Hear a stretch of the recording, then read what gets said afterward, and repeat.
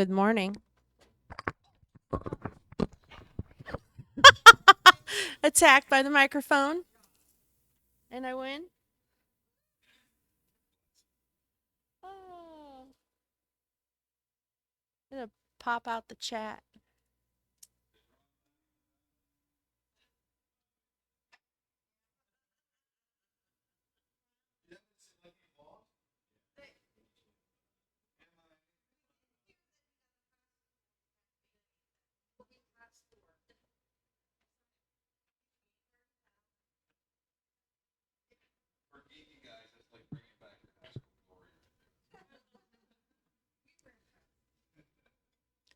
Good morning, everybody. Had a great evening last night. Had a great first day of discussion. We're gonna get things started off today. I think we're gonna dive right into reporting. Correct? Yep. Okay. Let's do this. We. Oh, me? Okay. Perhaps. Um, where do we want to start with volunteer reports? Yes. I can't read your brain today, dear. Um, so let's start this with what's up, Jake?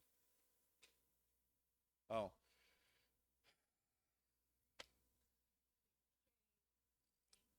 the report stuff, while semi-functional, I've never been truly really happy with. Okay, so I would like to basically talk about if we need to do it, if we're going to do a redesign, what do we need to do, and how would you guys like to see it done? Okay, so what that means is I want to do a redesign, and I want y'all to tell me how you want to see it done. Okay, fair enough. Um, and I expect a lot of bullets to fly on this one. Just so you know, I wore my vest. Um, so let's get started. Who wants to talk about the reporting and where we want to go? Come on. There it is. There it is.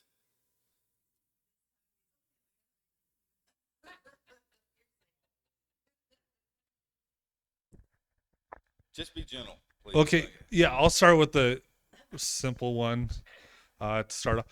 And this is strictly from the state view. It's really annoying when you click on that report and then it starts already running a report and you like, yeah, before you even put in what you want, or if I just want a certain county, I gotta wait for it to load the entire state. Then I could go in and select my county afterwards, and so it'd be really nice if there was like a Mm. just run report button, and so I could put in all my stuff that I want. Then I could run my report instead of having to wait for a report to load that I don't want. Have I told you that all programmers are not, in fact, geniuses? That, yeah. And another thing, to most programmers, and I can point the finger at you guys who actually work for the universities that are pushing these young, awesome people out into the world, ready to go to work. No, they programmers today have been taught speed at all costs. Um, my generation, whenever we were working with IBM and actually building the computer back in the day. That's how old I am. I've been around a while. When we came through it, there was a tremendous focus on customer interaction, requirements gathering, that type of thing. Okay, and really, it seems funny, and it is funny, but most programmers coming out of school today, it is not about that. It is about how fast you push code and get it to production. And when it gets there, we'll fix it when it breaks. That was not how I was taught to do it. It is not easy to break 4 years of the other way to do it. Your your peers do a really good job in nailing that home. Okay, so I can't. It's difficult to bend it, and I've told them many times. And what happened with regards to Z Suite in particular is this, and we actually had, I think some of us had a discussion about this last night. There was a primary focus in the beginning of this software. First, we started out just record books, right? I mean, that's where it all started. And then once we started to move toward a club management, full club management platform, um, our early clients, I mean, you guys are worried about the people. When you guys think about, okay, we're going to roll out software, you're worried about what mom and dad and grandma, and like, what are you guys going to hear from your customer, your client base, the people that you deal with every day. So the initial development of all this was very much focused on the user interface with regards to the household and the club member. Okay. Most of the focus was going to that because they were going to be the ones coming on doing enrollment first. They were going to be the ones walking through the system trying to navigate and do a record book. That's how that worked. Okay. And I don't know that everybody would really disclose all this information, but I want you guys to know how it works from our end. So we do this, and what happens is this poor, poor reporting thing starts to get left behind. And Jake can attest to it. And I try to teach my young people along the way. I told them, haven't I?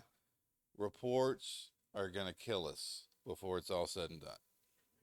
It's gonna kill us, and I know it's coming because all of my wonderful admins out there that right now are focused on taking care of their end users, which is okay. It's a part of it.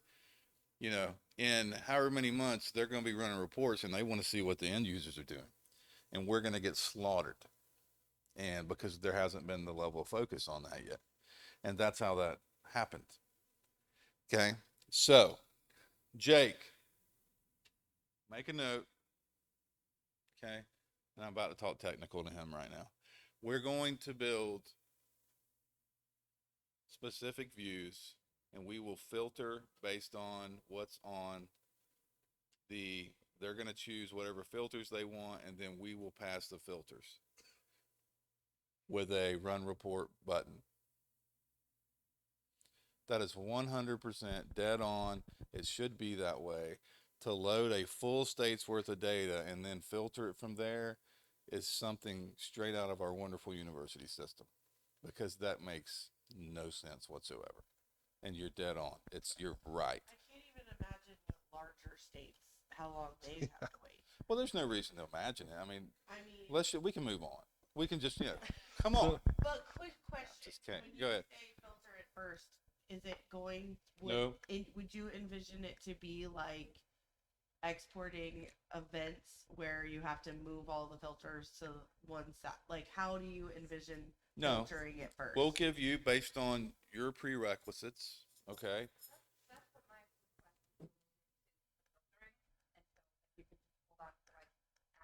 Okay. Fire away. Bring it on, Maine. Bring it on, Maine. Let's go. I'm wondering if there could be an easier way to filter rather than scrolling and find like type in what I'm looking for, or have the like, because there are like the fields like last name and first name, and I always get really frustrated. I'm like, is it name last, name first? Like, if there could be an easier way to have those filters set up where you're selecting your fields. Yeah, and consistency, and have like a first underscore or last underscore first option so that you don't have to go to the F and go to the L, and yeah. Or if you could just like start typing in the name of the fields. Okay. That is a little bit with regards to that. Now we're talking about a search, because that's a little different than technically a report. Like if you want to pull data and then essentially start typing in a name like Oh, you want to structure the report.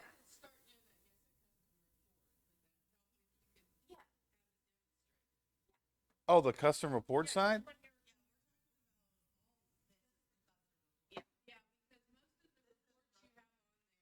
That's what I'm getting at. I want y'all to tell me.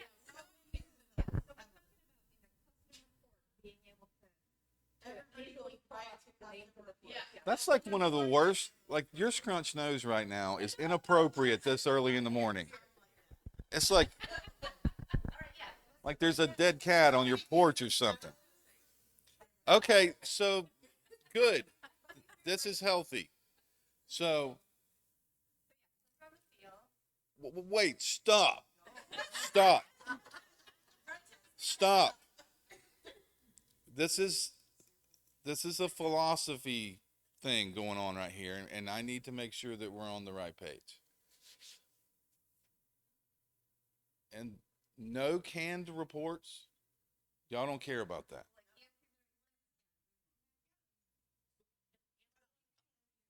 Ah,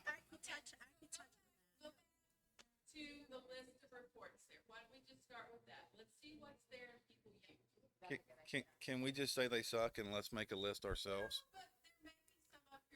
Okay. I mean, okay. Oh, I'm sorry. I don't know. Vacuum. Okay. So, yeah, I mean, really, here's the scoop on this, and I don't really disagree. Like, if you have a good feel for the tool, I probably would never use the other one, any of this other stuff either. But we don't always have, you know, we don't always have people that are familiar with how to use the tool, and so the can reports, it does have a place in the world, I guess. So you like canned reports, like okay,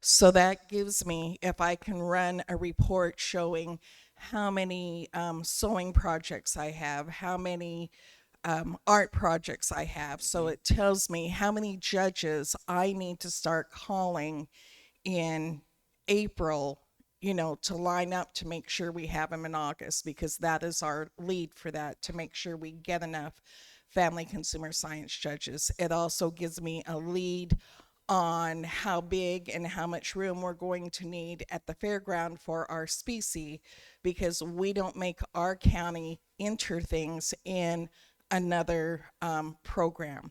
We put it into ShowWorks. Yeah. Later on in the summer, but this gives me my lead. I've got to know numbers. Our final date is May 9th.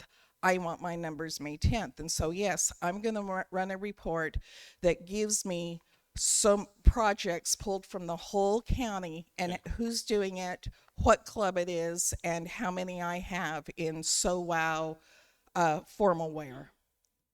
Or, Okay. Oh, you want to talk now? Yeah, I do. Oh, okay. Hey, before you get going, just a real quick raise of hands. And I know Brent, we talked about things we would try to get, like some key additions from a functionality standpoint. We would try to maybe target for this year before um, enrollments really get kicked off and you guys start your new year. Fair piece. Okay. A piece that. Oh, sorry. Um, a piece that. I'll hold it. That it's just. I don't even know that just doesn't seem right. The I hear stuff on ShowWorks and I hear feedback from all these people like this is, ShowWorks is cool, but it's 10 times more complicated than it needs to be. It's mega expensive. It's all of these different things. And what's the other one out there? Fair Entry? Fair Entry. I haven't really gone through that software, but I have been cooking for a while doing the fair piece that is basically fully integrated into this. Like, who would be interested in that?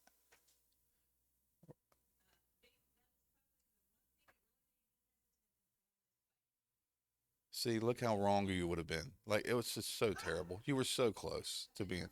No.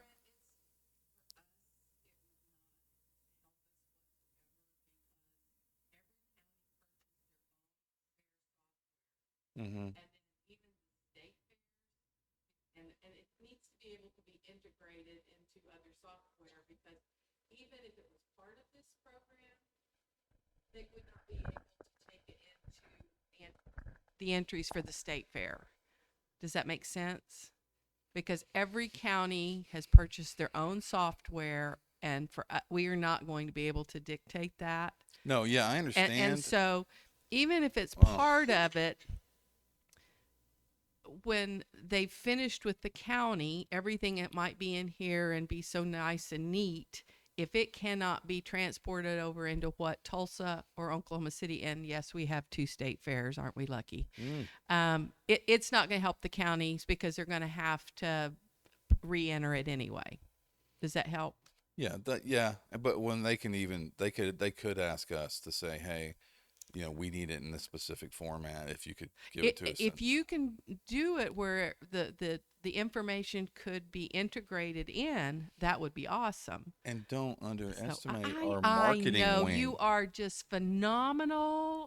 Our marketing wing, who knows what your state fairs may It's be just doing. awesome. So, I mean, about what, half of our state's fair stuff would be great and some not so great. Yeah, they're turning it up now. Okay, so, but if they were able to do that and get things so they were integrated, I could see more states using it because it's not fun downloading from one program, getting the report from the company that Sure, has yeah. no name, whatever, and then taking it over to Showworks or Fair Entry or whatever. That's just a lot of unnecessary wasted time on our part. Hey, we'll take care of the marketing. Y'all don't have to worry about that.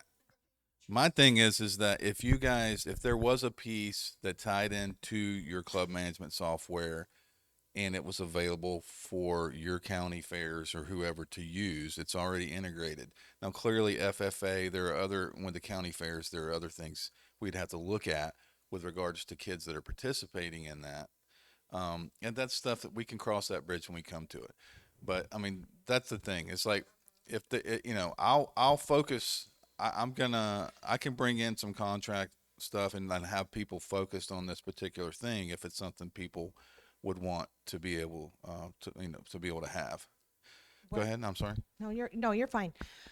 What we got to make sure there is a defined line between both of them because this year we found out in our state that the projects that we had that I had put in were not feasible for a lot of the counties because they were used to putting all their aliases in themselves. And come to find out, they were using that as their fair program as well, which should be completely separate enrollment to fair. So somehow we have to make sure that we keep that. That's fine. We would Separate. give obviously Z Suite users the ability to easily create an event like the fair or whatever, maybe the swine event at the fair, whatever those events may be, in which your 4-H kids could then enroll and make it easy to export that into the other system, right? I mean, there would be a direct interface between the two. Okay, so, but there is a level of interest for it. And with regards to our staff, we're going to be very, very busy on, how many pages are we up to now? I know you're starting to look depressed back there. Yeah, okay. I just want to make sure. So, yeah, and it's something. Pages? Oh, we'll pass. Don't don't undersell yourselves.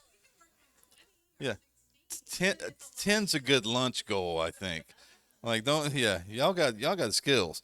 So okay. So anyway, and I just wanted to ask that question while I was thinking about it because I don't know I'll forget it 10 times before the end of the day. So now we're going over these can reports and who runs them and who doesn't run them, or if there are can reports you might want, what do you want? Well, go ahead, Kelton. So, my my experience so far with the can reports is, yes, I think can reports have a place and could be a good thing. But right now, the inconsistency between the can reports and the custom report makes it so I don't trust one can report up there at all. And I just pulled up one of the examples for because I mainly do volunteers. In the can report, I have two volunteers on the can report that then pull over on the custom report. Then on the can report, I have two volunteers that don't show up on the custom report. Then I got 12 volunteers on the custom report that don't show up on the can report, and that's just the letter A's, last name letter A's. So it just it's There like it is, Carla. I will throw a grenade in here, Carla. yeah. I will throw a grenade So in this. it just it's like for me when it comes to reporting is we know the data's there, so I don't care personally. I care less about how it looks. I just want the data to come out and to be accurate because I Y'all heard cannot. that sermon before? Has Yes. anybody back there heard that sermon before?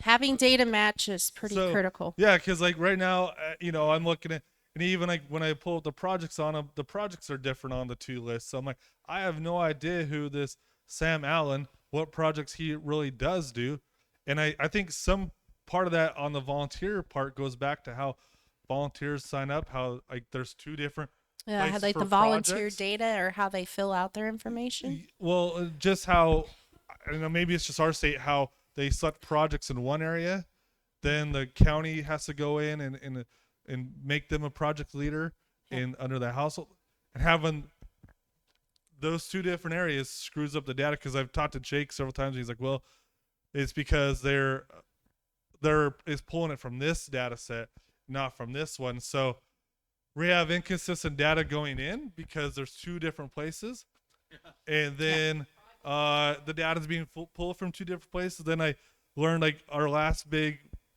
blow up with the report on the volunteer. Then at Selected Club, they weren't being pulled as a volunteer. So then we had like 600 plus volunteers not be counted. And, when we're going talking to legislators and stuff like that, 600 volunteers missing. That's right. And then that, and you guys all know that, but it's just really, it's got to be consistent and it's got to be accurate. The bottom line when you're trying to pull a volunteer report, and correct me if I'm wrong, Kelton, you want to know if they are a club volunteer or not, and if they're leading a project, what projects they are affiliated with. There's a lot of things I'd like to be able to pull from the volunteers. Yeah.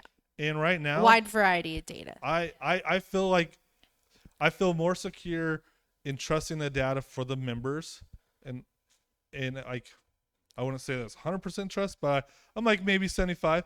The volunteers, I wouldn't trust it one bit because Yeah. I have no idea.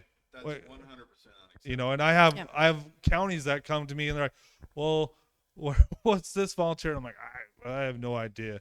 And I know that the data's there, but then it's split up and all these data sets. So that's just my frustration. And I just deal with volunteers at the state level. So Well, and when I've ran reports, there's a lot of dual county piece.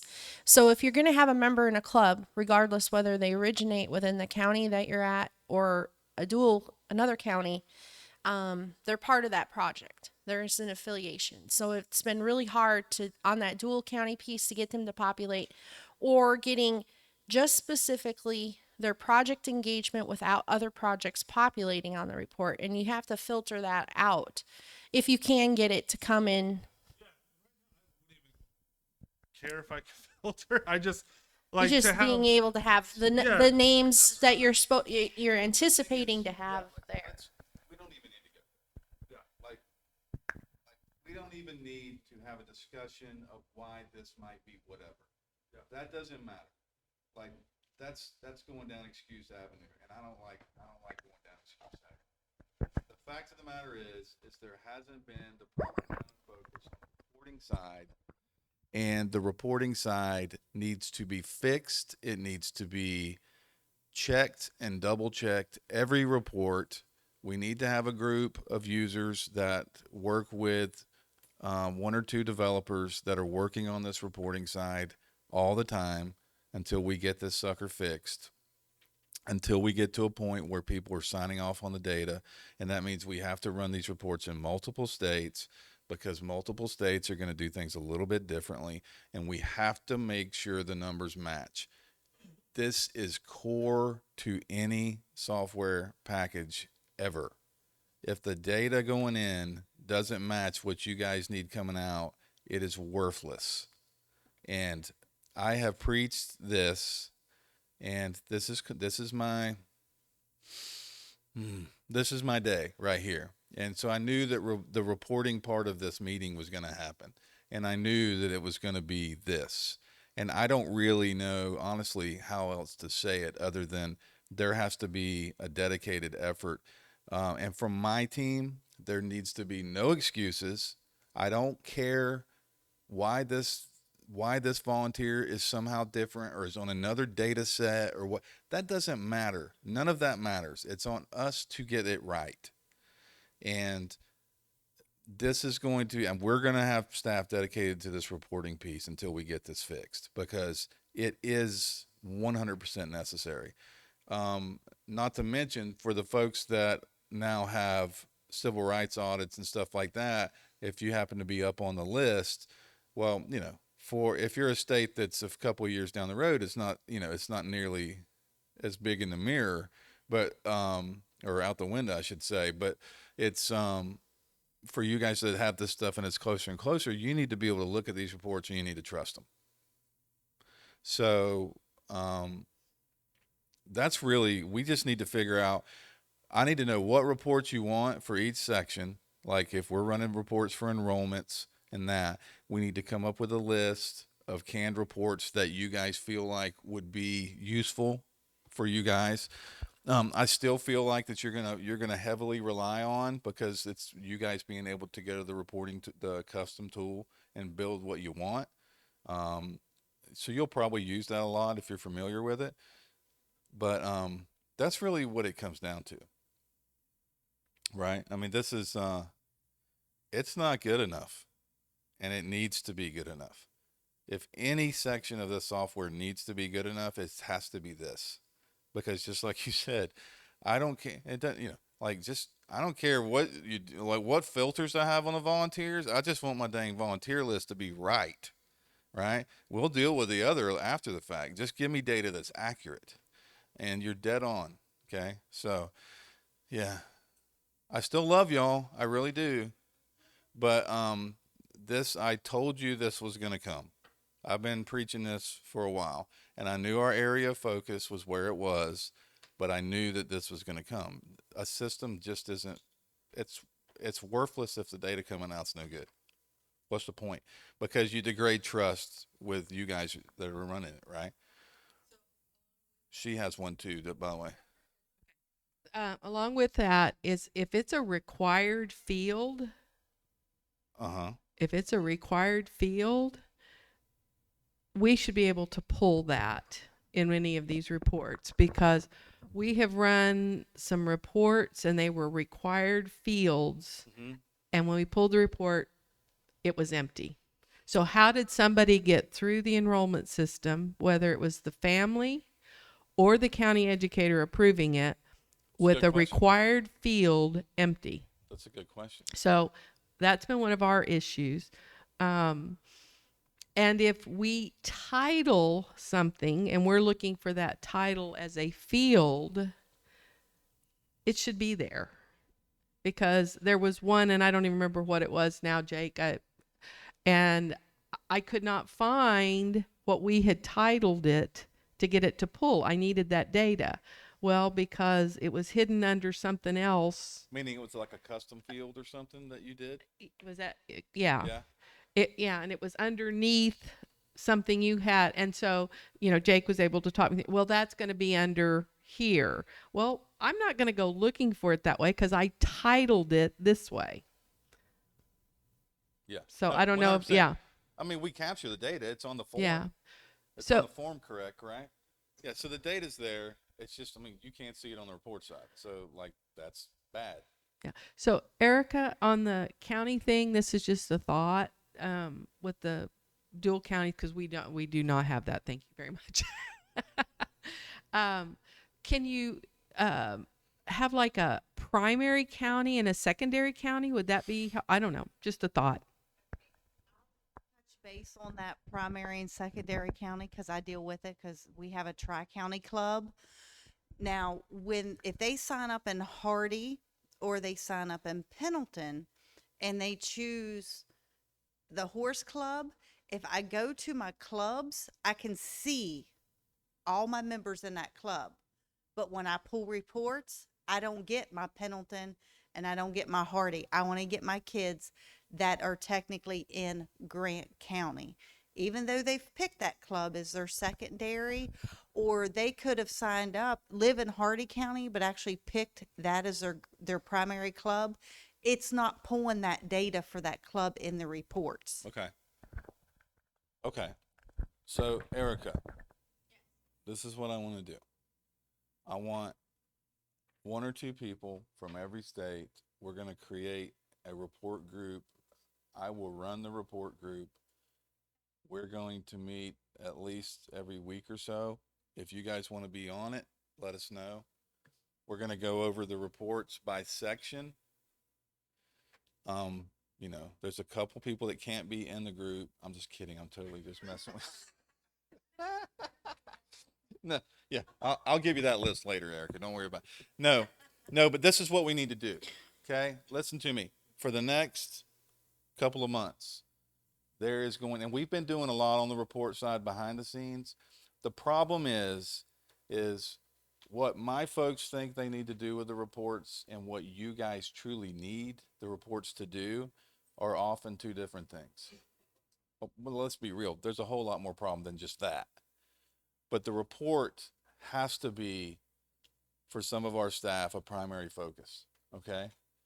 So I want to form this team. We are going to focus on reports for the next couple of months. We will walk through each one, how you guys need to see it.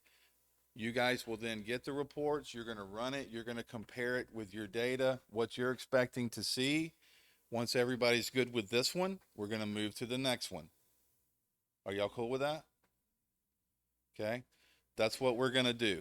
And we're going to keep doing it until we get them all where they need to be. Because this is the most critical piece of the whole thing. So that's what we're going to do.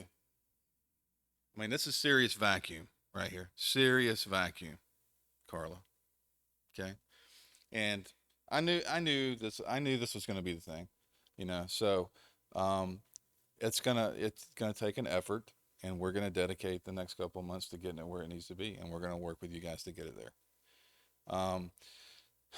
The particular thing with regards to the data being pulled, the way this works is they are building their views built behind the scene that has a particular set of data in it.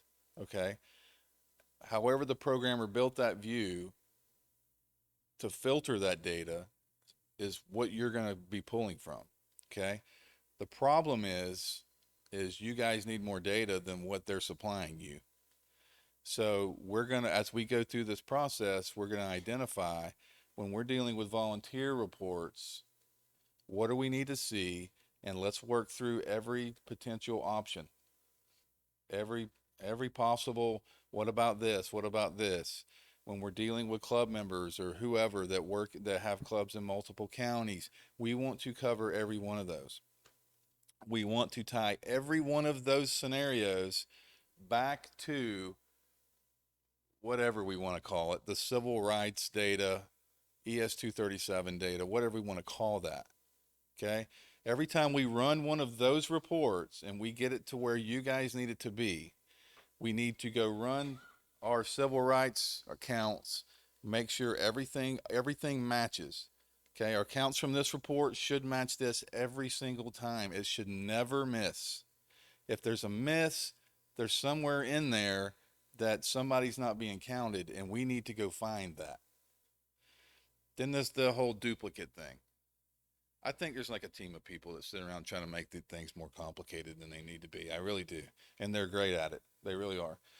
So there's the duplicate thing that we'll go through all that stuff. We'll talk about it. As we move forward with what we're doing with this kind of new thought process post ES 237 era, how do we count engagements with the youth and whoever? Those are things we're going to have to work on. Who all do you know, like who's doing this PLWG work with regards to that data? I know. Yeah, and you sent me that. Results. Have you?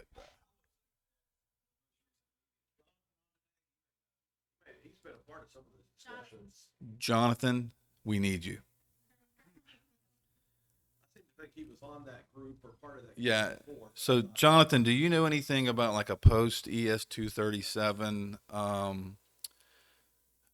way of capturing data with regards to engagements with youth, like with group projects, camps, everything essentially being every time 4-H? It's my understanding, if 4-H has an engagement, it's with a youth, it's counted, right? It's not, oh, they're a club member. I mean, it's literally we have a youth engagement. We count the youth engagement, right? Now we're still doing like demographic data, right? I mean, all that stuff. So, is Jonathan back yet, or do I need to wait 7 minutes? Oh yeah.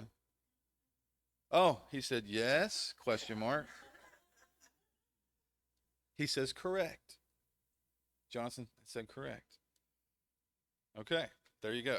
So one of the things, Jonathan, you're going to be involved in this, by the way, since obviously you have your thumb on the button of this. Probably, I mean, you guys are pretty deep in this as well, right? So, I mean, you need to be on the team, so that why not go ahead and make our reporting meet what it looks like we're going to be moving toward anyway. Let's go ahead and do that while we're at it. It doesn't mean we can't have both still, but that's something for us to look at. To me, I'm the data person for our state. Okay. Like if there is a standard report, I need to know what settings you set up to get it, because then when someone calls me and is like, well, when I run this, it doesn't match that, I can look at the settings and I can say, oh, that's because the standard report counts just approved people, and the one you're running was approved people, and that. So that I think it's important on any of the standard reports that we can somewhere see these were the settings that were set up to get this data, because then you can make that compare. Like you can try to figure out where the gap was. That's totally doable. Yes. So that's correct. It's searching this. And then we could tell you, we could all 100%. collectively be like, have the wrong settings. And we all needed to have this. Any filters, you need to see the filters list. Yes. Okay, Jen, did you have something? I did. So it kind of went back to the piece with the ES 237 and what is replacing it. I would really like to see a custom report that pulled those demographics in from our event section. So right now, the event report tells us the details about the event, but it doesn't tell us the back end of how many people actually attended, what were their demographics that we would report on. I can go in individually and see everyone, but if I wanted to see a larger scope of like, oh, these were all of the residential camps that we offered this summer and this was our reach, I can't get to that. Hey, Jake, hop off Wordle real quick. If you could pull, I'm just messing with you. I'm just messing with you, man. I want just 1 second. I want him to go pull. So Jake, where can you, when you can pull down like the views, right? The views you're hitting as far as the data sets you're able to access. Where's that at? Is this it right here? So the default data set that's pulled if nothing is selected is the enrollments data set. And then we have one for club projects, group enrollments one we have to fix. The waivers and events ones we also need to fix as well. So, Jenny, what you're talking about right here, what's happened is, remember I was talking about the views behind the scenes, right? When that events view was built, which is what you're hitting against on the custom report, when that was built, data's being filtered out of that at some level that's not allowing you to get everything that you need. Okay? So that's actually a pretty easy fix for us. Like that's a quick one. Okay.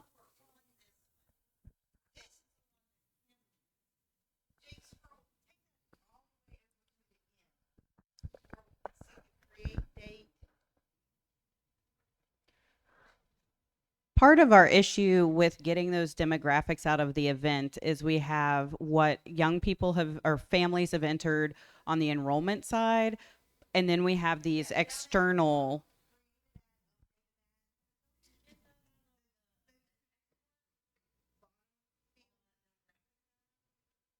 individually. You can't do that for in mass batch. So if you wanted a mass batch for the state, so I think Sure. one I can of see the that. solutions are that on if someone's externally registering, there's going to have to be some fields for those events that are asked. If you're an external registrant, those demographics are just going to have to be like hardwired in to match what we're pulling off the enrollment side so that we have those demographics that we need.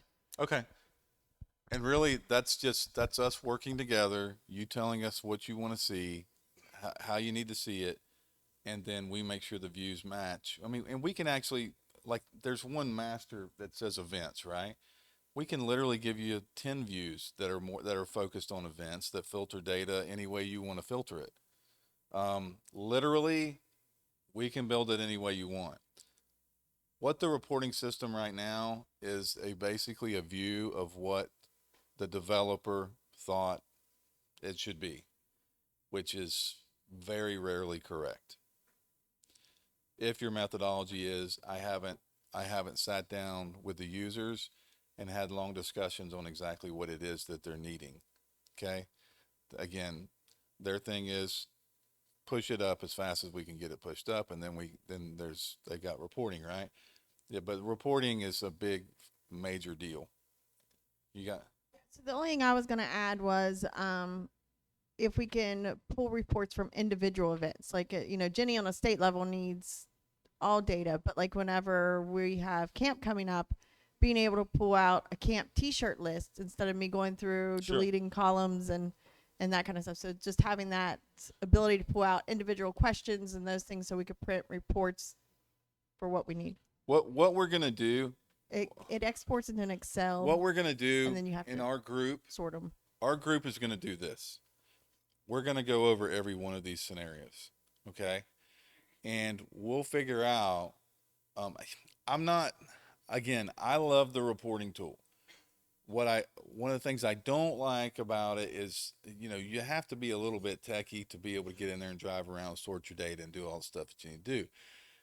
For you guys, if you have turnover, you bring in that new person, they're going to go look at that, and there's going to be a learning curve with regards to playing with the data and doing stuff if they're pulling data on their own, right? So there is a level of me that says, hey, I just want to build some enough reports for them to run on a canned variety that gives them 95% of what they need. For you folks that are not scared to go jump in the data, it's available for you to do whatever you want to do. But the main thing is we're going to walk through every single functional area, whether it be state administrative numbers, um, event numbers, enrollment numbers. Um, Eventually, we're going to have LMS online course numbers, and we can do that right now. We can do course reports. Be something you guys would want to run for volunteers anyway. Eventually, for you guys that are using that, every single section we are going to go over, and we're going to put the reports in exactly the way you want to see them, whatever our consensus is, and we can move on. Okay. This is going to be fixed. Reports coming into this meeting was always going to be priority number one.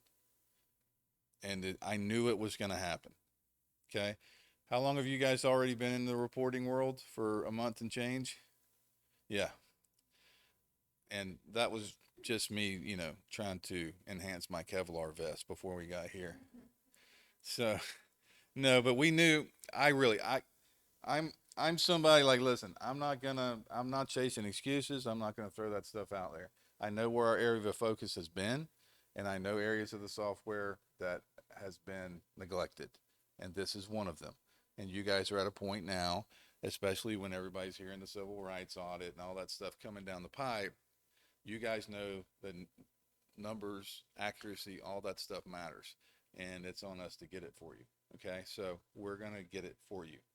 Within the next couple of months, reporting will no longer be a problem at any level.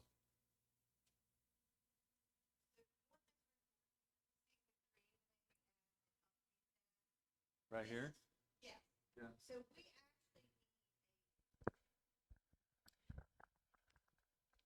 it would actually be helpful also if we have a closed at, because we have to do 15 days before and 15 days after. So if we had the created, that would give us the date that was created. Anytime that we updated anything at all, that would be time stamped, and then closed at. But if you select all those and just select the created at and updated at, and run your report, those fields are left blank. It's not bringing the data over. They're there, but it's just not bringing it. It's not populating the data. Hmm. But like I said, that closed at would be awesome too. It'd be really helpful. That's what you need, right, Kim? Yes. Throws. Close it, if the last day you updated it, would it be the same information twice? Personally, I think it would be better if you made another section that was closed at. So that way, if you went in and made an update to the event after it was closed, maybe you're not editing a kid or something like that. There was just something real quick that you went in to edit. We don't want that date to then change. I think it would be best if there was a closed at date that once it was entered, it's locked. Like you click that, you create that date, and once it's there, it's locked, and it can't be edited by anyone other than potentially a state admin or even us at the system admin level. Just so that way you can make sure that that date is what it needs to be. Personally, I don't know if you think that that's the right way to go as well, or Well, again, like my main thing is this: is that we're going to go over every single one of these, right? Um, I I can't imagine we're going to pull up a report that I couldn't pick apart, um, much less you guys and all the all the different needs that you guys have, right? So um, that's what we're going to go do, guys. And, it's just a way for me to jump on the grenade, I guess, so to speak, and keep everybody else in the foxhole okay. Um, but the truth of the matter is this needs work. Everybody in here knows it needs work, and we need to go fix it. Yeah. Okay. It's like Eminem. hey, Brent, we have some online questions. If we Okay. can get What do we some of got? those answered real quick. First from Stacy, we give volunteers and county admins a report to pull by kids, all events and activities they participated in within the program year. And so that I think harkens back to what we were talking about yesterday as well, like being able to mark them in activities and such. So I think the answer to that would be yes. I mean, that's part of what we had discussions with yesterday. I mean, Yeah. really, I mean, like I'm not looking at the system at the moment. My answer to those type of things is pretty simple. If we track the data, we should be able to report the data. There is no there's no way around that. It is the way it needs to be. If we track it, we should be able to report it. So my answer to that is if somebody's putting that data into the system, it is always going to be a yes. We can report it that way. We should be able to report it. Okay. Next question is there a way to make the fields consistent in how phone numbers and addresses are entered? Um, Say that to me again. is there a way to make the fields consistent in how phone numbers and addresses are entered? Yeah. Yeah. Yeah. I've complained about that a few times over. And here's my thing. I'm a database person from a way back. And one thing I cannot stand is dirty data. I mean, man, it's just when it's garbage, it makes reporting not work very efficiently. It makes reporting inaccurate. So, yes, the answer to that is we can put formatting restraints on all those fields to make sure they go into the database the same way. That was that question, right? Yes. That's what we're talking about? Okay. Yeah. So we have another one. On the mailing label report, is it possible to have a field to add an additional top line when we bulk mail? Our post office requires us to put in current resident or on there. So yeah, we can add an additional line onto that report. We may need to adjust the sizing of some of the words to make it fit on the label. Yeah. But okay. This is like a marriage right here. Like my wife. Like I pretty much don't ever say no. You know, so I'm like, oh yes, dear, yes, yes, dear. This is what we're pretty much always. I mean, most everything when we ask, is it possible? It's probably gonna be. You know, with what you guys are, with regards to the software. Not everything's magic wandable, but possible, yeah. What we got, Jake? Okay, I think we have two more, and then we'll be good to move on. We need a. This is more, I think, a request, but that's fine. We need a way to pull a report for waivers that also includes uploaded paper copies, or at least a way to indicate that a waiver is filled out and uploaded. Yeah, so we can, if we're using it as a custom report, we have that hosted on our AWS, so we can provide them the link to that uploaded copy. I would want to delve into exactly what they're wanting with regard to that Correct. functionality. Yes. I mean, there's no doubt. Yes, we can throw a URL in a report and say, here it is. Yeah. I don't know. Are they wanting to be able to click on something and then be able to pull it up from a grid? Those are things we'd have to just nail down, like requirements. But again, if we track it and we have it, whether it's a file, a photo, whatever the thing is, we can go get it. Okay. It's just really spending time focusing on the reporting that you need. I mean, that's really what it comes down to, and working with you guys and let you guys tell us what you want. Okay, and then we just have one last one, and it kind of goes back to the duplicate fields question is, can you fix it so that you do not have to put in members' birthdays twice? We get several that end up with different birthdays. So yeah, that's something that we can just, I think personally is not needed to be entered in enrollments, because whenever members or families create a member profile, that is a question that's already asked. Right. And so it doesn't necessarily need to be asked in the enrollment. 100% legit, which is going to bring us into making sure any data that can be moved over that's already been entered is functioning correctly, right? So all of those need to happen. Yeah, Todd has a question.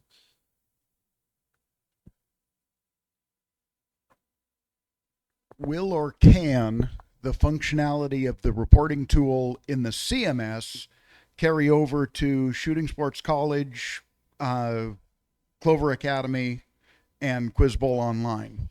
A lot of my output errors were directly related to this as well, and I simply didn't have the tools I needed. Is the platform similar enough that these tools can just be migrated into those platforms as well? Well, let me tell you what's about to happen to y'all. Okay. The 4-H National Shooting Sports and what you guys are currently running on is effectively, unbeknownst to you, running on a different server, a different LMS server than the new Clover Academy is set up on. One of the things that needs to happen for you guys is we need to go ahead and migrate you over to the new platform. They can use the new Clover Academy interface to do their thing. And on that side, 100% LMS and course reporting is available. Okay. We haven't spent time there because I knew you weren't staying there. Right. Okay. So, but yes, like that's happening and you guys are going to get moved. Perfect. Okay.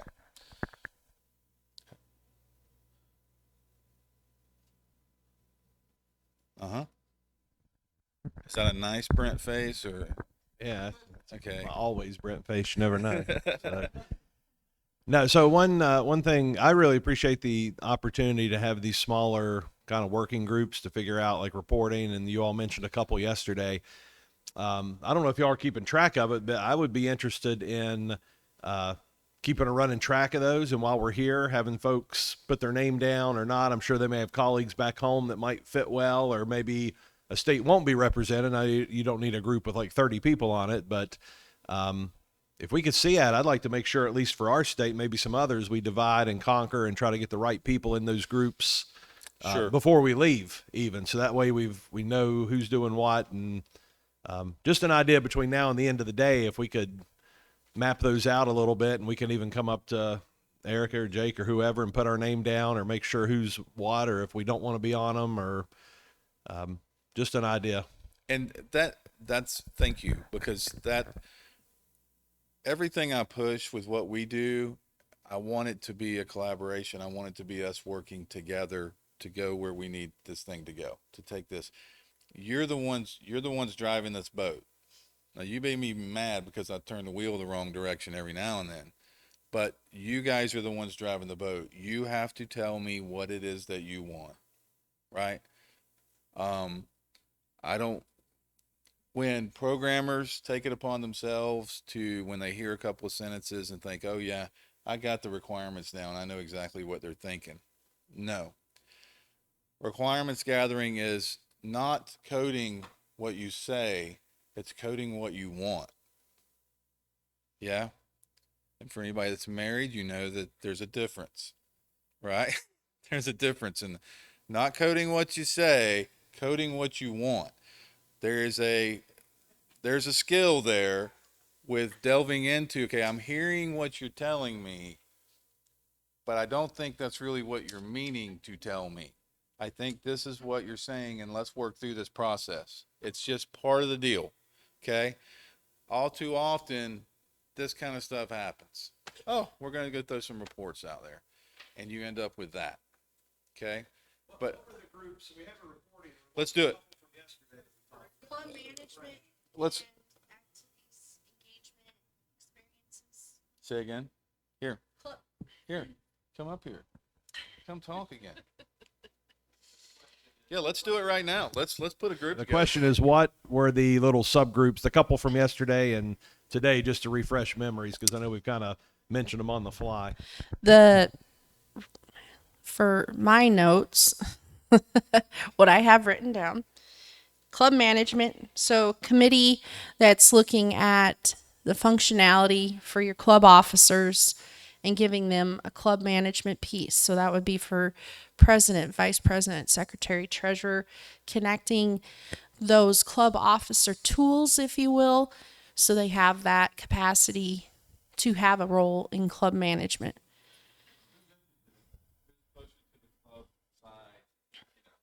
Okay, I got Teresa.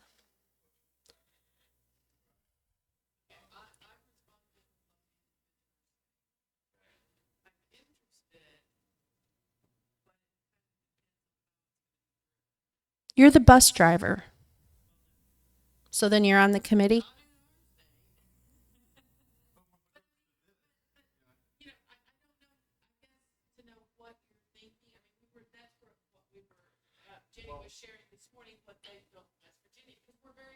Yeah, it's set up in more of a project book. Like when we looked at record books the other day, they're able to go in and put in records based on whatever category of tracking that they're throwing data. Microphone. Okay. I'm a walker, man. I can't stand it. They, what we're talking about doing is taking that and it being very similar to that, but actually identifying a particular member when they log in. We are identifying them as a particular officer, and they have a utility to be able to perform club functions that will show up on their stuff.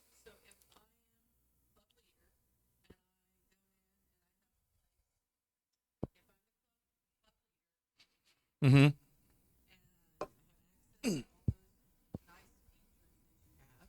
in the system. And one of those might be I put in my youth that are officers and what their role is. Correct. And by doing that, it might trigger that if it's the secretary, they would have that child would be able to upload the minutes from that meeting. Congratulations, you're now Okay. part of the club management team. Well, I'm just See what we just is did? that what? But no, I mean, and that's the logic that I'm thinking, and so I'm repeating back. I don't know if that's what others are thinking. Um,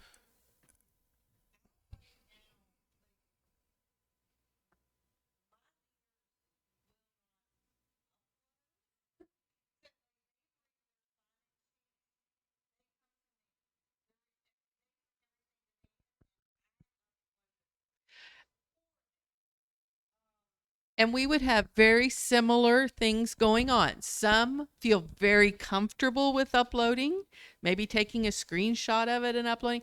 They're going to feel very comfortable. Then we have those that you're like you're talking a whole different language to them, so they would be bringing it to the office to upload. So, But like take a picture and text it all day. They can do it. All right. I mean, it's all about what are we asking them to do. A lot of those kids like, hey, just take a photo and send it to me, and That team comes together and brainstorms those ideas with folks from your team, right, sure, to try to get something in place by whatever date, right? So the Yeah. ideal one would be this fall, right, before September 1st for those that have a September 1 year. So that would be one team, right? So what were the others that other had than somebody- the club one? was there somebody who all like raised their hands for that team? Okay.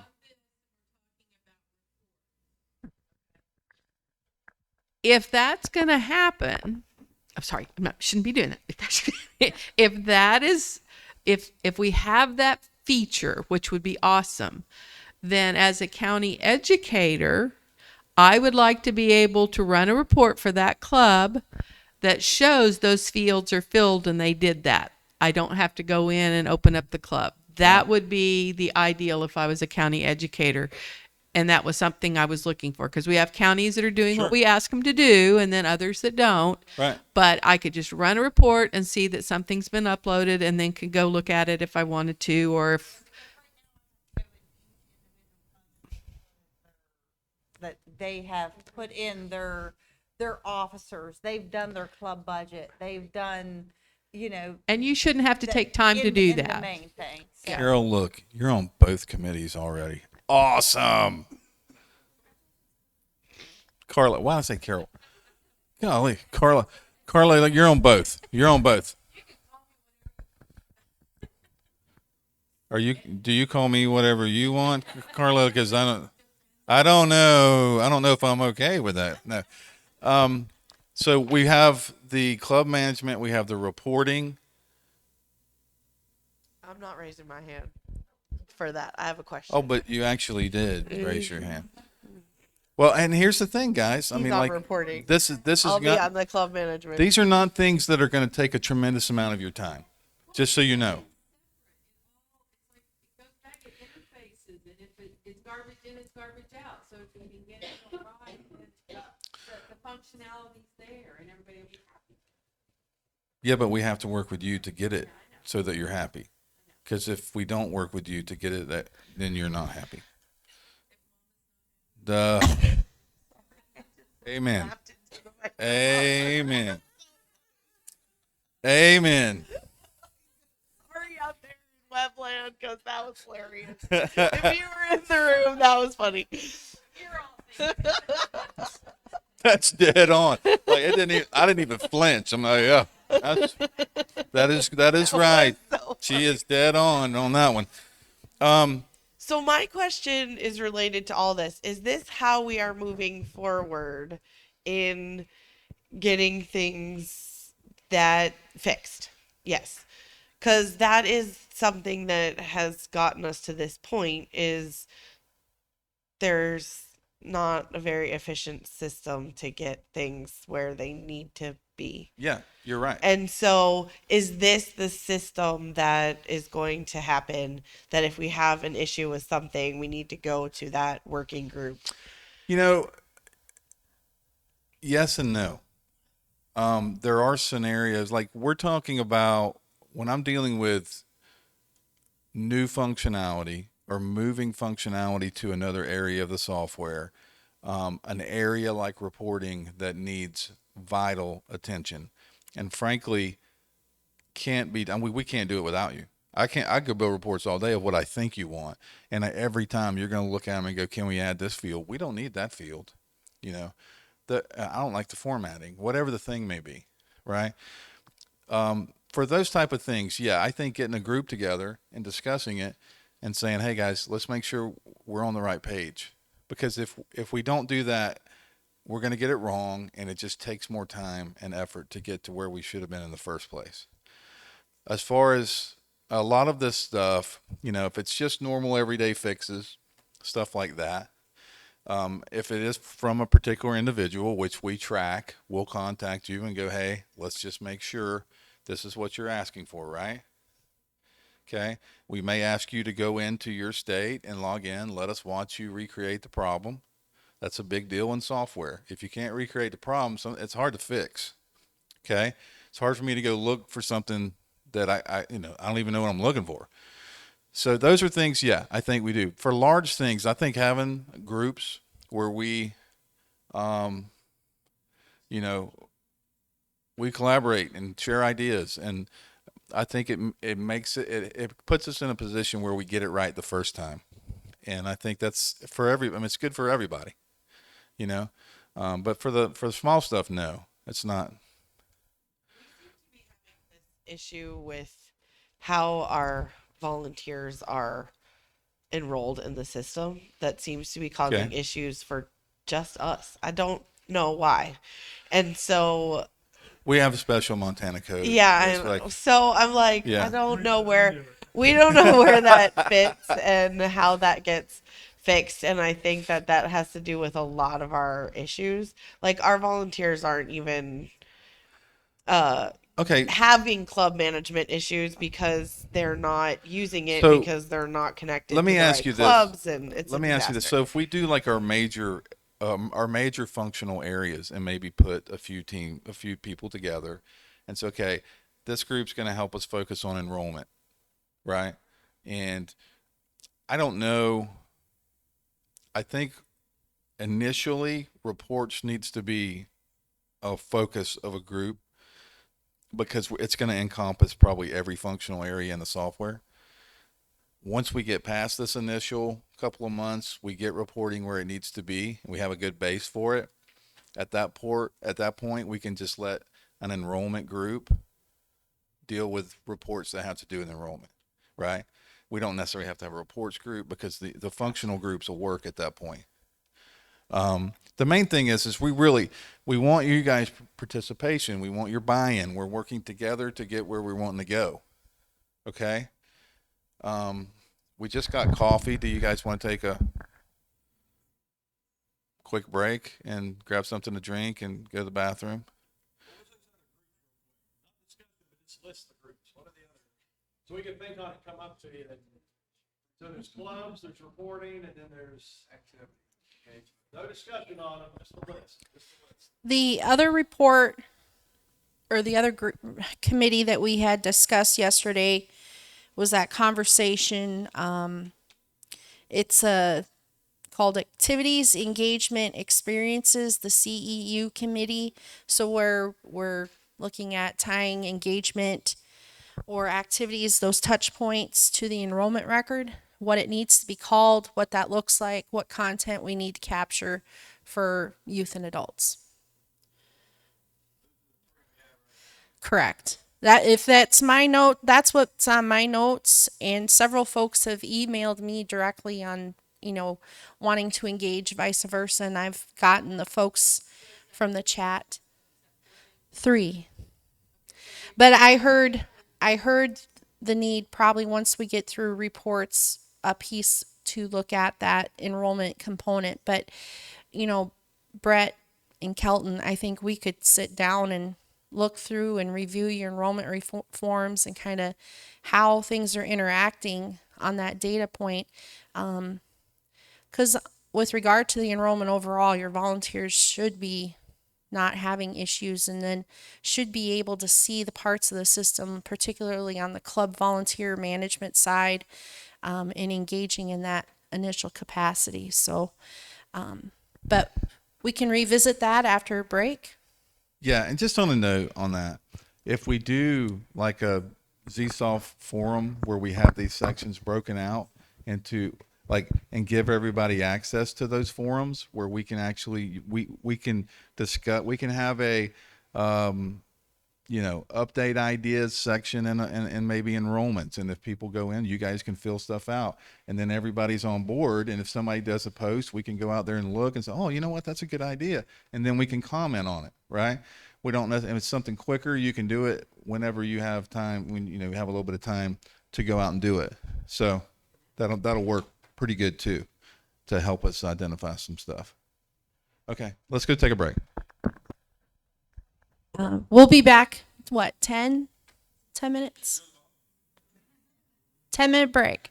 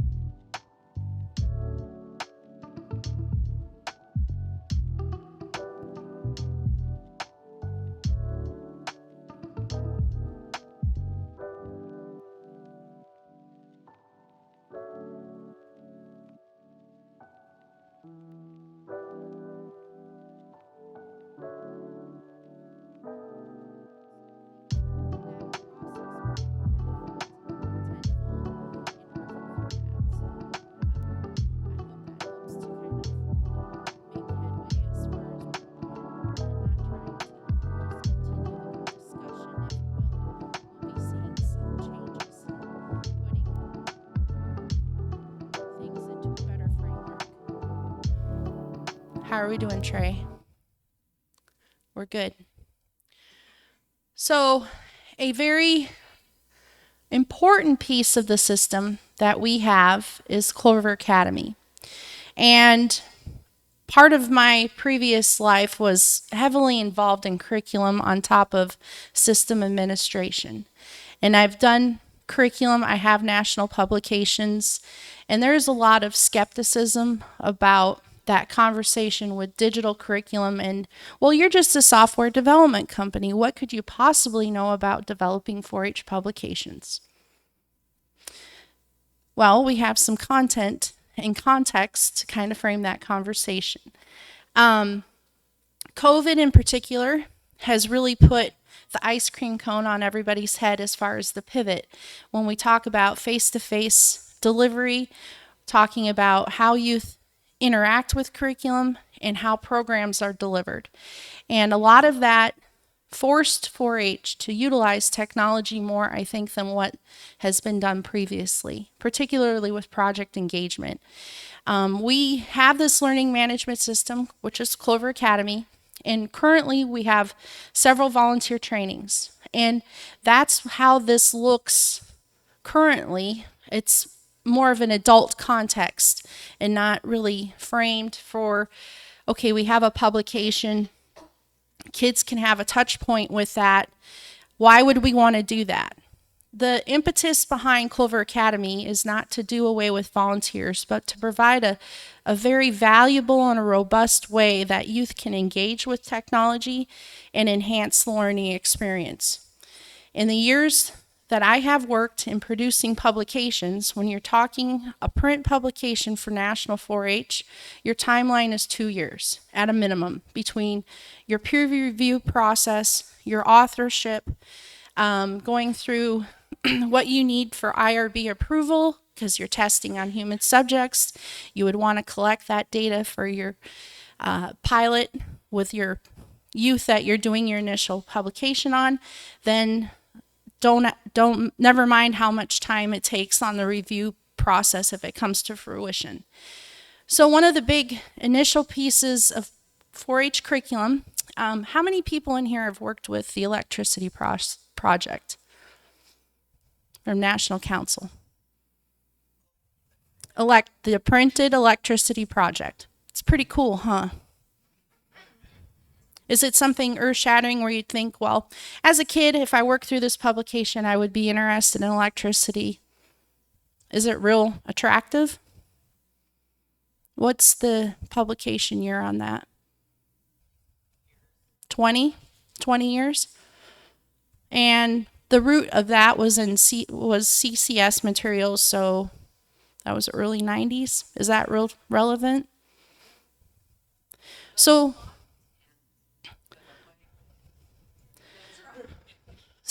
it's the content makes you want to short circuit when you read it.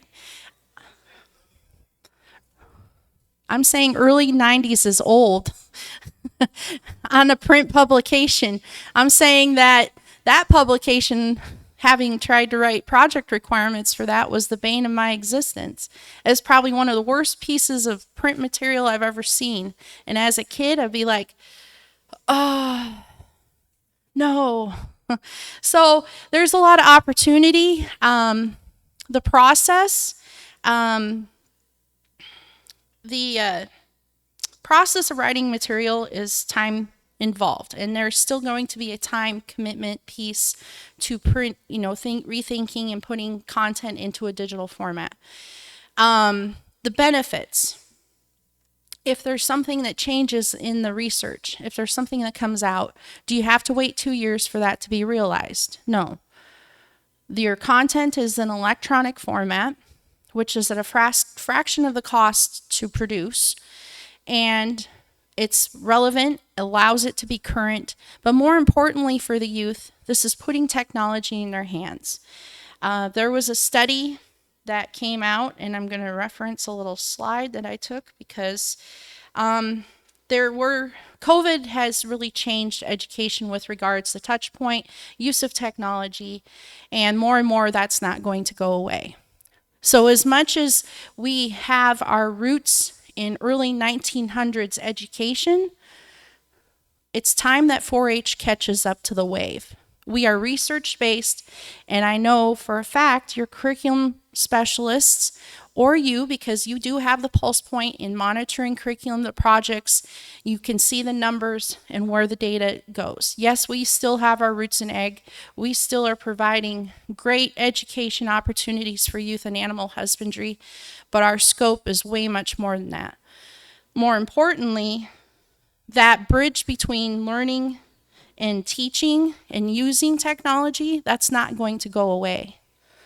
And that's become more and more integrated into the learning environment, and that will continue to be the case. Soft skill development has been extremely critical. The student trend, attention spans will continue to decrease.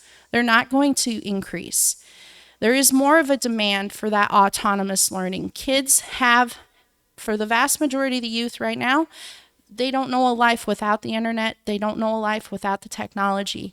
They know how to get the information. They know how to use it. And if you don't think your 8-year-olds are using technology, you're sorely mistaken. Do you think the kids really want to do their record books on pen and paper? Are they doing their reports on pen and paper? Not so much. But do we need to have a trained workforce that knows how to use the technology, that knows how to use practical applications? Absolutely. Do they need that soft skill coming out of high school on how to navigate, present with materials, collect information, and utilize technology productively? Absolutely. The beauty of LMS learning systems is it provides a unique gateway to go right into 4-H's wheelhouse, learn by doing. And so these courses can be designed to guide a learner through a interest point, and you can connect that bridge. And that is exactly what the University of Florida has done, to the point where their provost,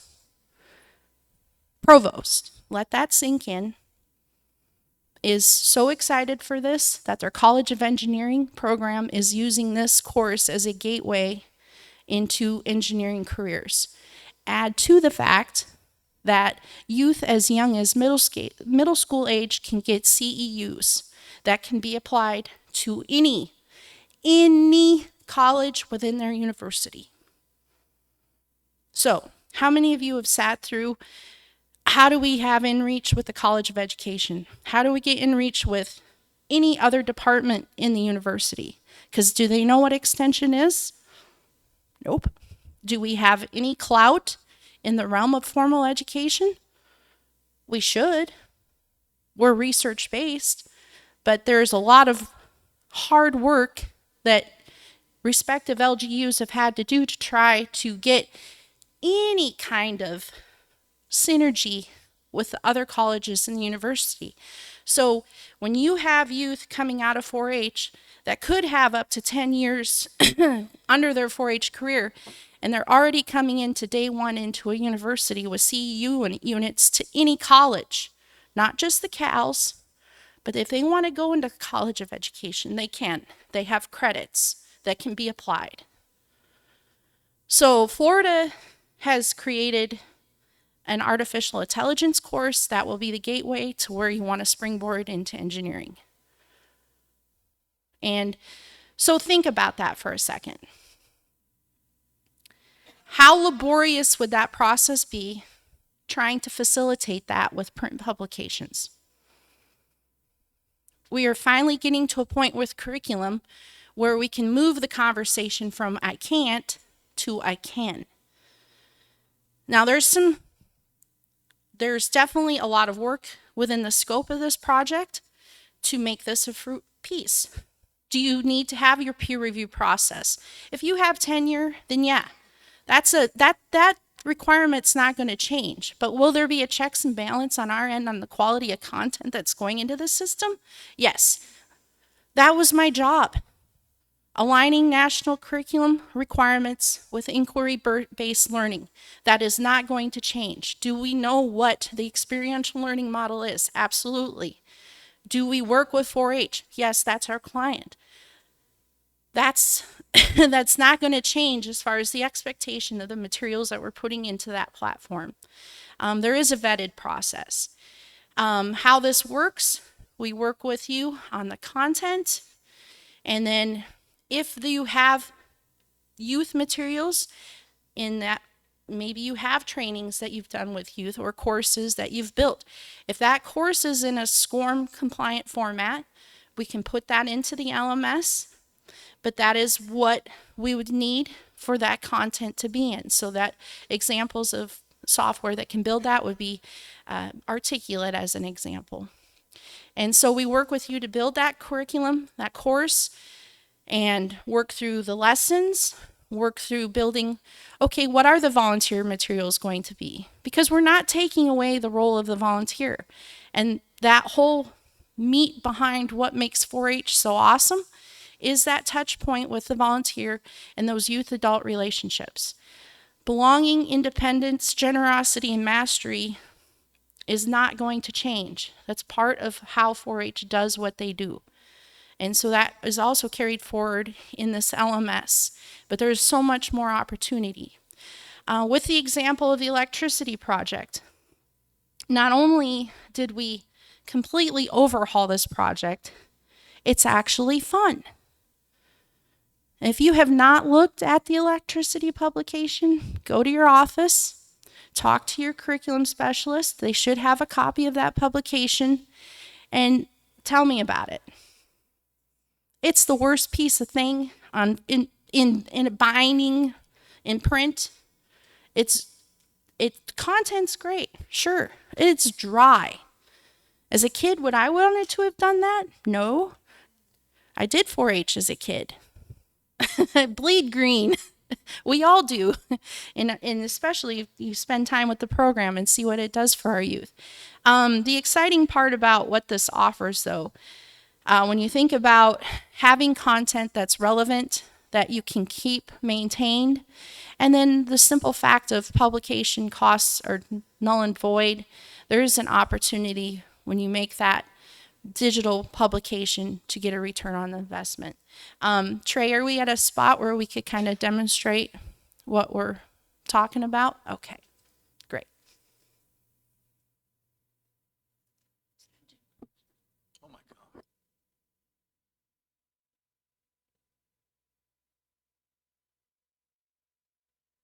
My little spark plug's excited about this. In case y'all couldn't tell. She gets excited. She's always something. She's always excited. Before we fire this up, I have a quick question. Is do you care? Yes or no, and why? Okay. And if you do, why? What's your immediate thoughts? What's your vision of like, hey, I can get this implemented pretty quickly, whether it be pushing this out to the club members, is it volunteer training? Obviously, that would probably be pretty quick on most people's list, but what are your thoughts? I need mics, guys. Who wants to? Yeah, Jenny's on. I have a couple of questions that rose to my mind because I know we've kind of talked about it a little bit with some of our stuff, but we hadn't pulled the trigger. So of course, we didn't talk about it yesterday. What's the cost to build one of these? Because there was cost for me to build record guides years ago. So I assume that there's an additional cost beyond what we use for enrollment and events and stuff like that. Well, I mean, the short answer to that is we have to see what the course is. I mean, you could have maybe a 5-course curriculum for a specific area of study that's 10 lessons each. I mean, or you could have one course that's 4 lessons. You could also, like we've worked with, is it K-State? Yeah, we work with K-State on, and they have a grad student, and they wanted to basically start this out. They wanted to basically do a new development of a entry to photography course. It's Oklahoma. It's you guys. Sorry. Well, poo. Well, Erica, I don't want to make Carla unhappy, man. And I have done it.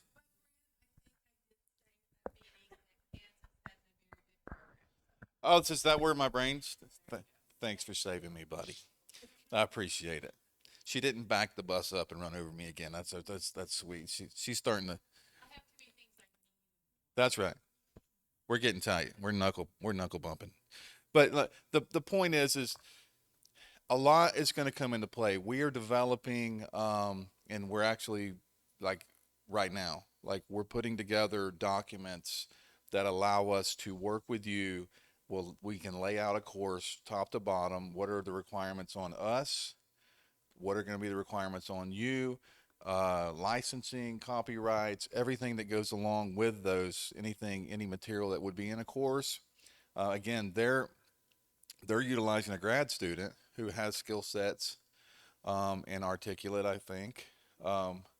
And so she's essentially putting together, as far as scripting the course, all the preliminary work, everything in the course they're putting together. She's going to get it to a point and essentially create the course, and effectively we put it out there for Oklahoma, and we host it. Okay, there will probably be, and I'm just going to be straight with y'all. In order to deliver the level of service we need to deliver, you know, as awesome and pretty and everything that my folks are, they still want to get paid. So I have to pay my people. I am not going to gouge you. Okay. There may eventually be small fees associated with hosting these, but it isn't going to be high. Okay. Um, if we have to do a full course build, the price is going to be different. Okay. If you guys are putting together the majority of the content, the price is going to be it's going to be less, right? So all that depends on, and then the size and scope of the course, all that stuff matters. Briefly about your all's peer review system, but with our tenure and promotion, there will still be a desire as we run through courses through there to run it through the national peer review system that 4-H has. I assume that we would be able to give access to Estella and any of those blind reviewers so that they could come in, and then we could put that logo on there eventually that says that it passed national 4-H peer review. I suspect. Okay. I mean, And this is relatively, and here's the thing, guys. We kind of come up with stuff and go, hey, let's go. Okay. I'm not the sit around and talk about it for 3 years guy. I'm the like, let's go build it and let's let it roll. And I suspect, Jenny, it's going to be a scenario where we're going to kind of figure out what works best for everybody. I think, again, as is usual, every LGU will kind of have their own thing. We do have I don't know if she mentioned this, like West Virginia kids can see West Virginia courses. Okay. If we have national level, national approved courses that you guys choose to show in the West Virginia Clover Academy, then they're there for your kids to see. We're going to be able to do that by age. So, like Clover Buds, if they go in and we're building age appropriate stuff for the young kids, they're going to see their stuff. Okay. They're not going to see something that's physics, whatever. Um, so we have the capability to do all of that. Just so you know. So you don't have to see every course that's ever been created on Clover County. It's very specific to your state and what you want your volunteers or club members to see. Okay. question I had on my list was multiple modality, because I'm not going to get 100% digital. I'm not going to get 100% paper. So making sure that my young people, as they're working on their projects asynchronously, have the opportunities to do it in multiple modalities. So let's say we decided that we really liked your electricity course. Can I pull it out in some capacity and have a comparable paper version versus continuing to use Shop 4-H's paper version of the electricity for those young people who still need the print version? Yeah. Yeah. Oh, I'm so sick of paper. Paper. You know, thank you for giving me that. And just, I didn't fire, but at least in my brain I did. No,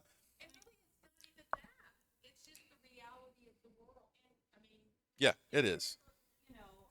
Talking to Jane Wright over at Ohio State Right. University, she has put several things into a digital format. But honestly, the feedback that she gets from our families is that there's still something behind having that tangible piece of paper in hand. So it hasn't been as adopted. Now, I think this is a much more interactive platform than necessarily digital PDF. So we're moving the needle in the right direction, Yeah. but there's still going to be a need at some point for paper, and whether it's because they've requested an accommodation or they don't have connectivity, we have to have it available in multiple methods.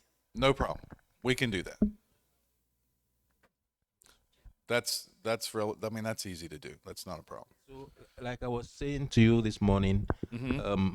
just to back up what she's saying, if you don't have an internet, if you are able to download the program onto your laptop and work when there's no internet connectivity and so forth, that would be a very good thing to do. So let's think of not the whole cost per se, but certain things that are very critical for um, the participant to utilize. So, for example, maybe the quiz can be downloaded and done, and then when Yeah. internet connectivity is available, yeah, they can really put it back and so forth. I think Yeah. that's something we can look at. Yeah. And the challenge with that is this.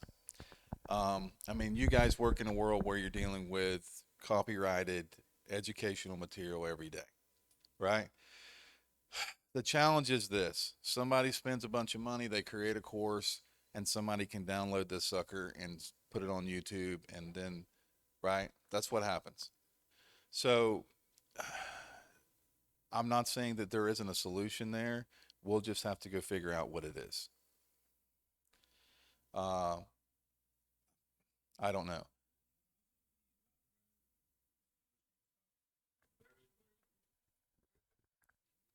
Yeah. Uh, just making the electronic version available that will be interactive through the system. So if you guide them Yeah. there and they get it, it will just be working directly to the portal where that document is, and they can work with it. I'm with you. Yeah. And you're right there. Yeah, You're so- right. I just when these LGUs create courses, and we want to make sure we cover all the bases there, right? Um, we because when Ohio State spends the money and builds the course, you know, we have to make sure that no matter what happens, that content, they're tagged on it, they get recognition for it. I mean, you guys know how it works. So all of that stuff we'll deal with. But yeah, I have no problem with that. This particular, I am going to lean toward giving anything away, especially on the kids side, that we can do. Um, and I'm not lying to you when I tell you there is a long-term business strategy there from my point of view. I mean, y'all with me on that one? The more, I mean, 4-H, there's no organization out there that's a youth organization that that engages the number of kids that you guys do. I'm aware of that. I'm a math guy. So the more I can get stuff out there, the more a platform that we handle engages a percentage of this 6.5 million kids that you guys are engaging with, that's going to be great for our company long term. So I grasp that, right? The thing is as you guys know, there's this political process that we kind of on each LGU, every level at each LGU, we have to navigate our path and figure out how do we get this thing into, you know, the mainstream of everybody using it. I think the volunteer training is an easy way to start putting it in people's hands. We're gonna have challenges. This is gonna be a bumpy road. Um, because you guys know how it works when you start throwing stuff that's new at people. Okay. Um, and this is also, when I say new, this isn't a new concept. This has been, I mean, people have been talking about this for years, correct? I mean, you guys, like every year, you guys go to your meetings, and they're talking about, hey, here's all this new things that we can do, and this is part of it. We know there's this online content. How do we integrate this with 4-H at home? I think it can be done. I think this can be a huge enhancement for 4-H at home.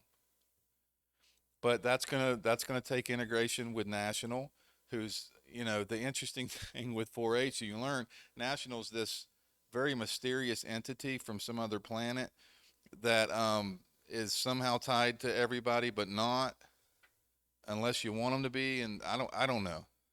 It's kind of crazy sometimes. We have a question.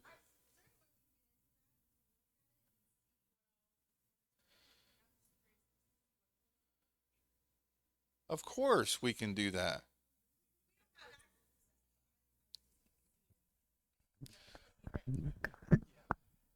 Yeah, we just want if there's a way we could get in it to look at it and see what all's in it and what a project looks like. Like right now? Well, I mean, while you're talking, I could be going through looking. Oh no, no, no. And you either. You can't. No. Are you logged in? No. Okay, good. That's right. That's right. I'm not getting you fired up. All right, well, one day we would like to see inside. No, yeah, it. 100%. Again, this is something really where this is, I don't want to say it's new. But we've been testing to some capacity 4-H National Shooting Sports. It is on a different platform right now, but same concept. We wanted to see how can we handle the numbers. We're putting load on it. My gosh, Todd, how many total? Yeah. So I mean, we're running a lot of training through. The mystery at one of the mysteries at National 4-H Council is they are updating their platform for 4-H online. So they're going to have a new platform in the next 6 months or so that integrates more SCORM technology and pieces and I only happen to know that because I have a grant right now and I'm creating content for it. So there's a little bit of the mystery for you. Okay, Jenny, then throw this at me. Oh, don't put it down. We're not done yet. Don't. So let me ask you this. So we're out here working with all of these programs, all these state LGUs. Like, why does nobody seem to know about all this? Like, why are we going through all this? We're building Clover Academy, and then people are going, "Hey, man, this is awesome." And like, what are they doing up there? If they have an online, first of all, you said 4-H online, so everybody kind of Sorry. cringes. Well, it's 4-H at home. It's 4-H at home. 4-H at home that National 4-H Council has. Okay, so here's the interesting thing with 4-H on home at home, because I went and looked at that, and I went and looked at several of what they're putting out there, and from a digital content and digital interactive point of view, like there's a lot of stuff where they're giving you projects, you can print it, and you can go do stuff like that. But the digital interaction didn't seem to be there. It's moving that direction. So it wasn't there. That was born out of the pandemic, and it kind of looked more like a curated Pinterest board. People could submit stuff that their LGUs were creating, and they just kind of curated it. They're moving it into a new platform. They had some money coming down from USDA and AFRI and NIFA that is creating content. So there are some interactive activities in there, but you have to really look right now. And I haven't seen what the platform is going to look like, but we're in wave 3 of that grant, and we're creating content for them that they will be putting into their LMS platform. Okay.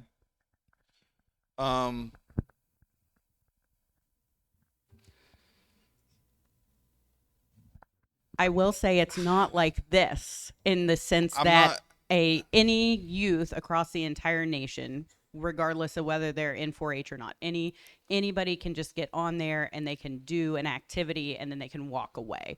There's not once you finish the food systems activity, you get a printout or a digital badge or anything that says, oh, you completed that. This is more of a touch and brush type situation where they're trying to engage them on their platform. So are you tracking them? I would assume that they are on the ones with the Yeah. SCORM because Where's they my civil have rights girl? Where are you at? I mean, the what is it? The civil? What are you counting back there? Race, ethnicity, and gender. they're not collecting that. They're not. No. When you go in and you start answering those questions, you're just answering it right within that one activity that you created. And so they're capturing what you thought the food label that you had on your Diet Coke that, what country was that? Did that food come from? 'Cause Okay. that's the one I most recently did on their Okay. platform to see. But it never asked me at any point for me to say who I was or what I was doing. It's just like if we were in person at a fair and they come by your table and they do a cute little activity and you just say, well, I estimate that I saw 500 people today at my little activity. That's all that National 4-H Council is collecting off of that. Okay. Well, I don't know. Uh, what comes out of there? Like, they have a really cool website and a shop, an online store. I don't know. I wish somebody would fund an online store for me, man. I would kill it. Um, I don't know. Like, it seems to me like when I look at national, it's a big question mark. You don't really know what's going to come out of there. There doesn't seem to be, to me, a legit plan or direction. And that's what I want to do. I want to have a legit plan and a direction. Where are we going? And let's go produce it. Right? I don't want to sit around and wait for when I get a big grant. Let's figure out where we're going to go. Because what you end up doing is you end up spending 5 or 10 years waiting again. And nobody ever gets there. And we're not going to do it. We're going to go build it.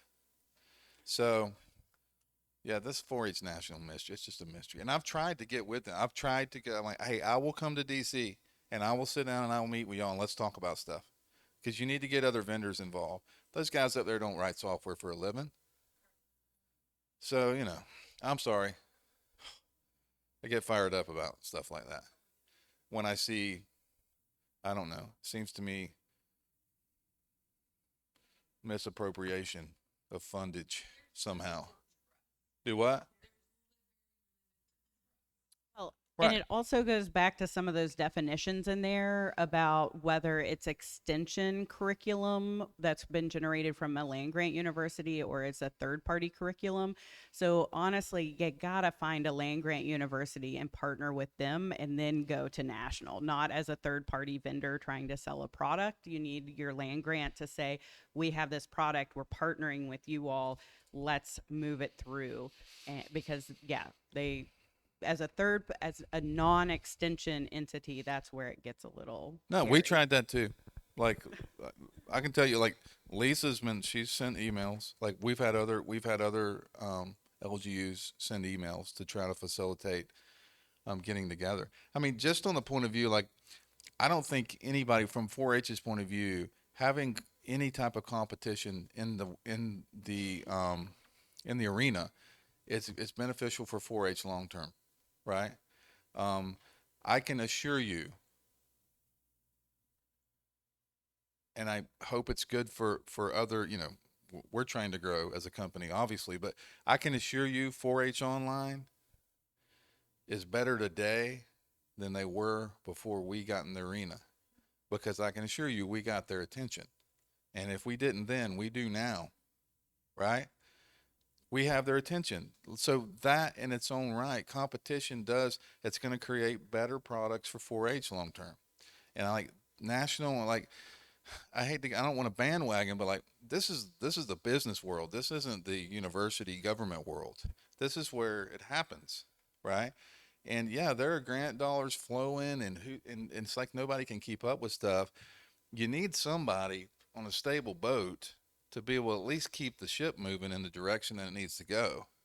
And we can all work together to get there. Okay. With regards to what we're looking at Does anybody else, like, for volunteers or members? Does anybody, like, what were you talking? What, did you say? What are you guys interested in using it for? I would like to see it, but when I talked about it in our office, they brought up the same concerns. It's is the 10-year process for the extension educators, and but you look at how quickly it can be changed and updated Yeah.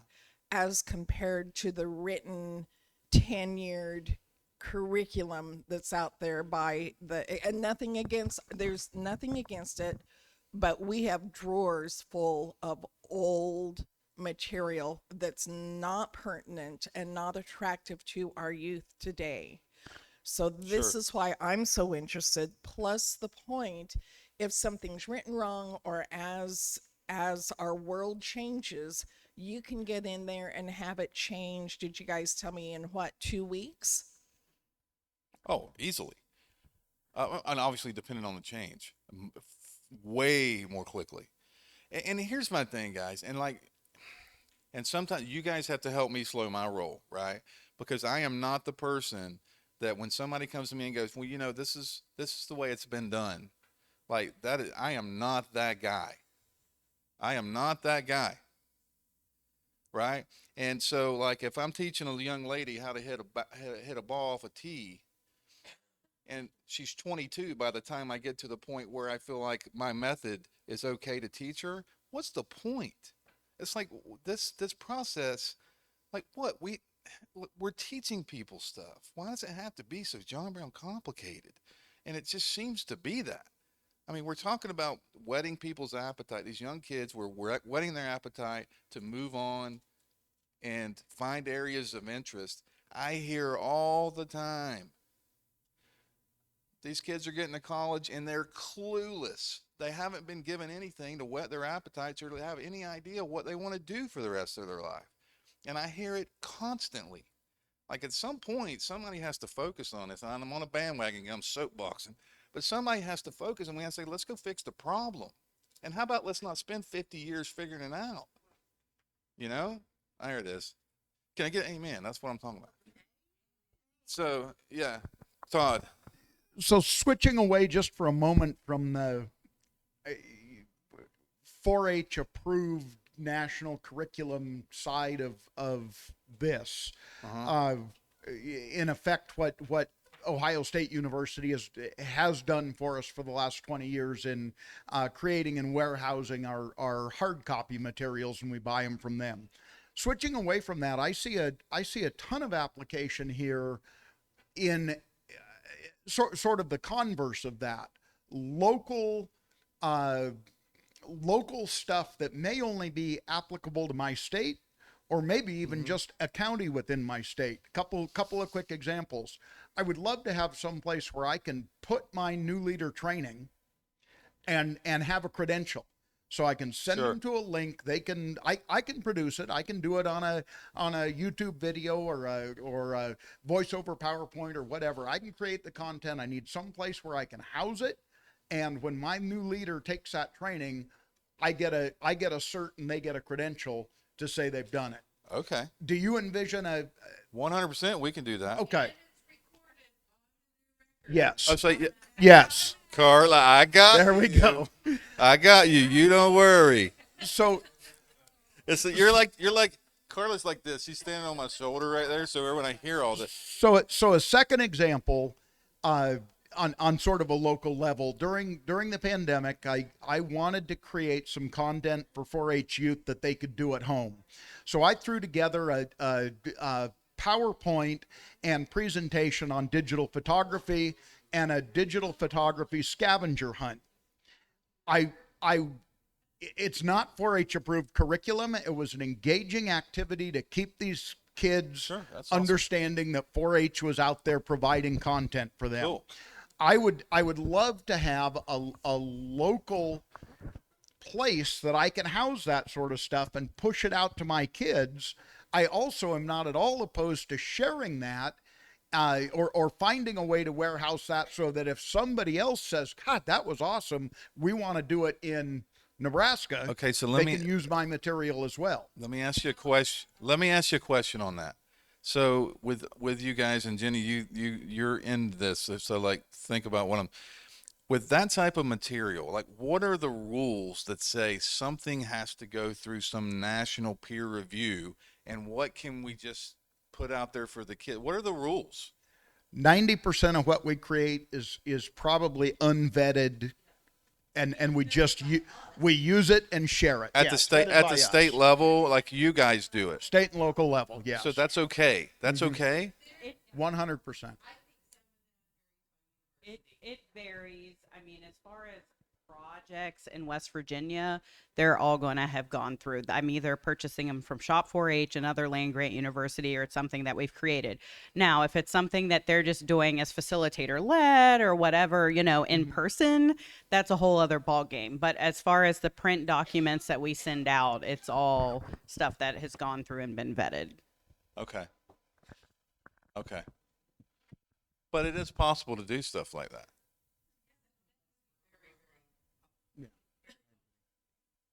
Why not? What an awesome platform to do it. Right. And to be straight with you, from my point of view, you want to talk about something taking off. You open up that, and it'll grow legs all on its own, right? Because people are going to get involved in that. What I love about that idea is it lets you guys who are out there engaging the kids, it lets you guys let your creativeness, instead of spending all your time trying to fight battles, it lets you spend time creating little photography scavenger hunts, and so we can go engage the kids, which is what we're supposed to be doing anyway, right? My main. Just like a quick and dirty or quick and clean, whatever. Like 5 minute, 3 minute, show Yeah. us actually what some of this looks So- like and how that interface works. Yeah, and we're because- gonna yeah. let me let them, but let me drive over. Our goal here is this: if you go to Shop 4-H, these are essentially the curriculum categories that you're going to run into. So if you do the drop down and you're looking to go purchase any of the workbook style, this is the case there. Okay. So what we want to be able to do is start to create content and fill in these curriculum boxes where this is a place kids can come and they can say, hey, let me go check out some STEM stuff. What's out there?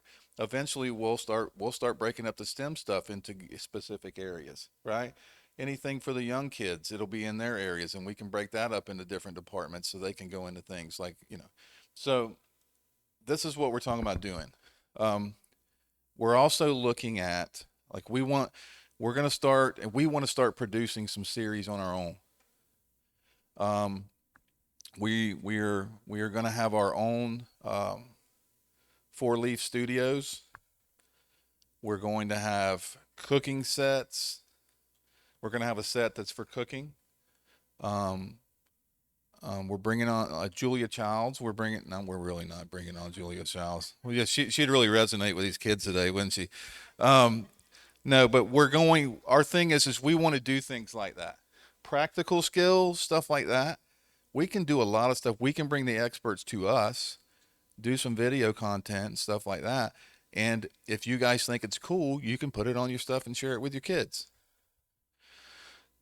Again, there's going to be speed bumps, okay? So they're into popular classes, New Mexico, working with minors.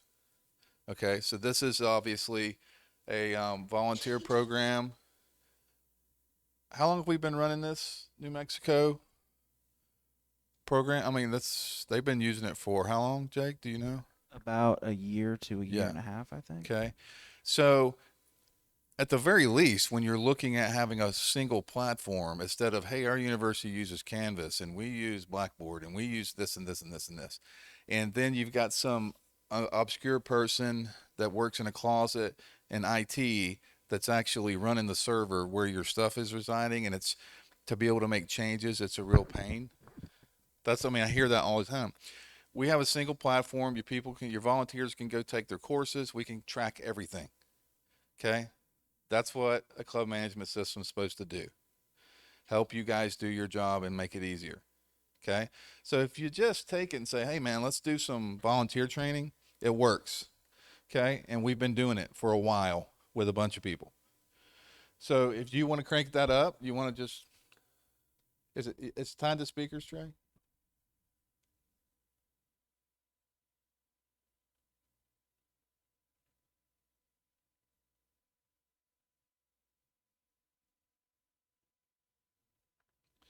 Okay, so it's launching our LMS platform.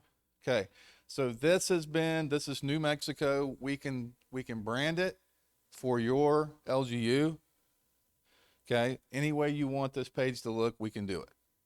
Okay. Also, the courses that you want your kids or your volunteers, we can differentiate between the two user roles. When a volunteer comes on here, we can show them only volunteer courses. So when a kid logs in, they're not going to see any volunteer courses and get all confused. Okay. We can have 1,000 courses nationwide. Your state has the ability to say, these are the ones we want our kids to see. These are the only ones approved, and they will only see those. Okay. The state next door, they can have a completely different list if they want to. Plus, you can build your own courses, and nobody else has to ever see them. Okay. So one of the things we're doing, now this was a course, New Mexico's course. They had hired another firm to create this course. I think in what, it was 360, I think, Articulate 360. So this course was created not necessarily in the mindset of working on the Clover Academy LMS platform. Still works just fine. It's interactive. It actually, does it have audio? Don't worry about it. Just okay. Idaho's. Okay. So I mean, just so everybody knows, like we've built interactive content, drag and drop games, you name it, we've built it. We can do quizzes. We can track percentage of completion. Now, I just finished an interface that actually this data, the students' data in the back end, like Jake, see if you can find one where they have to type something.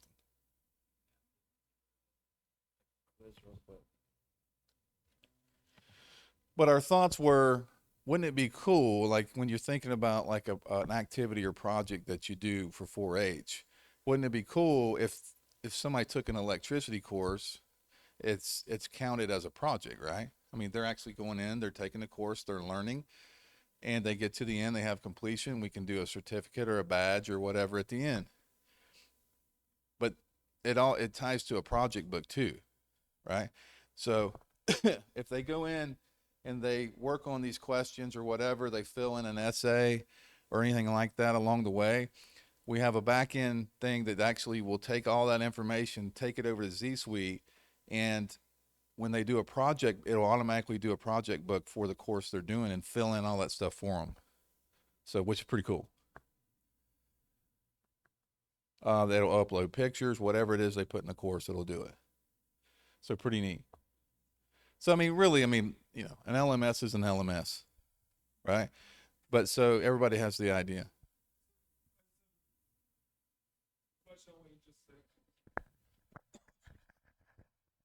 So you were just talking about you hopefully have the ability to take, if a kid answers a question in the LMS, to then take that data and put it into like a record book. Correct. Okay, so could you, I'm thinking like on the volunteer side thing, because we've created our stuff, and we've just done, basic, ABC, but sometimes it'd be nice to actually have them right at the end, like, hey, what, kind of a evaluation, what'd you learn, or stuff like that. But then to be able to get that information, so it sounds like that is possible to 100%. Okay. Yeah. Because I would love to, especially with our first year of doing a volunteer orientation and having it online, would love to have that feedback, at the end of the where they can put in like, this was great, I hated it, whatever. Yeah, or then also they get what did you learn from this? And for the kids, eventually, we've actually done some preliminary stuff, like where we're, from a common measures point of view, we're able to go in when we're doing the course development and we're laying this stuff out. We're able to identify each section, what common measures are associated with that. So literally, when they go through the course and they get to the end, you guys will have numbers associated with what the student would record because they completed the course successfully. And it gives you, in the end, once we get there, there's so much to what y'all do. I'm like, man. Yeah, so I guess because I love the potential of what this has to come.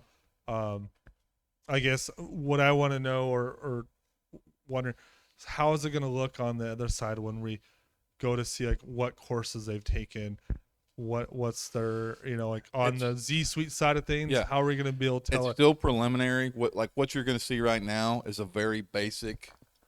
This is what so that you can see courses for volunteers, and you can actually get course counts. But this is actually pretty rudimentary because I just literally we just finished the stuff that's going to bring all this other data over. Okay.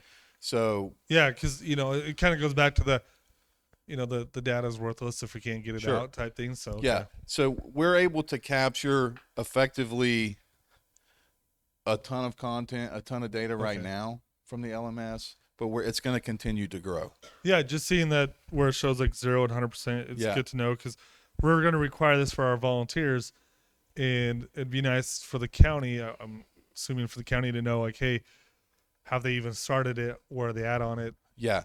Type stuff. And eventually, I mean, I suspect once we start, that data starts syncing on a regular basis, we're going to be able to give you guys more intelligence in that. Okay. So if you have a particular certification or something they need to achieve by a certain date, then we're going to be able to give you guys as administrators, like, hey, heads up, these people haven't passed this yet, right? So that way it's letting you guys know ahead of time. Being proactive. with this, the National Shooting Sports being moved over to different, will that then give us the ability to track who's taken that in Z Suite, so Scott doesn't have to have his spreadsheet, magical spreadsheet, and 100%. Because that'd be great to be able to then put that time stamp on it that it's due in this so many years. 100%. Okay. So eventually, like I said, the end goal is that it's for you guys to be able to see who took what course, when they took it. If there is a scenario, especially from volunteers, which you may have them actually have to score a certain score from a quiz or, content retention, part of that actually be able to pass with a score for something, a certification or whatever, you would be able to do that. Okay. From what we hear from the kids side, most people don't want to get into the quiz, whatever, which is fine. There are other ways to work around making sure that they know the content. But for the volunteers and that side of the house, this is gonna. We're literally at the foundation right now. So, but with this we are going to push this. Okay, I hate sitting around and waiting. Like, you know what? Everybody knows we need this, so let's go get it done. Does anybody else have anything? I just have two things real quick. One, if we already, we are moving our volunteer courses to Moodle because we're still using the other company till we're on here. How easy is it if we've made a course in something like Moodle, an open LMS, to move that here? That's my first question. Moodle's I guarantee Moodle will have the ability to export a course in SCORM. There's different versions of SCORM, either SCORM or XAPI or any of those that are typical formats for online courses, and that we can import those in just fine. Okay, and the other thing's just a comment, and it might just be me because I'm new and we're getting on board with you guys and we're excited. All these, I'm gonna call them extra features like this. excite me. But I would love if the company's priority Yes. was getting the Yes. main stuff to be exceptionally great. That's my I'm just going to say that out loud. 100%. And the reason why I've made that statement several times, our competitor, that's why this year truly is going to be a focus on the core. Okay. I say this year, I expect that over the next 6 months, the large majority of the stuff that needs to be fixed is going to be squared away. We're gonna tighten the ship. Okay. I don't expect it to take more than 6 months.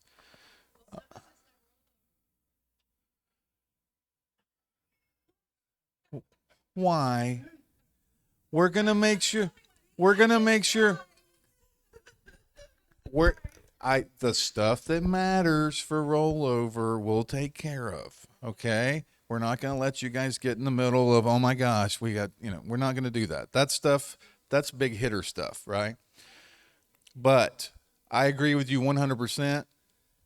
I think our predecessor got in that same scenario, and I think they didn't take the opportunity to go back and refocus on the core, and that was a mistake, and we are not going to do that. Okay? So thank you. I appreciate you saying that because that's straight up the deal. Question. I guess it's not really a question, but how would you, maybe it is. So Oklahoma, and I know a couple of other states have provided the, I guess, setup of the way that we would like our trainings for our volunteers in this Clover Academy. So we actually have our trainings, our Title 7 and 9, and our working with minors in Clover Academy. Like they have already been attempted to be built in Clover Academy. We provided this a while before our enrollment date started of August 1, and it was edited in a way that, I mean, it's not completed. So I don't know if there's like a way that we need to provide a different setup. I mean, it's a SCORM file, so I don't know if that's the best way. Let me jump in on that. Okay. It worked just fine on what platform? The one you just had up, we downloaded it right exactly like that. It was an articulate file and it doesn't. Like our training is set up just like that New Mexico training. Yeah. But ours in Clover Academy does not look that way. Our quizzes are gone. People can just go through and click whatever they want to click without having to actually go through the process of the training, which was Dan given the articulate source? Do you know? Everything. Okay. I don't know. So I don't know if me either. If there's a preference in the way that we need to provide our information so that it's easier the thing is when you're dealing with different LMS platforms, okay? Certain ones are going to we are developing essentially an outline to say this is what we recommend if you're going to develop a course on your own, with regards to navigation buttons, all of that stuff. This is what we recommend you do, so that when it runs on our LMS platform, it looks like we want it to look, and it operates the way we want it to operate. Every LMS platform is a little bit different. You're going to deal with resolution changes, how it deals with interactive properties. All that stuff can need to be tweaked. Okay. So in a lot of those instances, we will ask, can we get the source? I don't know, Carla, the answer to this particular question regarding yours. I will find out about it. We are bringing on, again, additional personnel with regards to this side of the house, and that are going to be able to focus on this all the time. Dan Brown, our expert and the guy focusing on the majority of this work, like his father passed about 5 months ago, and he's been working through a bunch of stuff. So he's been very on and off because of family personal issues. So he will be back on full time, everything back to normal April 1st. And again, I'm bringing on a new person starting next Monday. So we're starting to fill out staff that's going to be able to focus more on this side, because my programming staff needs to be focused on our core, right? So we're bringing on more people to be able to focus on this side of the house. And frankly, it's not, I understand it, but the guts of an LMS and stuff like that, like, it's not my wheelhouse personally. Yeah. So, we're going to get on it. So go ahead. I'm sorry, what's your? So we're actually, I mean, Carla is working on building updated versions or copies of these trainings. So at this point, is it relevant to even work towards what we have now, or would you just prefer like brand new, fresh copies of all of this information that we're working on? One of the first things I would want to do, if you guys are in the process of developing a course, I will have Miss Rooks get with you guys, which is our new young lady that's coming on that's going to be working on that side. And again, like, they both, Dan and Angie, have master's degrees in basically this field, and I'm going to have them. I would want them to get in touch with you guys and work hand in hand with you with regards to developing the course. I think if you do it together, we'll make sure that the look and feel of it's the best it possibly can be on our platform. Okay.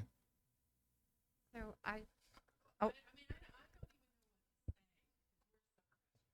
I'm gonna echo that, and Okay. not in a so frustrated, because it has not been since August. It's been, I think, November, but yeah. And I'm really happy to hear that April 1st date, and I will let the folks know. But it's something like I'm copied on emails that there just aren't responses to, which is, I will say, very out of character for getting Sure. support from this. So the Clover Academy process, like that, and I 100% agree that, like, having accurate reports, so much more of a priority. But Right. this is one place where I would normally say, like, this program has excellent customer service. This is unfortunately been a place where that's been lacking, and I feel like that there needs to be like a follow through, organizationally wide, not just like, and I mean that I had health things with my parents this summer, and I'm sure I dropped the ball on things, but there were other people who were kind of keeping track of it. So Yeah. Okay. yeah. So yeah. Hey, ultimately the deal is y'all are the clients, and there are, from a company perspective, we deal with challenges just like everybody else does, and we go through scenarios. The good thing about this is having meetings like this, I believe puts us in a better place to, when things like this happen with regards to Dan. It allows us to kind of be a little bit more candid with each other with, hey guys, this is what's going on. And because we know each other better, we have to deal with stuff too. I would have loved not to have dealt with this problem. I would love for COVID not to hit us right in the middle, really, with a year where we should have been having this meeting last year. And I think we would be light years forward than where we are now. But that's where we're at, right? So it's okay. I appreciate your frustration. Okay. By this time next year, you'll love me, and we'll be. There it is. Honey, it really truly is. It's just like a marriage. It's just like a marriage. By August 1, you're really not on the wall. You're really not. I promise you. That special wall, you're not on it. We'll have a meeting though when we get back. Yeah. Hey, take a photo of Carla if you would. You take a snapshot before we leave, just because we have a monthly award, but there's no reason not to have an annual award, right? I mean, there could be the big winner. Nah, I am kidding. The thing is, Carla, and this is really the truth, as painful as it is to go, yeah. My thing is this, I'm going to stand up here. I'm going to hear what Carla has to say, and I'm going to go, Carla's right. And Carla has every right to say that. And it is our job to help you guys work through frustrations. This is the year of smoothing it out, man. Like, we're going to get it right. Okay. It is almost 12. So if everybody wants to go ahead and cut loose for lunch, do y'all want to do what did we do yesterday? Like an hour and a half? I mean, my God, if you go to Wendy's 2 miles down the road, it'll take you till 2 o'clock to get back. Yeah, let's just do an hour and a half, and you guys can check emails and stuff for a little bit, and then go grab a bite, and we'll see you guys at like 1:30. Cool? Okay.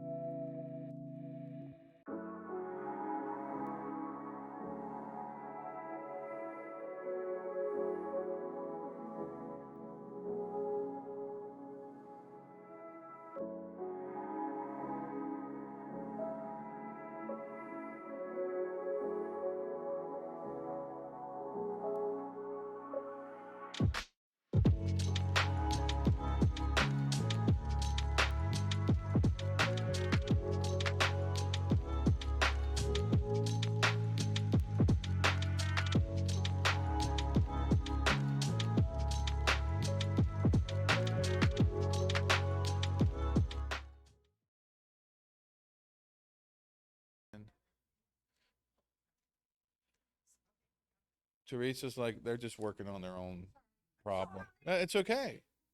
It's okay. A what? Okay. If you guys worked it out, I'm good with that. Uh, Trey, we're streaming. Are our folks back? Yeah. Okay. Okay. So this is gonna be, this is we're at 140 almost. I want to spend a little bit. We're gonna go over a couple more small topics. We have the result listing from all the time up until now put together. How many pages is it, Jake?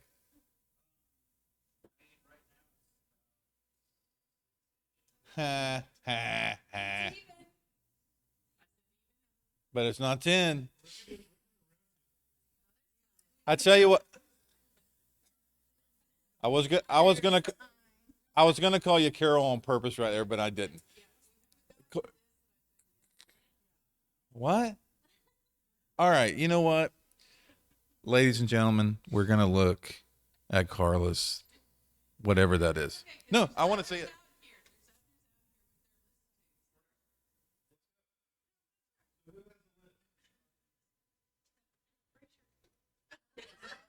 Stacy's emailed me a list. Robin's emailed me that I'll start work. Everybody. Let's go. Let's go one at a time. You start with the one we've already talked about. No, Carla, you go first because Carla, you go first. I know, but I want to get you out of the way before my Xanax wears off. Right? Like I'm totally kidding. We can do whichever. It doesn't matter. No, we're working them off piece. Okay, by cool. piece, Bring so, it. yeah. Let's go. So one of them we talked. Oh, good Lord, turn that sucker down. Okay. So one of them we talked about it over here. The number of us are in agreement. We would like, not necessarily on the dashboard, but dashboard or manage accounts, is can the youth be at the top and the volunteers toward the bottom? Flip flop the way you've got it, because the counties were requesting that when we were doing Z Suites training, Okay, because so they're let's- in youth most of the time. Let's look at this real quick.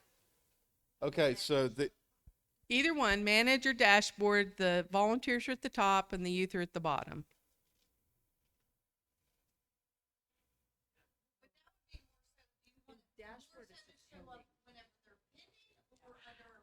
It doesn't matter. They're in youth more than they're in adults. So the counties would prefer to have the youth at the top and the Yes, that- volunteers at the bottom. Yes, that can be easily done. easy fix.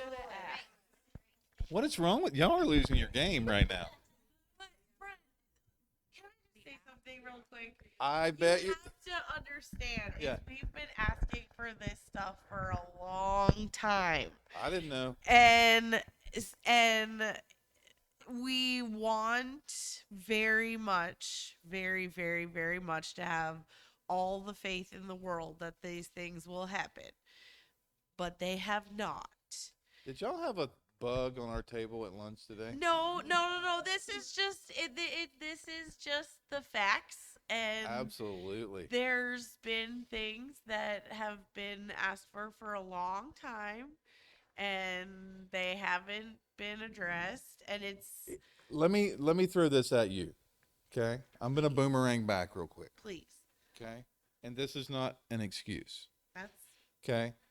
There was a primary reason that I wanted to show everybody in the beginning that we have worked over 600 tickets since August.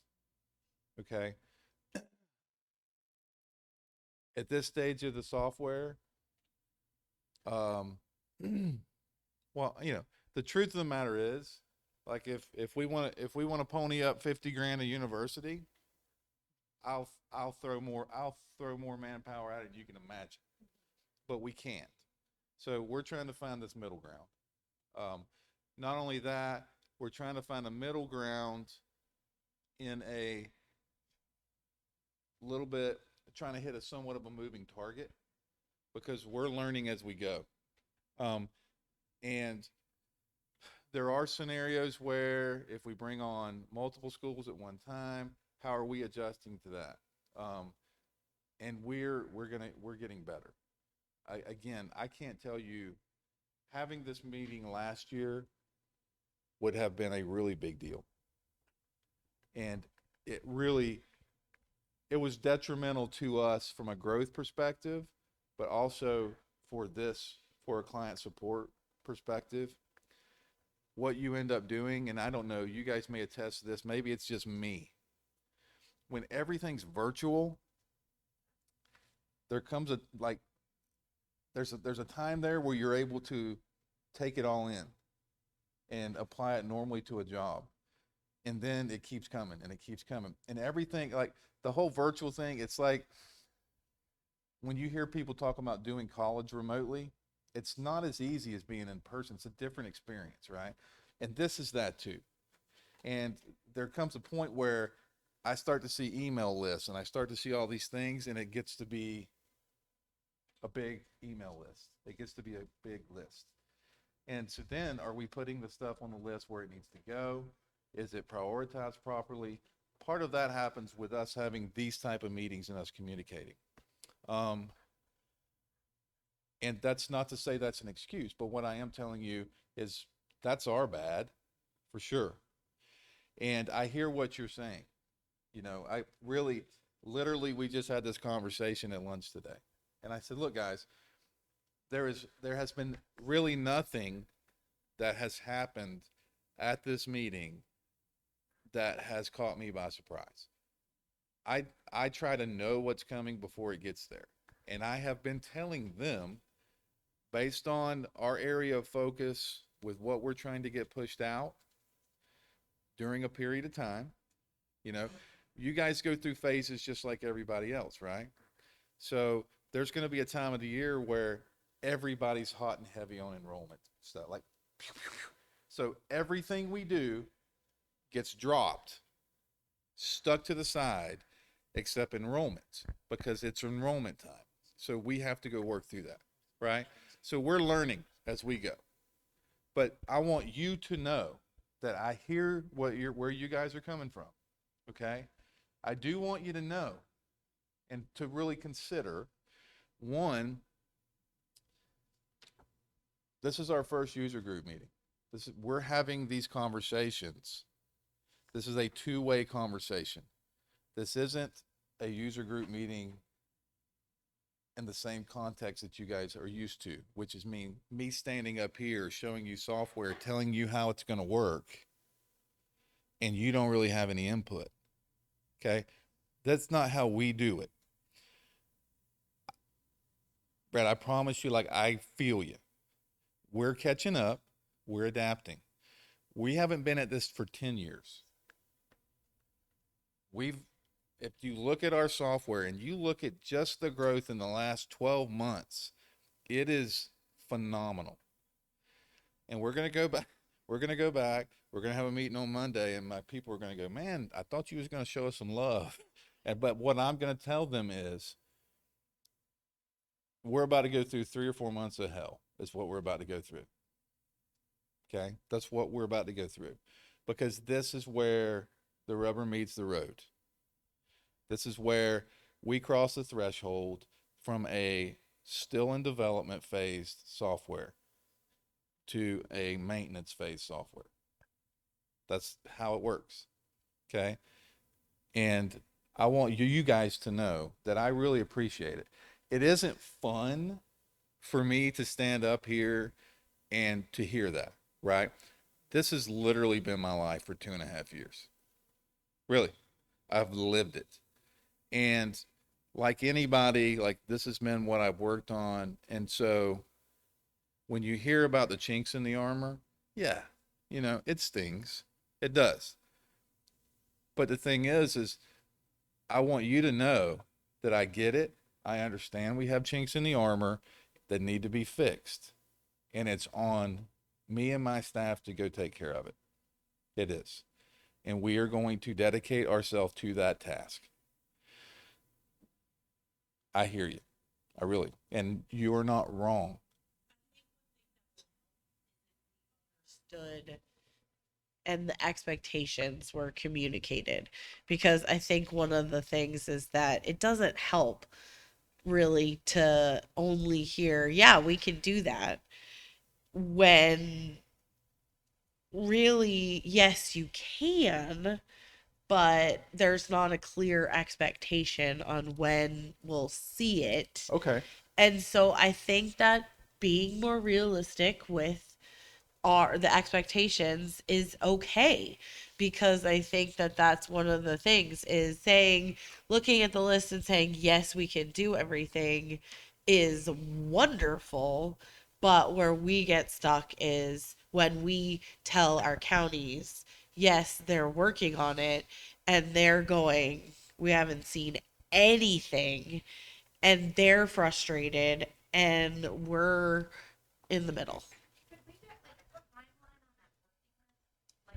Yeah. So And I know that's very hard. So No, I'm not let's talk like yeah, totally. But we're in the middle. So let's know that that they've said we've been asking this for months, and it's on the queue. We've been asking for months, and we get here today, and you say, "I never knew about it."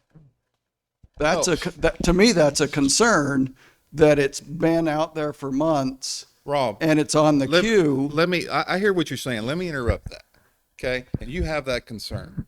Okay. This is where we're about to go another direction right here. Okay. If you didn't notice, we have had over 700 requests since August. 700. You may have the capability to remember every one of those. Maybe you do. I don't. Okay? We have staff. We have a chat, help desk, we have phone, we have email. Those things come through our staff. I'm not sitting there looking at every single one of them. Okay? And I promise you, if you want our company to fail, then put me in a position where I have to eyeball every single one of them. Yeah. I don't think any of you guys are running departments where you know everything that's going on with the people that work for you. It is not possible. Okay? So you may have concern there, but I hope that addresses that. Okay? If Brett wants to call me in person and say, Brent, I've got a problem, Brett can do that. I give you guys the capability to do it. Okay? Yeah, but Brett, everybody else does. Okay? Oh, of course. Now, it doesn't happen that often. Not a lot of times do things reach me. Right. Okay? But that's the company I'm trying to build here. This doesn't need to be a 2-person operation. We need to grow this as you guys need to be. There's a lot of stuff we'll build an organization to be able to support that. Okay? And again, Rob, let me apologize. Like, this is near and dear to me, so let me apologize for, being defensive there. Okay? It really comes down to this. With regards to the communication on these things, okay?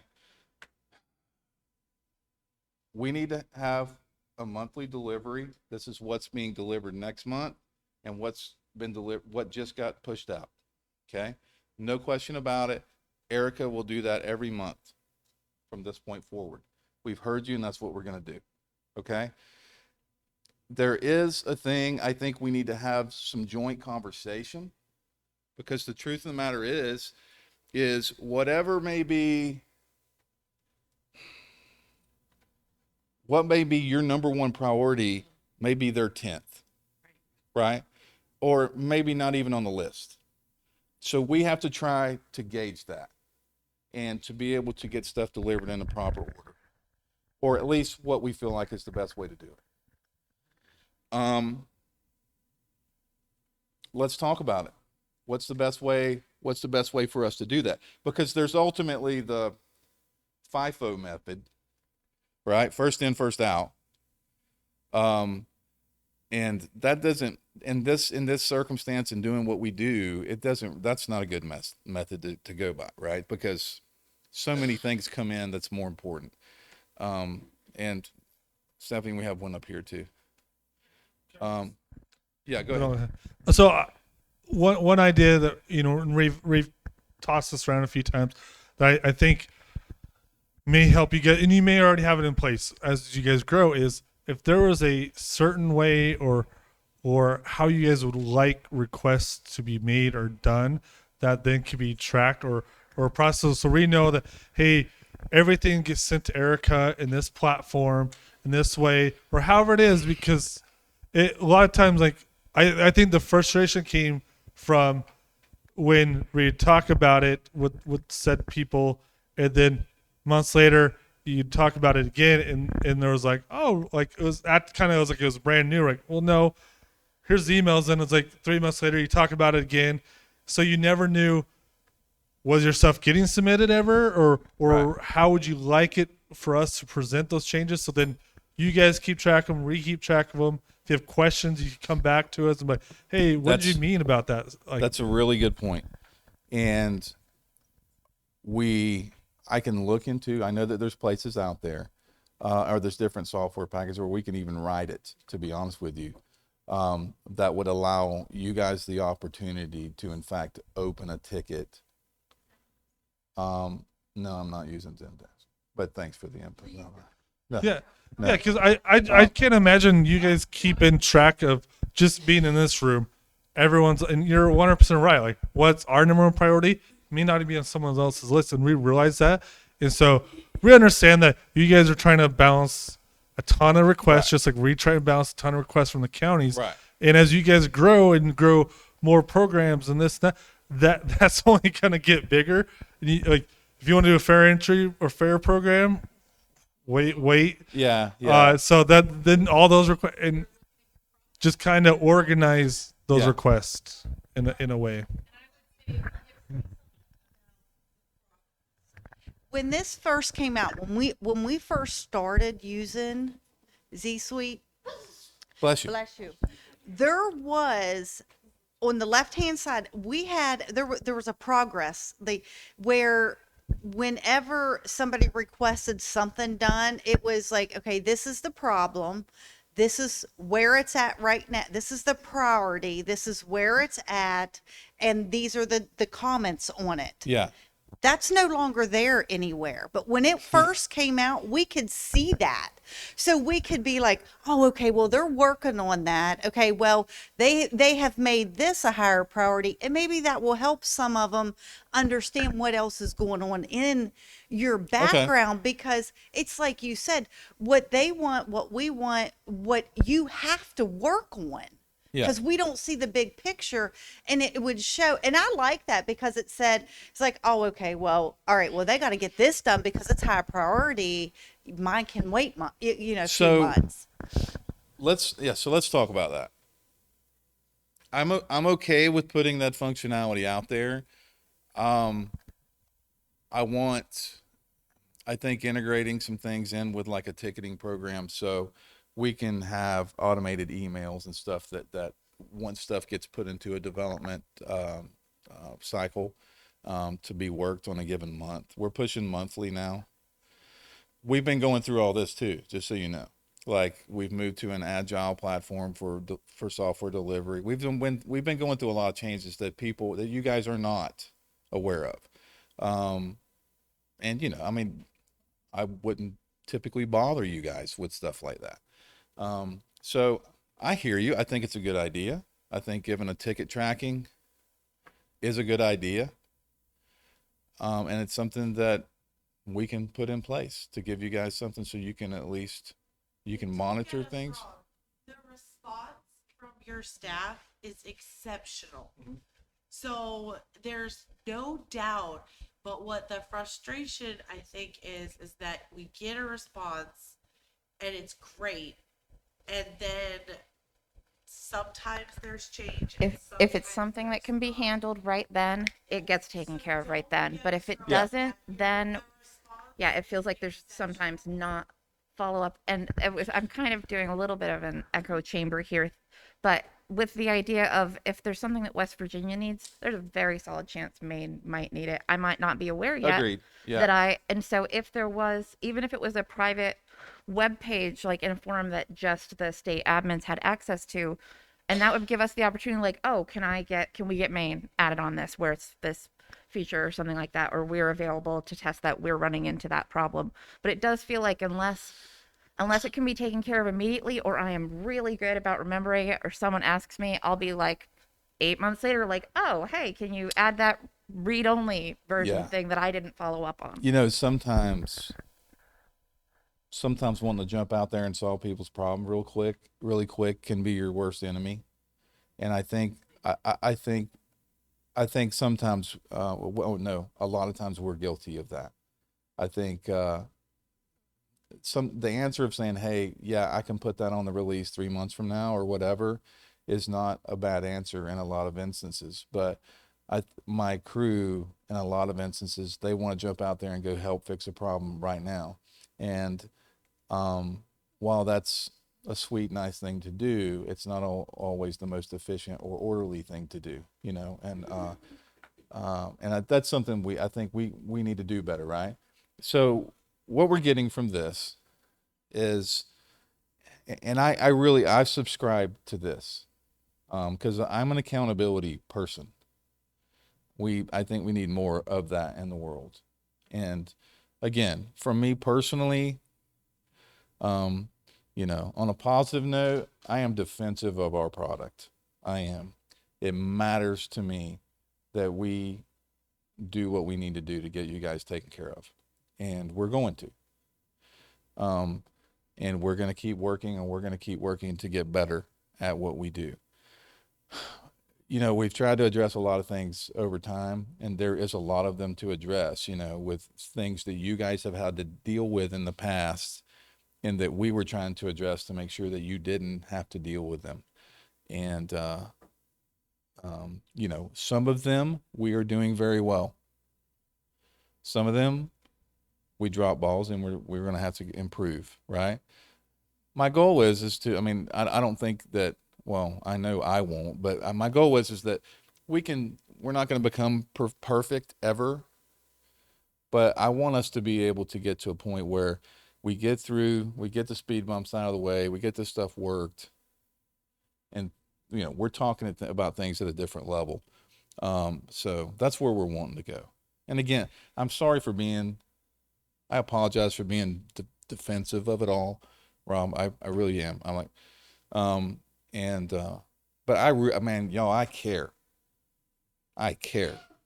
Okay. I'm not dismissing what you're bringing at me, but I really care, and I hope you see that I do.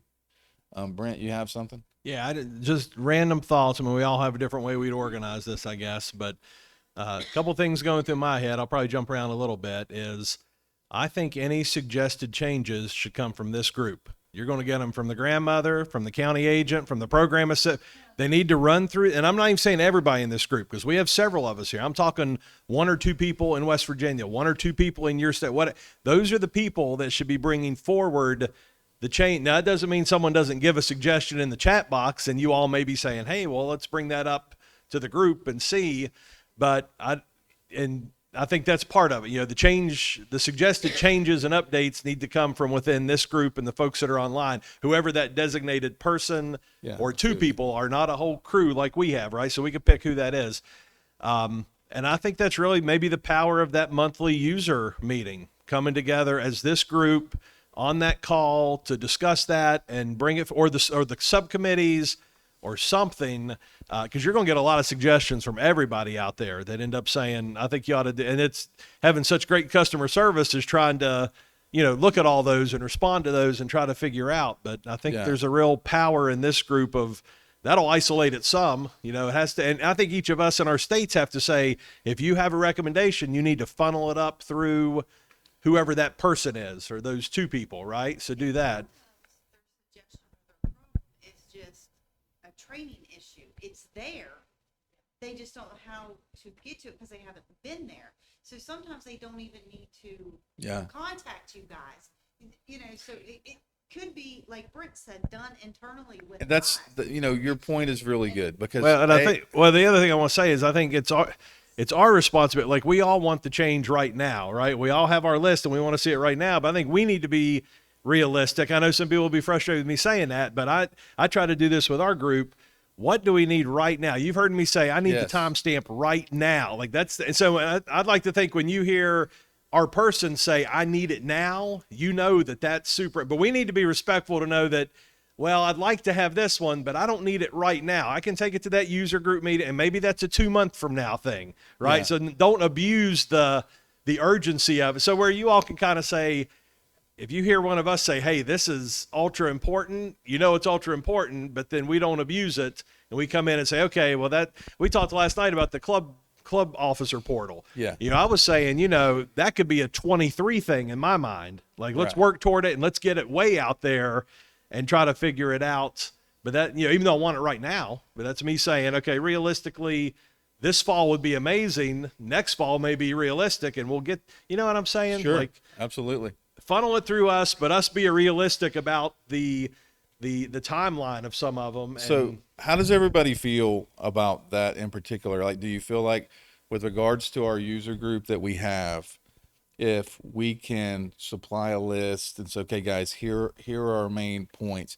We're going to have a lot of things like, hey, can you change this button color to blue? That's stuff we don't need. I don't think we need to bring up in the meetings. Do y'all agree with that? And we have a lot of those. And you bring up a great point, Brent. It's a lot of those are from grandma or somebody. And I think we're a bit of our own worst enemy sometimes because literally, like, we want to make everybody happy, and you can get yourself in trouble with that. Your point being like, look, this is my crew. Grandma's going to yell at me for a while, but then she's going to go do something and she's forgetting about me 30 minutes later. Yeah. But you guys are the core. We're the group working together on this project. So I think that's a great idea. I think it helps us have a level of focus of where the flow is going to come from with regards to requests for our team. We have immediate and focused accountability and being able to report back to you guys with regards to timelines and stuff like that. Plus it opens up the possibility with Erica or myself or Jake or whoever may be on these calls to be able to help us schedule things properly based on what the group's input is. Okay. Here's my thing. And Jake will attest to this. I don't mind telling my people, like, hey, have a good weekend in the office because we have to get this done. We don't mind doing it. If we have to do it, we will do it. We will. And no hesitation on it. The problem is like, if I don't know it's a hot issue button, or if I'm not, if that intel or it hasn't been communicated to me, I mean, you know, how many of your employees are going to stay till 10 o'clock at night if you didn't tell them to? Or if you didn't communicate, guys, we got to get this done. You know, people have lives and they're going to go live them. You know, they love me, but they don't want to hang with me all day if they can help it. But those are things like, if you guys are good with that, I'm totally cool with that. I think it's a better way to flow the communication and to give a way for us to track stuff. Turn it over. The way I process it, I like the idea of us going somewhere and submitting something, whether you call it a ticketing system or a request, or so it's not me sending Erica an email and Jake a live chat and you a text and you're all having to come 100%. back and figure. We got one spot where this room goes and puts it, and this is the place that we send it in for consideration at the next meeting or discussion at the next meeting. If it's urgent, maybe there's if it's something we classify as urgent, maybe there's some way we flag it as, hey, this can't wait till the next meeting. There's some reason it's super important right now. And but just to make it easier on you, so you all aren't getting it 100 100%. different ways, and it's one spot that we all funnel And So- that's the way my mind's working. That may not be the best way, but Can I just build? Can I build? So I agree. I'm like, I think we should be the only ones who can put in like this ticket or whatever. Right. And there should be like this would be nice. This is critical, and like an in between. You know what Sure. I mean? Like some priority settings. But then y'all need to get us like, here's what critical means. Here's what the like short-term priority means, and here's what this would be nice means. Yeah, And that's then fine. We can The other communicate thing that. that would be nice though is if you do get submissions from other people, like make a Excel spreadsheet and send them to us each month so we can scroll through and see like, oh, actually this thing that grandma submitted is important and I didn't know this was a problem. But like, Yeah. doesn't need to be we go over at the meeting, but would be Okay. nice for us to just see, because it'd be like, I'm curious what other people are thinking that aren't funneling it through us, but I'd rather them just funnel through the state if possible. Tracking thing with the shared view, and then No, for sure. to a reviews thing, there could be a ranking where it could filter out by what priority is or whatever we come up with the classifications on that. Red, yellow, green light, whatever. Then it's a way that you can monitor it, but then you can see where things are fleshing out. And if it's something that hadn't even flipped on your radar, but you're like, well, yeah, we have a comment thing plus Alaska plus Maine. Yeah, and it would be great to also be able to say at the end of each month, I can go check the 17 things I've submitted. Where are they at? Yeah, even if nothing's happened, just so I know that they're in. I think you're well aware of the answer to that. So like we won't even she has like her own state. Like if she gets the Carla approved. Yeah. Maine approved, Alaska approved, Carla approved. Okay. That's yeah. And Montana, yeah. Well, unless Carol approves, we're not going to work it, right? That's how that's going to work. It's got to be Carol and Carla. Yeah. So I like that. I think building a tool, Brent, like you're talking about, and this is going to be like a state level, a high level administrator tool only, where you guys can see this. It is something that I believe one will enhance our communication. It puts it right out there in front of you guys. Now we work stuff, we have ticket numbers, and we have stuff that goes on back on our end that as it goes through the process from initial assignment requirements gathering all the way through testing, we do. But you guys don't need to see that. We can have, here's a ticket, here's a description of the problem, here's what we think is probably going to need to be required. We can even fill it out and go, guys, we think this is going to take however many hours to fix. Okay. So we have the capability to say, hey, some things you can put 2 techs on, right? Some things you can put 3 techs on. Some things, because of the specific order in which you have to do things, 1 tech has to work it all the way through. So it's just a different scenario depending on what we're working on. But that's stuff that can be communicated with you guys. And we're going to, so, excuse me, this is about us improving what we do for you and our communication back and forth. And I think if we get to that point, I think this is certainly going to go a long way in helping with that. And, it'll help us, I like taking care of everybody and I like making everybody happy, and that's what we're shooting for. But it'll help in chasing some squirrels too. It'll help us get stuff aligned a little better. Todd, are you up? So you beat me to the punch just a little bit. I wanted to reiterate that as I see it, at least from my perspective, I think we all get the need to prioritize and to triage and the volume that you and your staff have done. That's extraordinary and I think good work. I think where it gets messy is when the communication breaks down. Mm-hmm. I don't care if the things on my punch list are 3 months out. If I know they're 3 months out and there's not dead air for 3 months, that Right. makes me feel like they're not getting work done. So if this tool facilitates that, that's great. But just minimizing that dead air or lack of response or feeling that nothing's happening is what needs to happen. We know you're working hard, but reassure us that we're getting there. And with regard to priority, there are things that have got to happen. And when we've got that, double exclamation point, all in caps, I need this now, that's got to at least be met with, I'll call you tomorrow at 5 p.m. and we'll figure it out, not just dead air. Right. And yeah, that's one of my early on, I remember, business lessons. And it was that perception, whether you like it or not, perception matters. And, it's always I'm trying to call my girlfriend and it's busy. Well, the first call, it's just busy. The second, then the brain starts going bad places after that, right? And that's the thing. If it's the same thing, it's a natural thing for a client who's trying to get in contact with a vendor who has an issue. And if you continue to propagate that communication problem, it continues to grow and get worse and worse and worse. And we don't want that.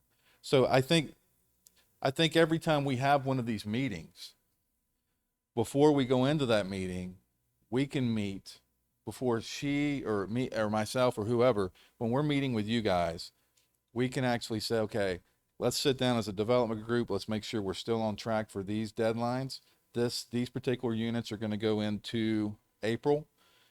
These units we're going to work in May.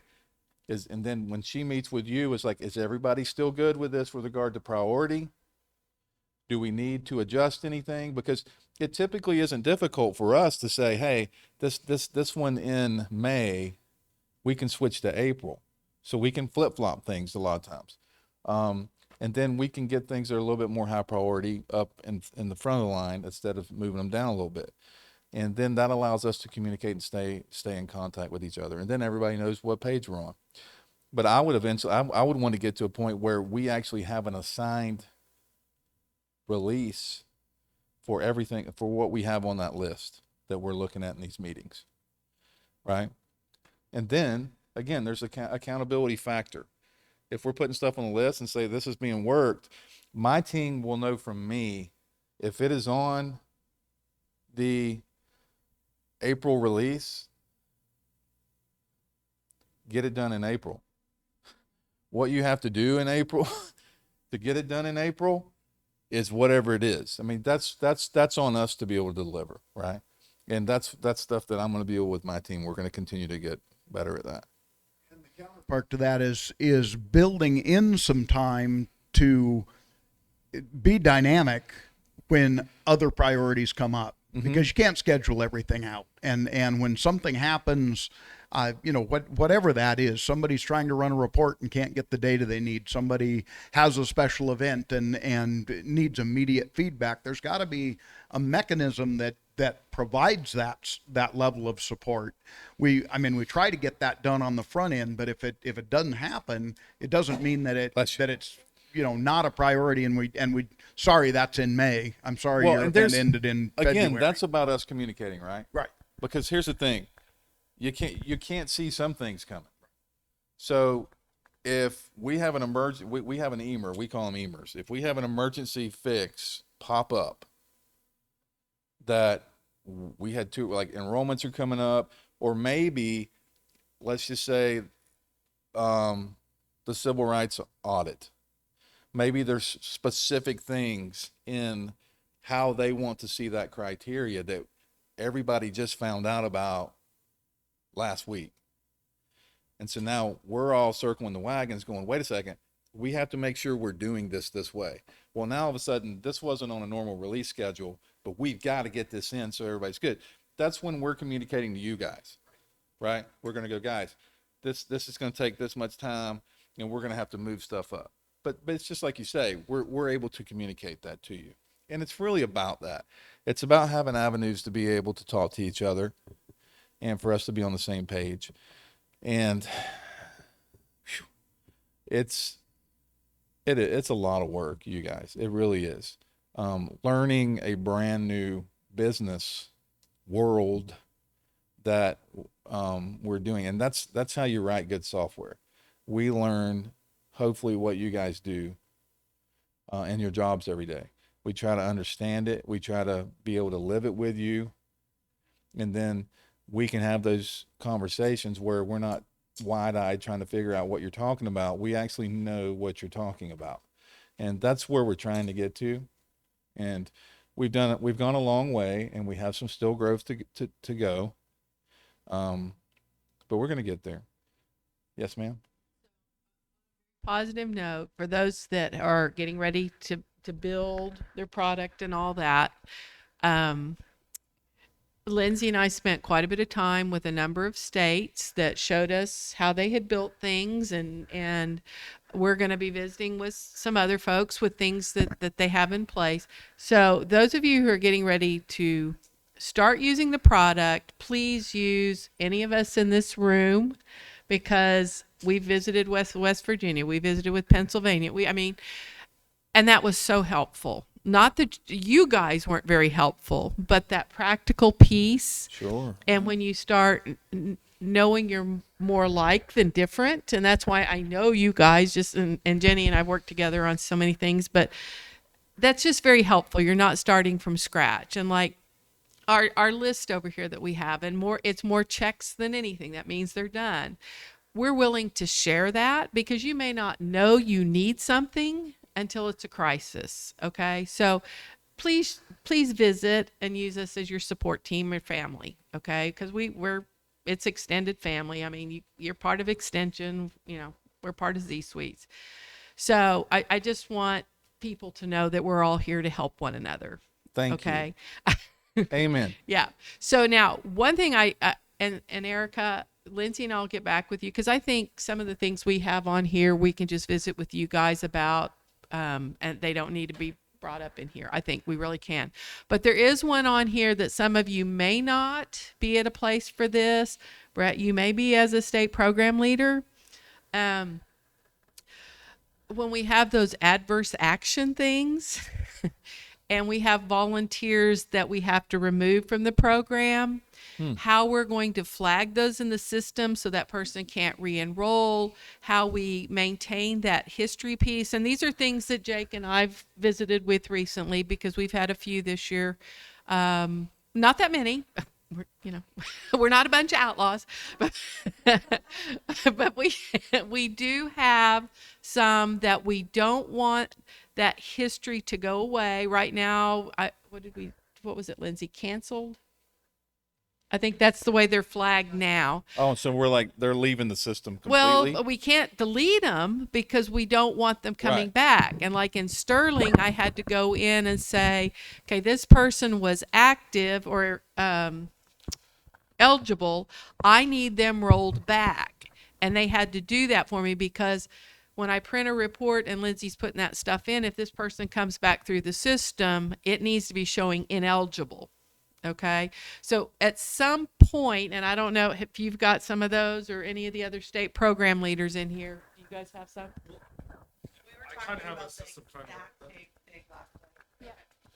Carla, let me just real quick. Now, are we talking, I'm just curious, are we talking about someone that is now failing a background check, or is this something internal to you guys?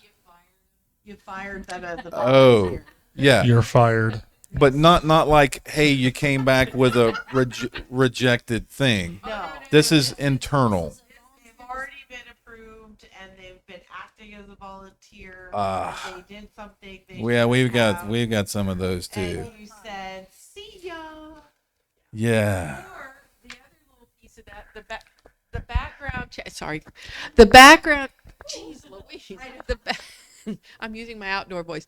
The background check comes back, and we may need to somehow mark that enrollment that they can't handle finances. And so if we have, and right now the turnover in county educators is horrific. So you might have somebody in place 3 to 5 years and they leave. And so here comes that volunteer, they may not realize. Yeah. So go ahead. So we do have a system set up right now where we do have a little red flag pops up if there's a restriction, or if they answered one of the background questions that, they were convicted. The problem with that is there's no way for us to toggle that flag on or off. And so you're we have people that are like, oh, I got a bunch of parking tickets when I was in college. Great, thank you for being very honest, but I don't really care, or I'm not going to put a restriction on you. Versus a person like, oh, hey, you know, I had a DUI and they have a driving restriction. Yes, we need to have that red flag on there. So I love the red flag. It's helped us out immensely, but we just got to be able to Sure. turn it on and off. And maybe there's a, you know, red, yellow, gray, or different. I don't know, but Well, so let's do this. So Erica, you got a note? So when we have a meeting next time, when you guys get together, and I want her to have a post meeting with our crew, I would like to let's if we could, let's begin creating a list of different criteria that you might tag a volunteer with, and we'll make that multiple, because somebody may have financial, they may not, you may not want them to handle money, and there may be some other type of criteria that you want to put on there, or maybe they had an incident and you want to just keep track of that. And one piece with this, I mean, again, we've found a way to manage it at the moment. And again, Jake and I have visited about this, is we've typed in some stuff in the comment box. Okay. But if somebody can go and edit that comment box and take out comments I put in there, it can get lost. And I wouldn't know that the comments are gone until all of a sudden somebody that's ineligible is back into the system. So that was another thing that as we all evolve, and you're these things. But if, and I've put some notes in there that, you know, Dr. Steve Beck made this whatever decision, and not a lot. Not anything that, you know, we don't want somebody to know, but enough that county educator, if they see that comment, but right now they could take it out. Okay, so would you still want the ability to put comments in, but just make it where they can't remove it? I mean, yeah, right. Or absolutely, right. Or a district admin. Yeah. Yeah, because it's almost impossible for you Right. guys to know all of that stuff going down at that level, right? So, but right now they could remove it. Yeah, and, that's and no I'm good. not going to go be checking all that stuff. I got enough other stuff to do. Right. So.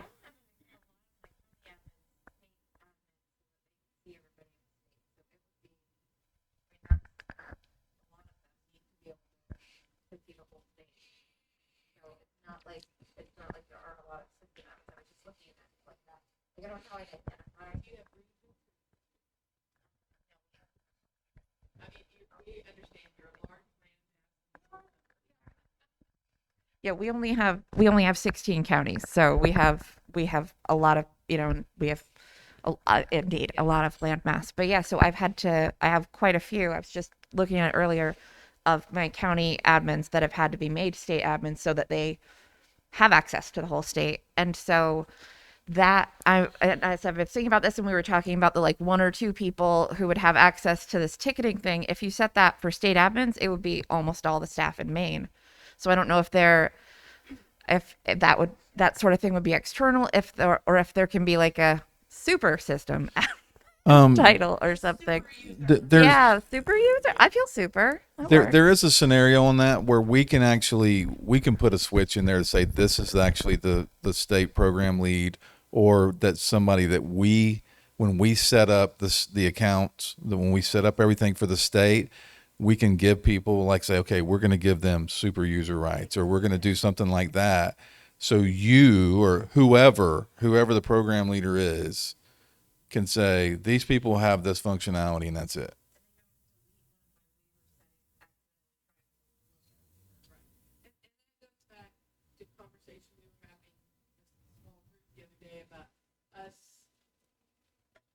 Going more active with regions or districts, and some have. Okay. Right. We're going to be evolving with that because we have now hired full-time district 4-H program specialists. Okay. So as they're stepping into that role, we're going to start to learn what do they need to have access to and not have access.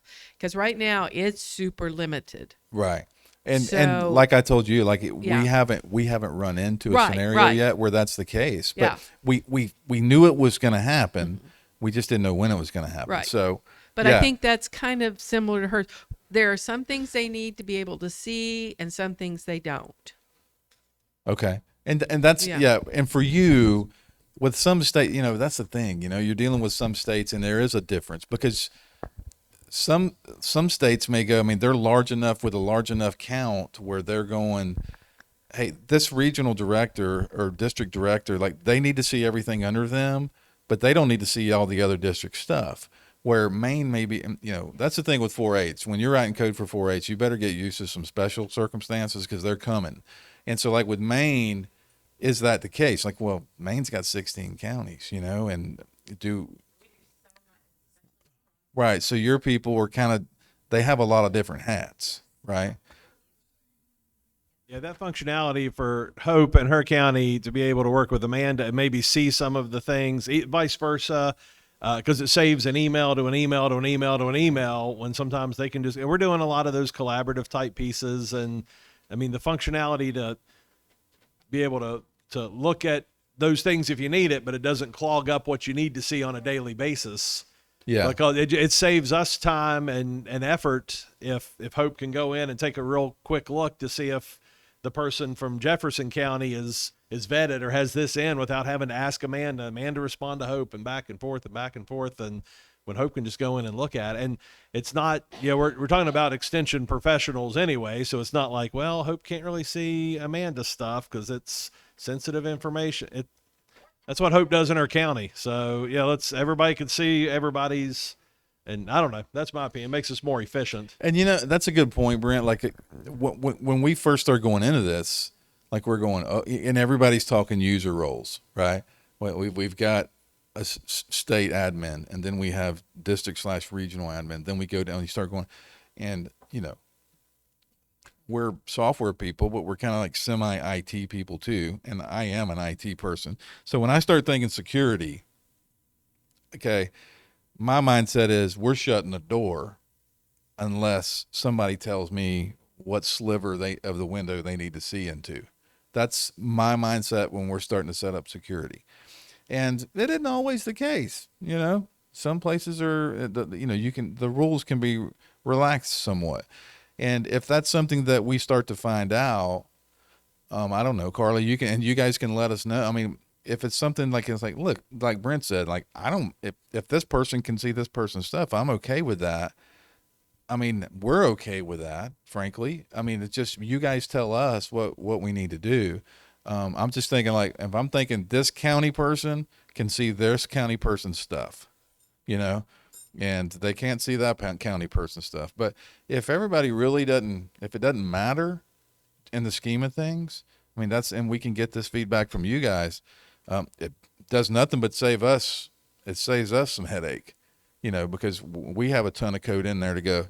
If you don't, if you're not this user role, you can't see, we've got all that stuff in every piece of it. So, something to think about. So, Brad, did you take us down that whole?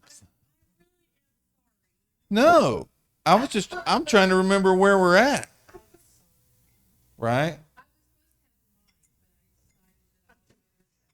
Do you want it? Right here? What?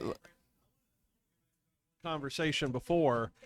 So all of the changes and requests have kind of been in the moment, and we're trying to figure it out now. My mind kind of thinks to what's in the future. We talked a little bit about this last night, but sitting here right now, it's March. So we're trying to figure all this out right now, but the next big piece for all of us is that August 1st, September 1st, October 1st, new 4-H year, right? So what can kick off that? What do we need to have in place for that new one? And maybe we all have other times during the year that makes sense, or maybe it's only a once a year thing. If we implement this new bigger thing, not these changes that don't mess us up in the moment, but if there's something bigger like that club officer feature or the fair feature or something, those kick off at this date. It's not a midstream, try to catch us up and get it going.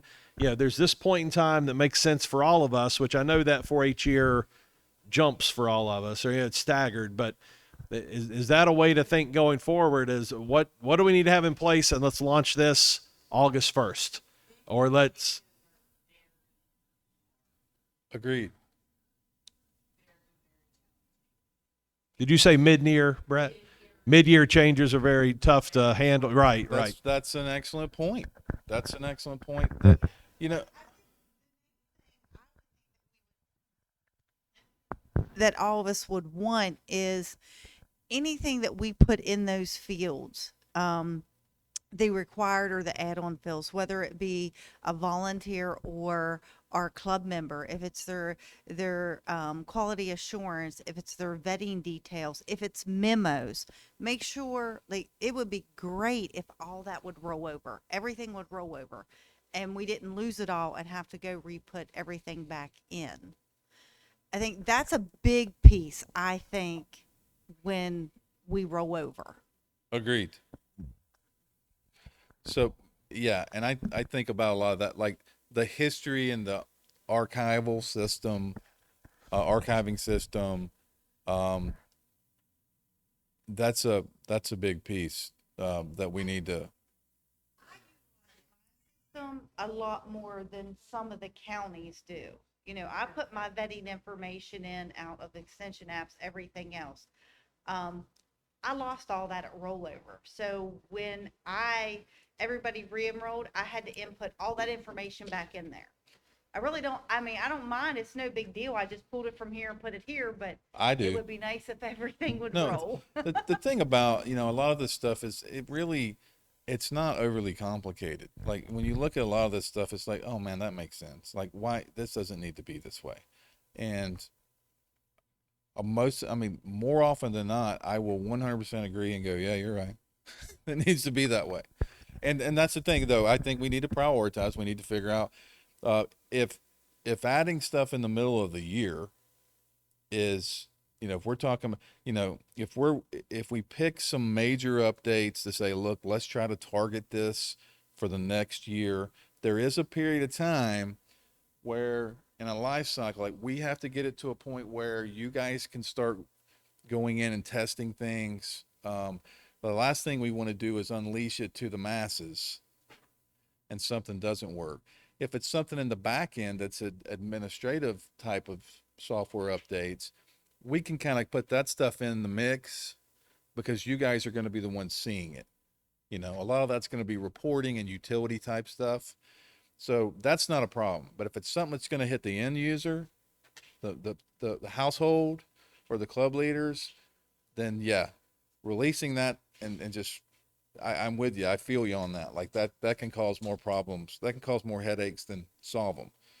Yeah, yeah. So to kind of piggyback on what you just said, and like some of the people, I think there are some things that we could do midstream, like the reporting, obviously. But and we even realize this, there's a lot of things that, when we say, oh, we want this change, or we're talking like before the rollover, so we realize that it's like, okay, that's 6 months down the road.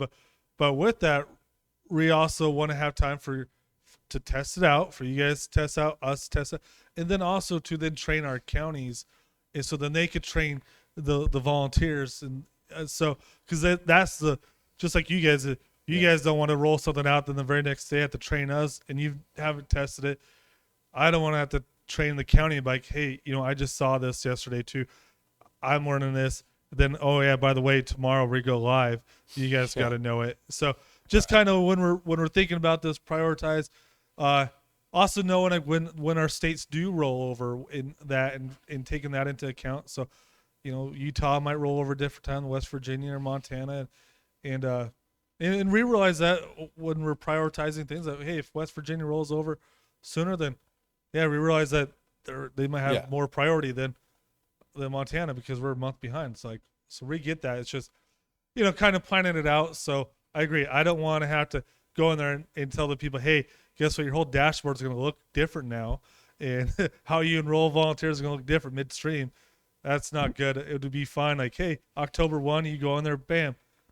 It's different, but you've seen it. We've trained you on it. So yeah, as we move forward, one of the things that we're trying to do here is we're trying to make this piece of software something that the kids may engage with using this piece of software.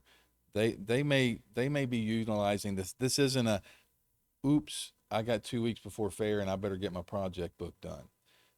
Ultimately, I would love to see this continue to move forward and for us to be able to use this platform for other things other than, whoop, I can't show my pig if I don't get this done tonight. Which, let's be real. I mean, I see the numbers. I see the dates. I see the times. Like literally, I can tell you, oh, they got a swine show coming up on Friday. Like, I mean, you guys know what you deal with, right?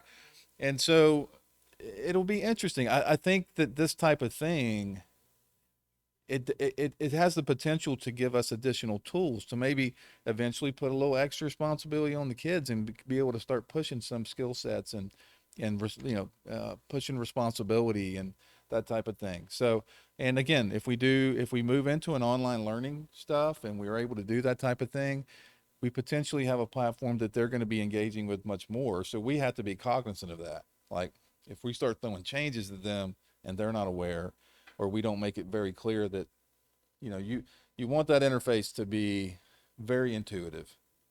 You want to hear, oh, that interface is great. It's really easy to figure out where I want to go, right? That's what we want. So,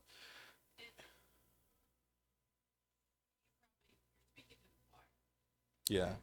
The reality is, for the state of Oklahoma, right now cannot get past the point of just seeing this as an enrollment system. Okay? We've got to get them past that. We've just recently started using the events. Okay? Oh my gosh, you would have thought. Yeah. We're learning because we want you to be able to use this. And so the reality is they can't get past the point that I'm in here once a year to enroll. Okay. So we can see what you guys can see. Okay. Erica, when she's up there talking about cream, I can say that's the same thing I'm saying to folks out there. Okay. But bringing the rest of the world along is a really slow process. So I don't know about the rest of you, but it's just a slow, very tedious process to bring them along and to help them to understand this is now going to be a system where you can be posting things and people can go to it. Well, that county's got to retrain all of their people and re-educate all of their people. Yeah. So it's just very slow. Okay? 100%. And on that note is this. It's what we all know the world that we play in, right? Todd, you're a good example here. Like the transition from shooting sports, like from what you guys were doing into like the training and stuff, like it starts to happen. And the good thing is it starts to happen naturally. Like it started out, we'd get some people that bought some codes that said, okay, we're going to try out the training online. And then another state would pick it up. And then a state would come back and they're buying more. And then we get 3 more states. And now it is just, they're gone. They're like, they probably don't even think about it any other way anymore. And it will happen, and yes, we're going to have to drag them, some of them.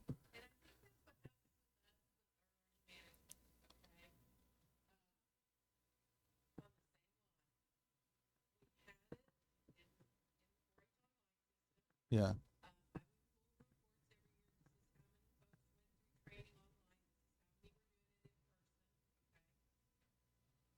until this year with it not available, we didn't realize how many people were actually using it. And saying, this is the only way we use it. And so that's why when we were like, this is critical to us and it's not happening. And I finally just had to say to folks, okay, we're at a point in the year, these folks have got to have this. You're going to have to do it in person or by Zoom or whatever. But we didn't realize how much it was being used besides my reports until people started saying, when's this going to be available? So I agree with you. And sometimes until something's not there, you don't realize how much the consumer actually wants it. Maybe they'll shock us. So, maybe they will. And I really hope so. I think, again, there was not a whole lot of positive stuff come out of this whole COVID thing, but it did force a lot of people to start familiarizing themselves with some different technologies that they may not have ever, thought about getting on and using. Um, Thanks, Brett. I'm just kidding. I just like, no, listen, man,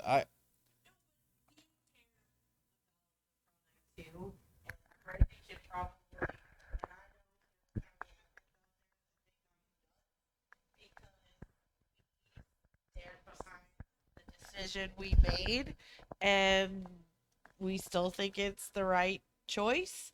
And so we only say this stuff because we want it to be absolutely. better for Illinois and someday Texas and that kind of thing. And Yeah. so that's why we ask the hard questions so that it is better for everybody because it is great.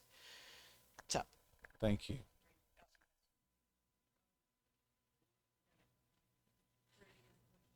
Like me to address. What are you passing it now? No, to add to your list, it was a discussion that we had this morning about the enrollment type. The options are not Cloverbud, member and volunteer. And we would like to see an option for Cloverbuds because they're kind of a special animal in there, and it's hard to separate them from the members in a lot of reports. Let me look at that. Okay. That's what I'm going to throw at that one. And here's the reason why.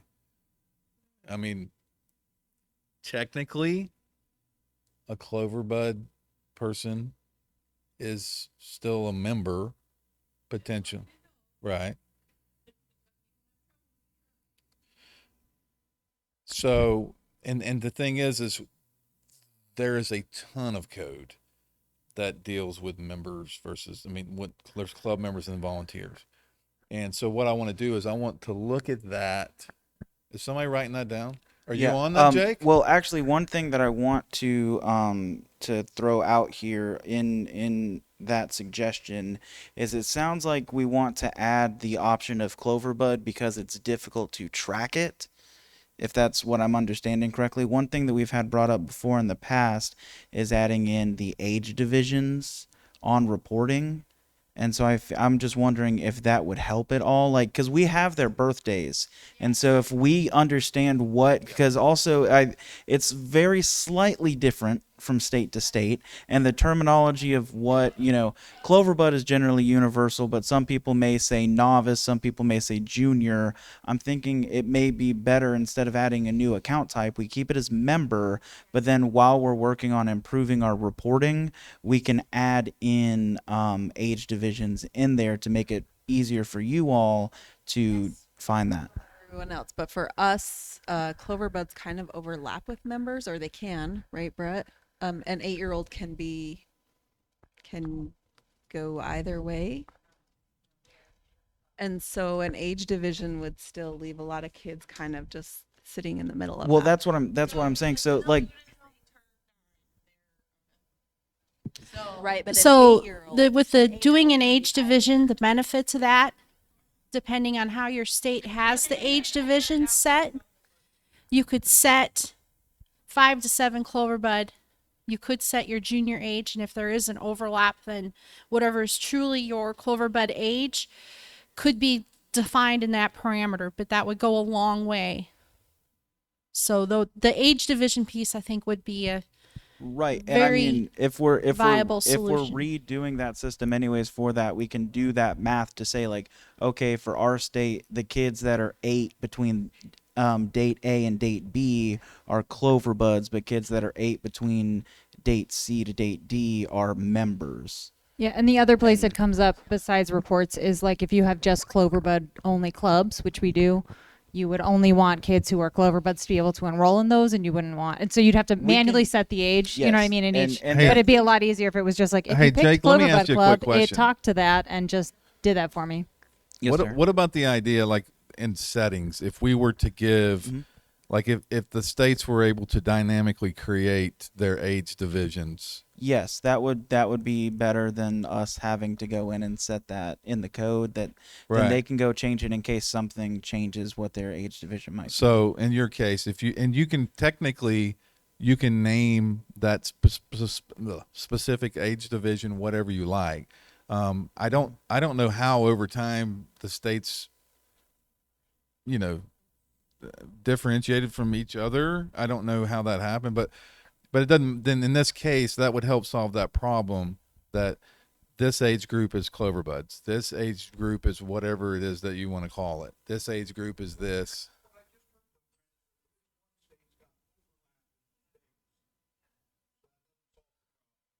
What? It overlaps.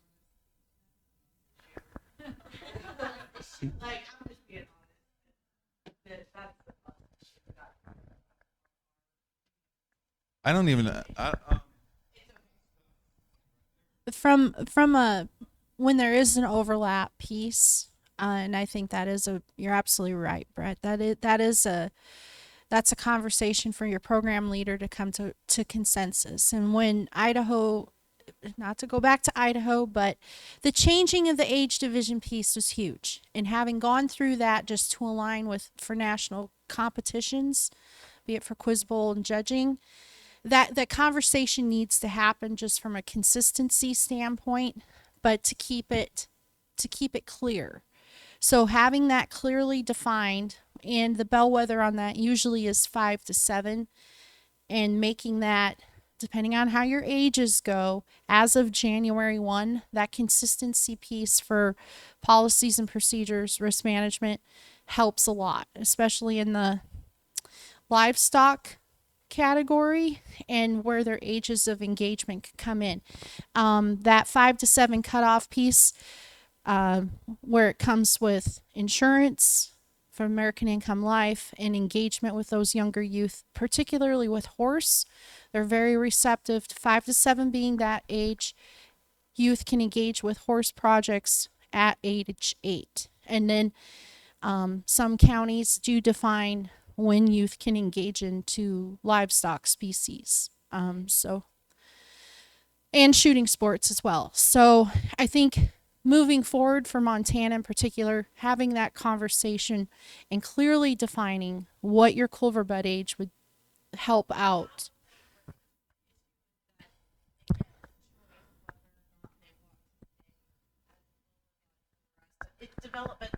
Oh, I see what you're saying. Developmental component.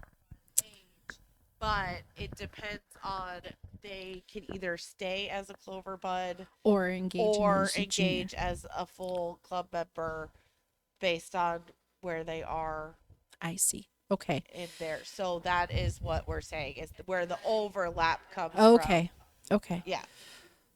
Yeah. So if we made it automatic, then that's where we're talking about the problem. It is. That would be affect- a case by case. I'm sure we can figure it out. Yeah.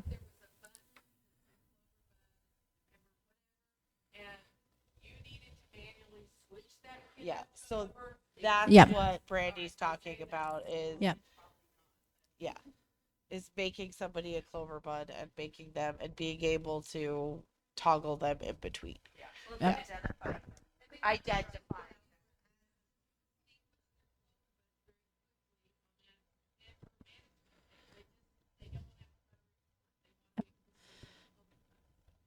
Yeah, I do believe though that age division piece would go a long way in the quick identifier versus having to compare and contrast birth date.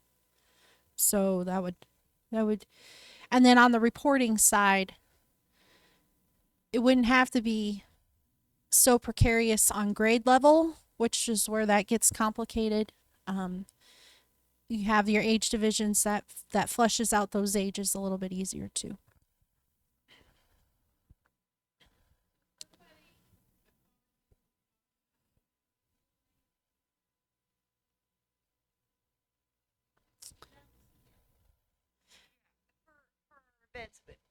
See, we're at that little quirky little thing because our ages change to.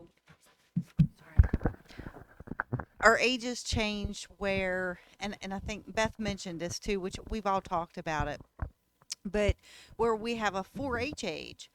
But if that child was born in that period from July 1 to what is it, June 30th or September 30th, so they possibly could show 2 years younger than what they actually are somehow. So like they're pulling up, like I have a few that pull up that 7. It states that their 4-H age is 7, but they're actually 9, or they're 8 and they're actually 9.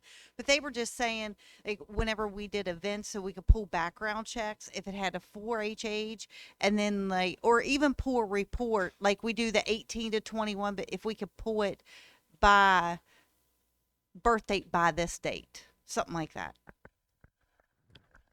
Well, in West Virginia, and I was trying to think about from Kim's standpoint. First of all, I think the 4-H age field is completely unnecessary altogether. They may not think that, but I think it is, because we have so many different deadlines. Our 4-H age is now based off of our Board of Education, so it follows. It should be that they're in the right grade, which is off of June 30. But then we have our record guides are based on what's your birthday on October 1, or your age, and then your national contests are based off of January 1st. And so it really, like, why anyone would look at that column beats the heck out of me, because it's completely irrelevant to the moment in time and what you're using it for. I always run it with birth dates and then figure out what I need from there. But West Virginia does do 4-H to 21. And so from Kim's standpoint, she needs to know when a kid turns 18, because that then flags them as being an adult, and they have to have a background check, and they have 2 trainings they have to do within our university so that they can still be around the minors that they were a day before a minor themselves. And so they can't come to events until they are basically fully vetted adults, even though they're still active 4-H participants. So it's like, happy birthday, congratulations, you now have to follow all these new policies, and we need to know that in real time. Yes, there you go. That's what we need.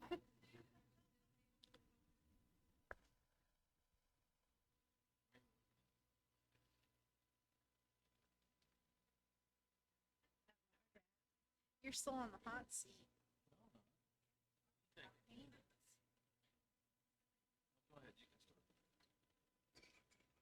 Would you like me to take this to another direction?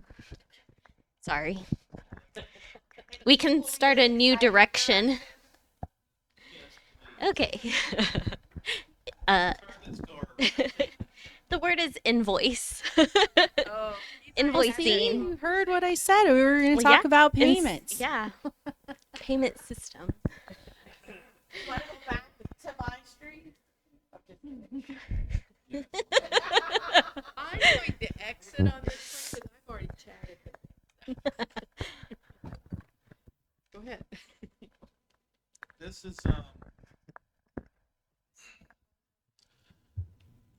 okay. So let's talk about this. What this is kind of where we find ourselves here. As we've gone through this evolution of this software package and what we are and where we're going and that type of thing, what happens is these small little segments of the other software package keep popping up. Like I just had a conversation this morning, and we're going over the whole tracking transactions process. So we walk through that. That's something we're aware of. So with regards to invoices, okay, who are you invoicing, or is this tell me exactly what you're wanting to use this for, or who's going to get them, or what type of thing that what are we going to be doing? Yes, yes. So a state would invoice the counties for background checks or events, and then even the county having the capability for their own events and payment processing that they may do. Because some of the counties charge their mm-hmm. The data is we just want to be able to Print. See? Essentially print an invoice. Yeah. Yeah. Okay. So you want to be able to create an invoice To a county or a district. to a county or district. Monthly, maybe even, or. Okay. So Brett, I mean, you can fill me in on this. So if it's in there, like, where are you guys putting that in right now?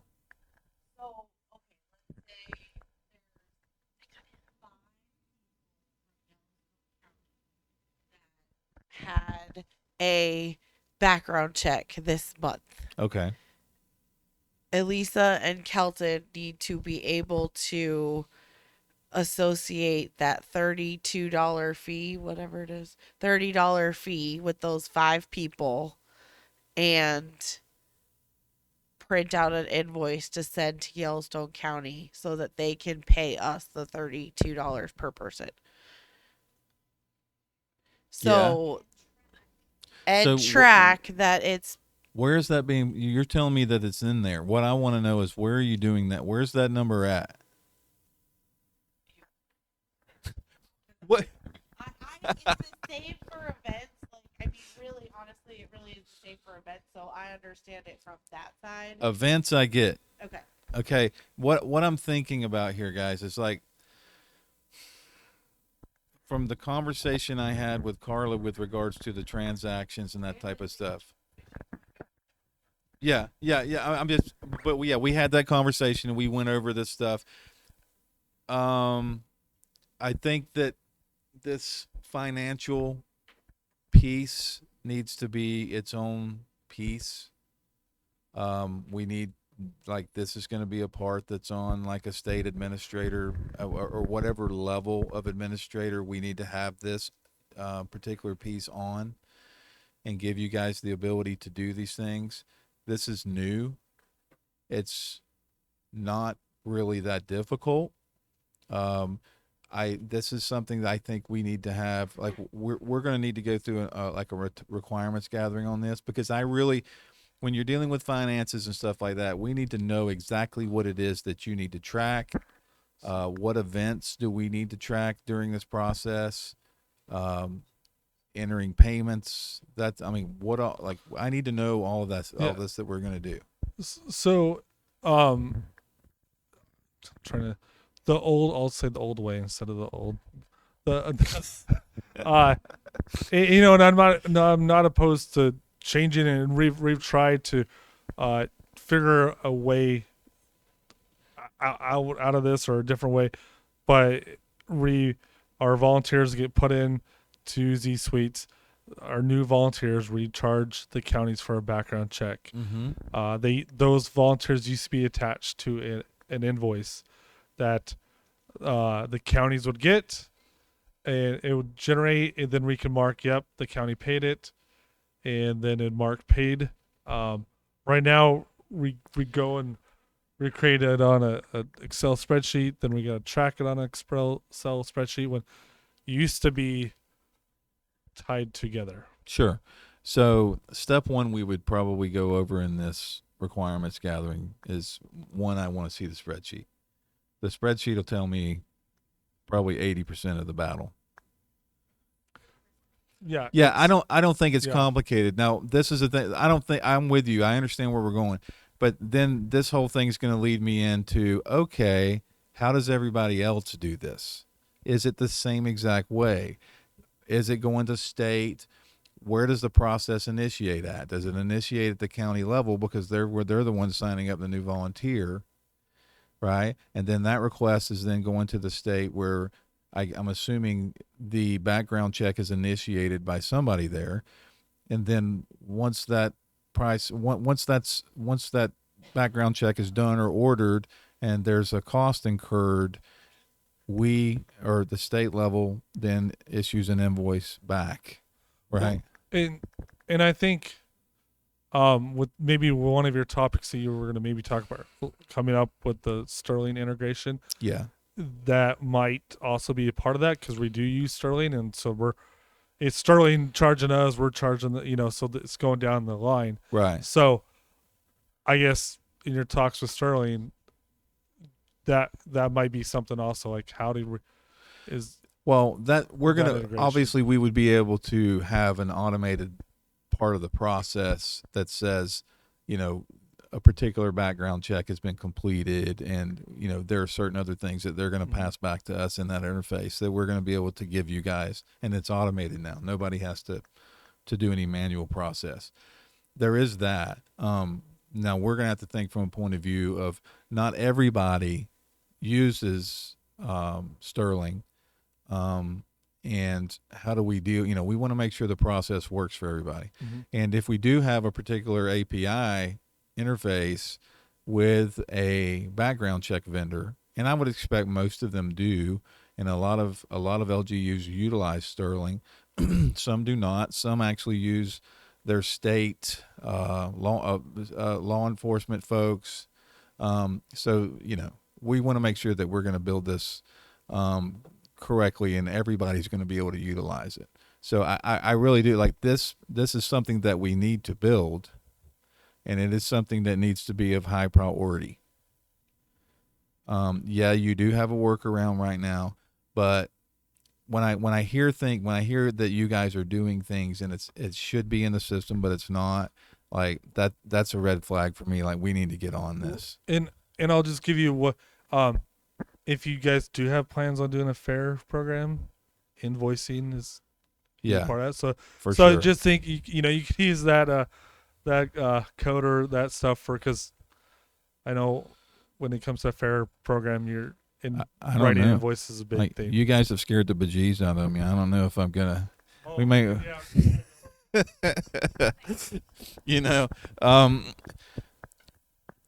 I really do.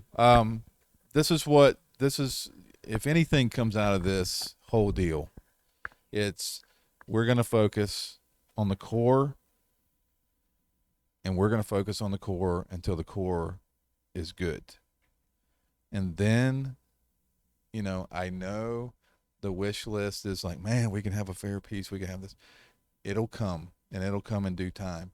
If this is the software that matters, so, there are going to be things that are outside the scope of the core, but those things are going to wait. I think I have a core question, and it's just something I was asked to ask here. Okay. Is the program, can Salesforce be integrated into this? It's just that's what we're moving to, and I just saw it on my notes, and I heard invoice. So Salesforce. Yeah. I literally know nothing about it other than that it has to do with money, and that is the direction that we are headed. And that's a CRM. There. Let me. I'm gonna say this. I've looked at this. I've seen the interface. It can be done. I can tell you it is not a high priority for me. Now, I think that this is something that if we put out on a forum and we have more and more universities come back to us and say, hey, this is something we're interested in, or we're moving to Salesforce, or we use Salesforce, great, let's have that conversation then. Okay.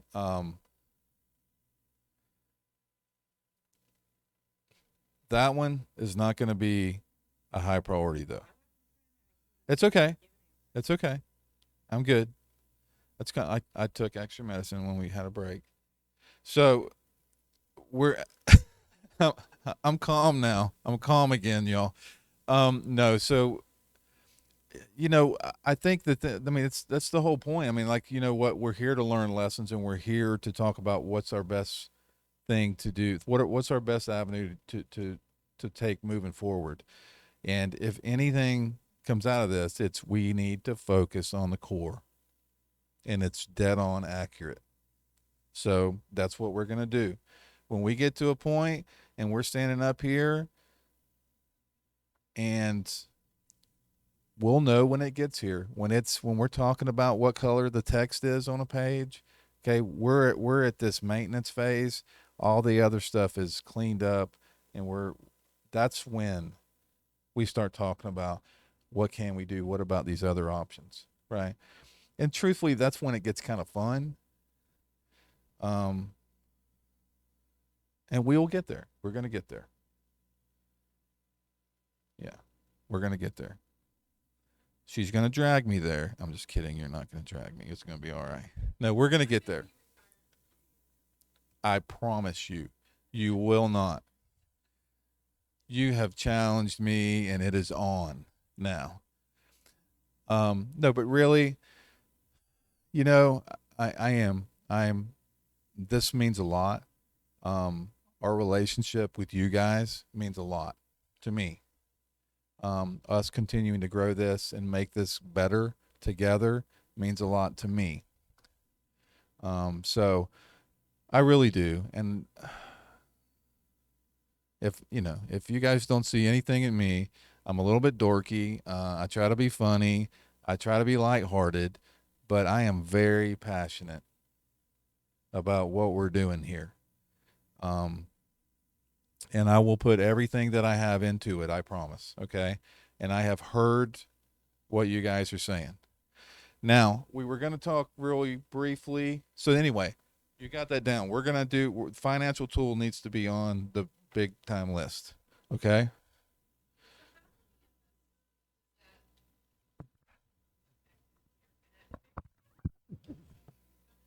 The financial? I don't know. Let's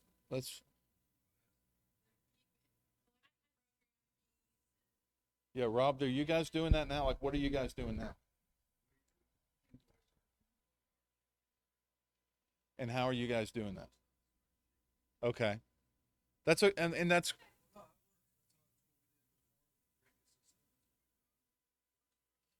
okay. Okay. Brent. Oh, I'm sorry.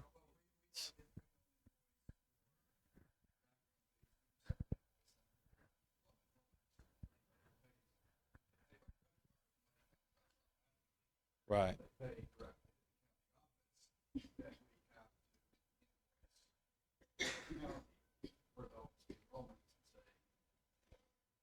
And it's a percentage of the state gets a percentage of the thing, or you get it all. Okay. Okay. All right. So.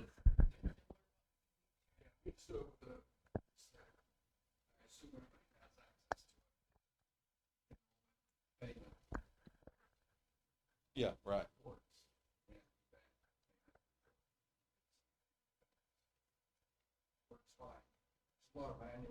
It's very manual, but Yeah, it is. I have a It is. suggestion that would help us a lot, and we can start allowing our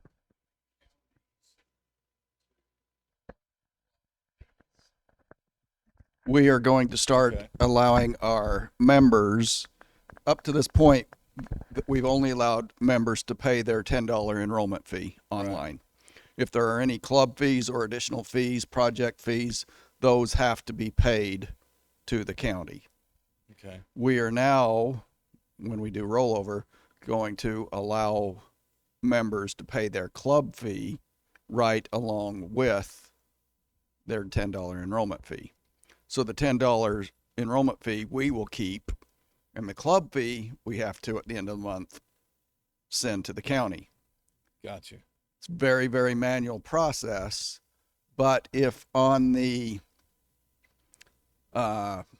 payment field, if that could carry over to the report, and on the sorry, not on the pay, on the fee waiver, fee adjustment, if we could have a field in the fee adjustment area that says payment method or something to that effect, the county could put their account number. We call them index number. I don't know if everybody else does. Index number or account number. And then that way it would print on the report, and I automatically know that any money that's collected for dog program is going to go into the index that they have listed on the fee waiver, Got you. fee adjustment field. And that's easy. And it would help us a ton. It would That's help us easy. a ton now, but it's definitely when we start doing club fees. And when you want to like see reports like split out by those IDs and like to make it easy for you to see. I mean, that's easy. Ideally, if we could, but I mean, that's really not hard to do. Like that's an easy thing. one thing too, though, the difficult thing is when we run the report, it just shows, so $10 enrollment fee, $15 club fee for little Billy. Well, little Susie is $10 enrollment fee and a $25 horse fee. Okay, you add all that up, and I'm not, Yeah, I'm with you. whatever that is, let's say it's $60. So when it shows up on the report, all it says is Billy paid $60, Susie paid $60. Right. They didn't each pay 60, they paid a total of 60. So it's not separated. So I then have to go in and manually say Billy paid 25, Susie paid 35, 25 is going to go to Horse Project, 35 is going to. Okay, it's very, very manual, but I'm dealing with it. Yeah, that needs to get fixed. That needs to get fixed. Okay, Brent's up. That needs to be made better. Thank you.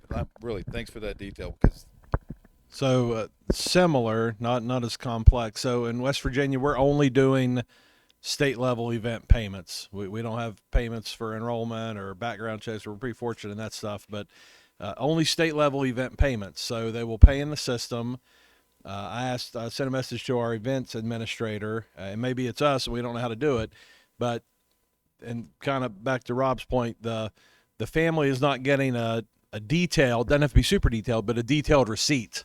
So if they may get a message that says a payment has been made, and maybe it says an amount. I get the feeling it doesn't say an amount, but there's a real basic receipt function of I pay $100 for this camp, I get something back that. Yeah, so it'll say. yeah, okay. Yeah, so a receipt that says you've paid this much instead of just a message that says you've paid.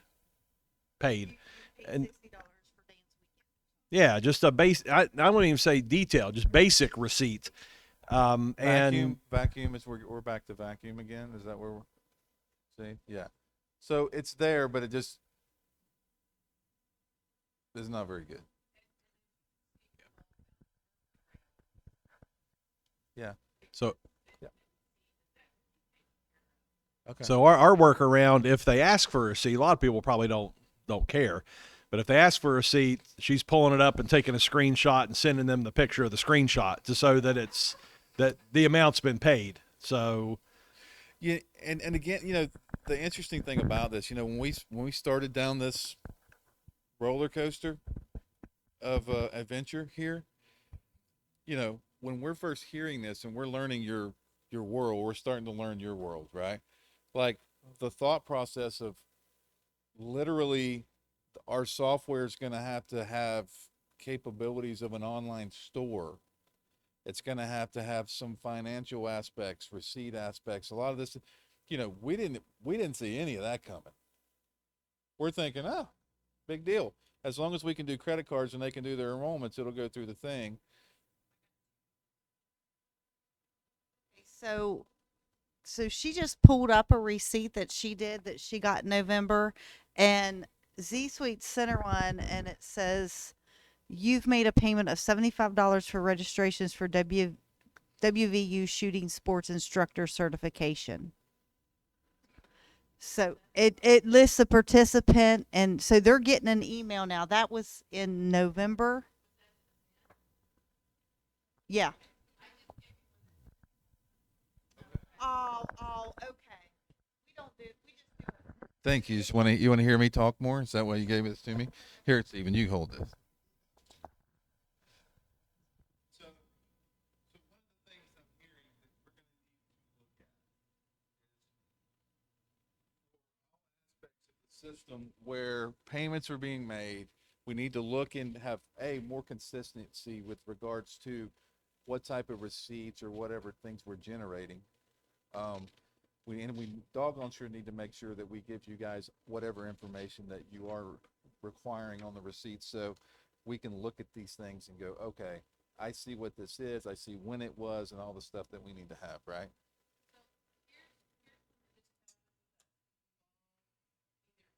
Finished with, or maybe going on to it.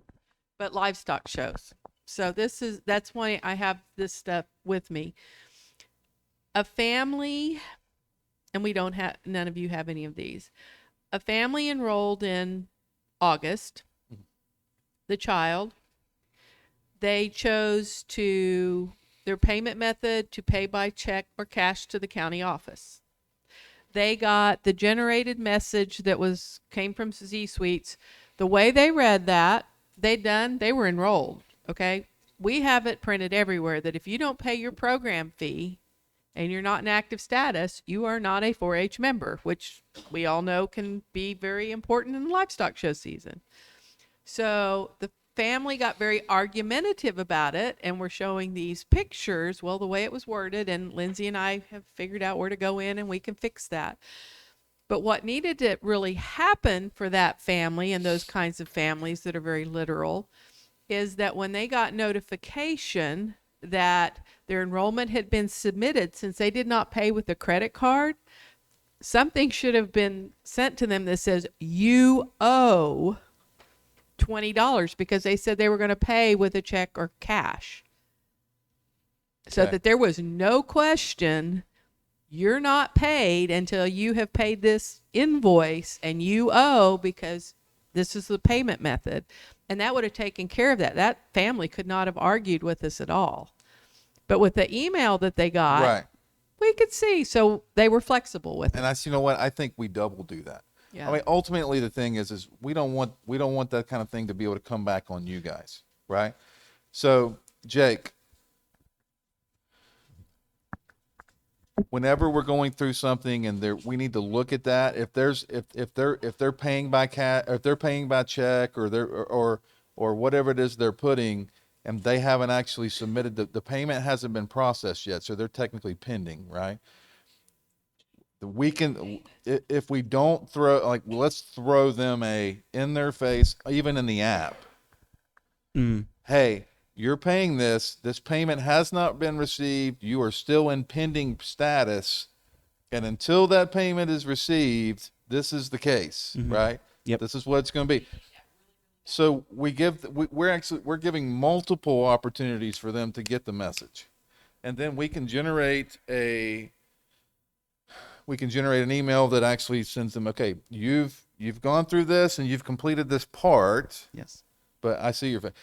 And so we're going to pop that to them and go, you got to pay, right? Yep. Yeah. And I've started to move more into that. So it's not necessarily on the primary account dashboard, which is where it would mostly matter, but on the member dashboard, I've made a change recently where, depending on their status, because before it just said, go to the primary profile to edit enrollment or something to that effect.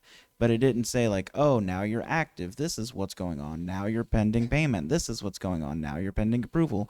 This is what's going on. On the member dashboard, it'll say, this is your status. This is what needs to be done. We don't have an email out doing that, and it's not on the primary account. But if they click on, pay in person, or I'll pay in person later, whatever the button says, their status doesn't change to pending approval. It still says in blue, pending payment. So it's on their profile that they're still pending payment. But yes, I understand. I understand what you're saying. Yeah, no, I'm just letting you know there are some things, and yes, no, we can. and I agree. I believe that there are some things that we're doing that it would be reasonable for us to say, guys, it's right there in front of you. However, you're dealing with parents of children who are participating, and it doesn't matter if parents, I mean, man, they're going to die on the hill for the kids. It's just what it is. So the more opportunity, the more options we can give our folks to say, guys, it popped a message, it's on your dashboard, and we sent you an email. Like, the better off our people are. Priority, but to add the sprinkles to all of that, that would be helpful for the counties, is we ask that the payment be submitted within 30 days. Okay? It's really hard once enrollment starts coming in, trying to prove it all, managing county events and activities. I mean, the reality of the world hits, and trying to keep up, even though it has a submitted day. Where are those 30, those that are coming past due, let's just call it that. I mean, we're not hounding them. But if there was a reminder that 15 days, if they submitted it, yeah, that, okay, you submitted your enrollment on this day, it's been 15 days, you still haven't paid, and then, hey, it's 30 days, this is a friendly reminder that your enrollment is due today, or do whatever. And we will have then we've got that documentation with that family. Right. You've had 3 notifications, and that's going to help the county educator when that hot little family comes in and decides, and then it's up to the county. We have generated those 3 emails. Right. And if you don't pursue it, Make a that's note. back on Jake, you. this is a thing when we're talking about, as we discussed yesterday, and we're doing event triggers. We're not going through the whole event thing again. This is me talking to Jake, y'all. Okay. When we're talking about event triggers, I think the event's functionality, we need to have event triggers specific for that area. So when they're going in and they're creating an event, you with me on that? Okay. Okay. See? Yeah, for See, we emails and talked it things right like out. that, We talked it right out. need more things on There it there. is.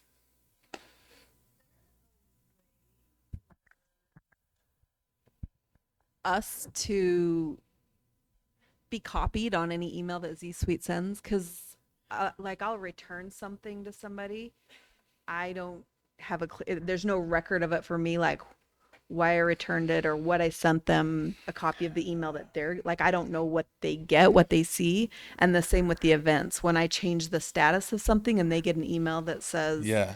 whatever, I don't know what they're We can. receiving. We can. I think fairly quickly, like y'all are going to be like, please turn this off. Well, if it could be a switch, just like on the other one, that where we mark what notifications we want. Okay. I mean, Like, we could like put we get an email when somebody enrolls, and you can turn that off or on if you don't fair want enough. to get those. We can do it. That's doable. Sure. Yeah. So that they made sure they weren't missing something. Oh, I do that like when like we put in stuff and you guys are out there doing what you do, or it's enrollment season or whatever. Like, yeah, I'll do that. I'll throw some stuff in some code. I'm like, I want to check and I want to watch counts and yeah. Like 2 days later, I'm going, man, what was I thinking? Like, because I'm getting blown up, So then I got to create like its own folder and everything. So yeah, it'll start to wear on you, but that's a good idea too. That way you guys are able to see like, okay, we cranked it up. I'm starting to see the emails. This is what they're seeing. Plus it gives you a better foothold to be able, if somebody is being combative regarding whatever an issue is, you have a level of support, like, hey guys, this happened. Right. So, okay, good feedback. I can't see my thingamabob here. Has anybody been watching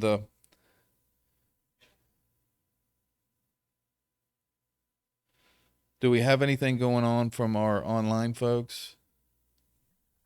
From what I can tell, because I've also been going in and kind of responding to what they've been asking. Oh, thanks, man. While we've had these discussions, I don't see any real questions that are new. There's some discussion that I've also been making notes of and indicating this is a live chat discussion that we can add to our overall list. At the end, there's some discussion about the 4-H age and rollover and enrollments, making sure that information that can roll over is rolling over from year to year. talking about enrollment payments. Would there be a way to refund them before accepting, or make sure they weren't charged until they are approved? Um,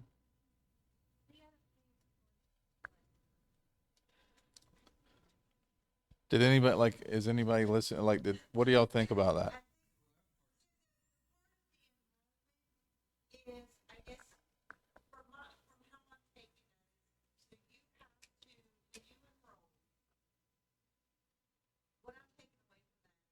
Enroll, you have to pay. So when you enroll, you automatically pay, send in your payment.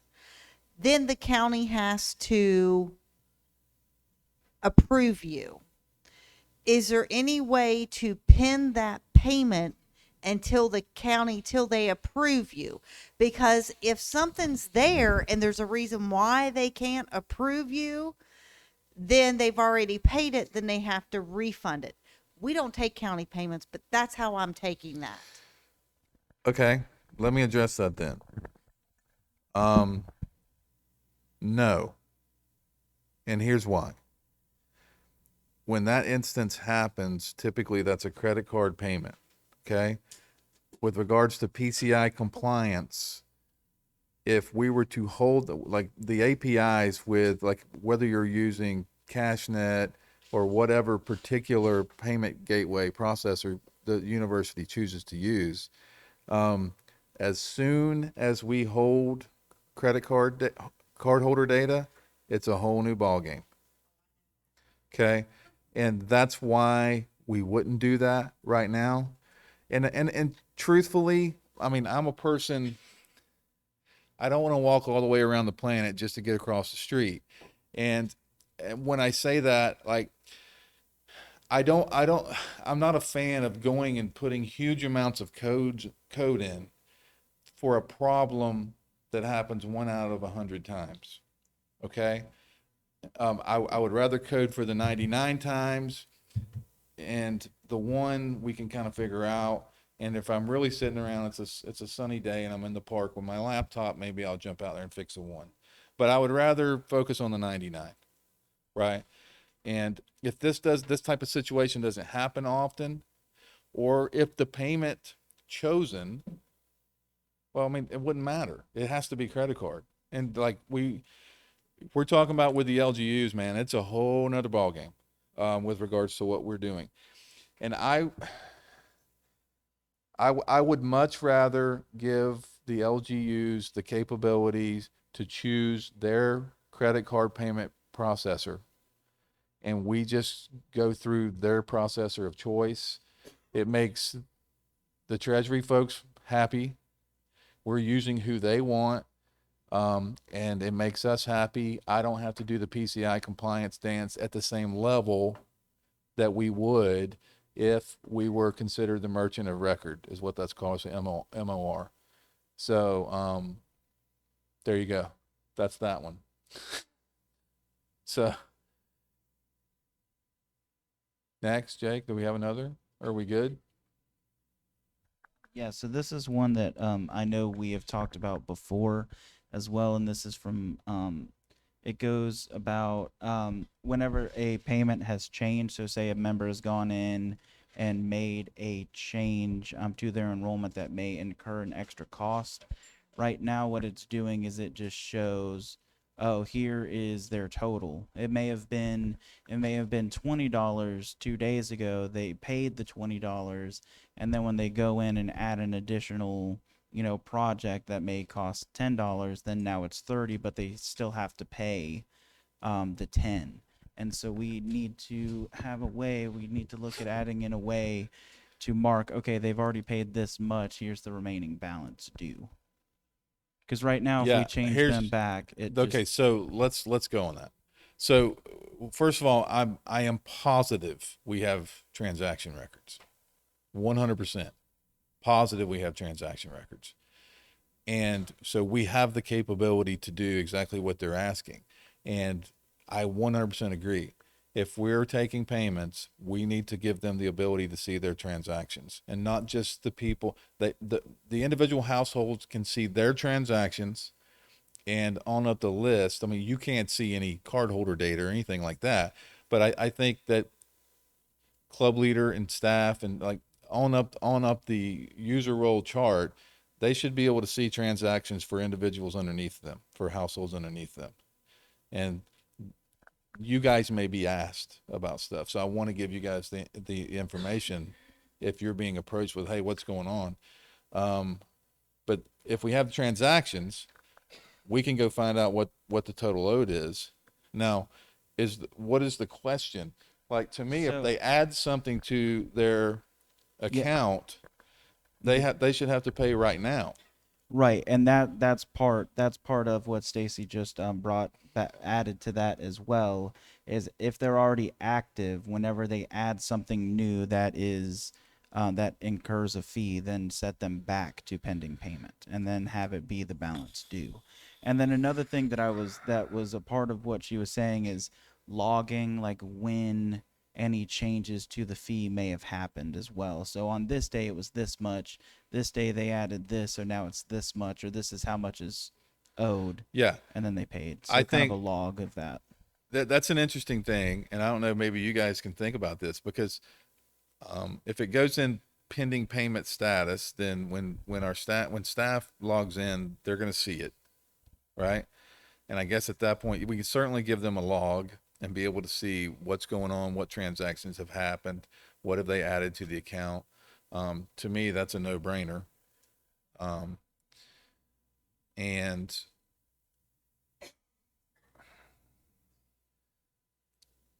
you know, and the pending payment, you know, we're giving them multiple payment options, right? I mean, they can go into the office and pay with check, or they can do that type of thing, and that's okay. We're not taking that away from them. If they want to pay with a credit card, we should be able to run it right then, and then we should be able to get that pushed through and be finished, complete the transaction, correct? That's what it needs to be able to do right now. If we change them back to pending payment, it makes it to where they would have to pay the remaining balance, but then also what they've already paid again, which is obviously on our end is a big no. But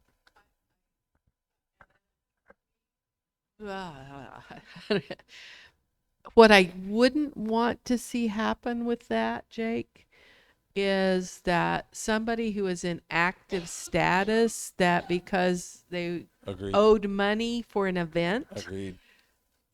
because that could cause us a lot of issues, because we might be looking to make sure that child is in active status, and they are, because they're a paid 4-H member. They Right. paid the program fee. The pending payment is for something else. So Right. I'd be very cautious. right, no, with it. what we're referring to right now is just about enrollments. Okay. Just about enrollments, because Okay. events have their own statuses. Oh, that just reminded us our multifamily discounts. We haven't even talked about that yet. Who put the mic on her table anyway? Yeah, Stephanie, you Like, need to Stephanie, get what are that you mic doing? back. I'm just kidding. Move the mic, Stephanie. Come on, what are you doing? It's right beside her.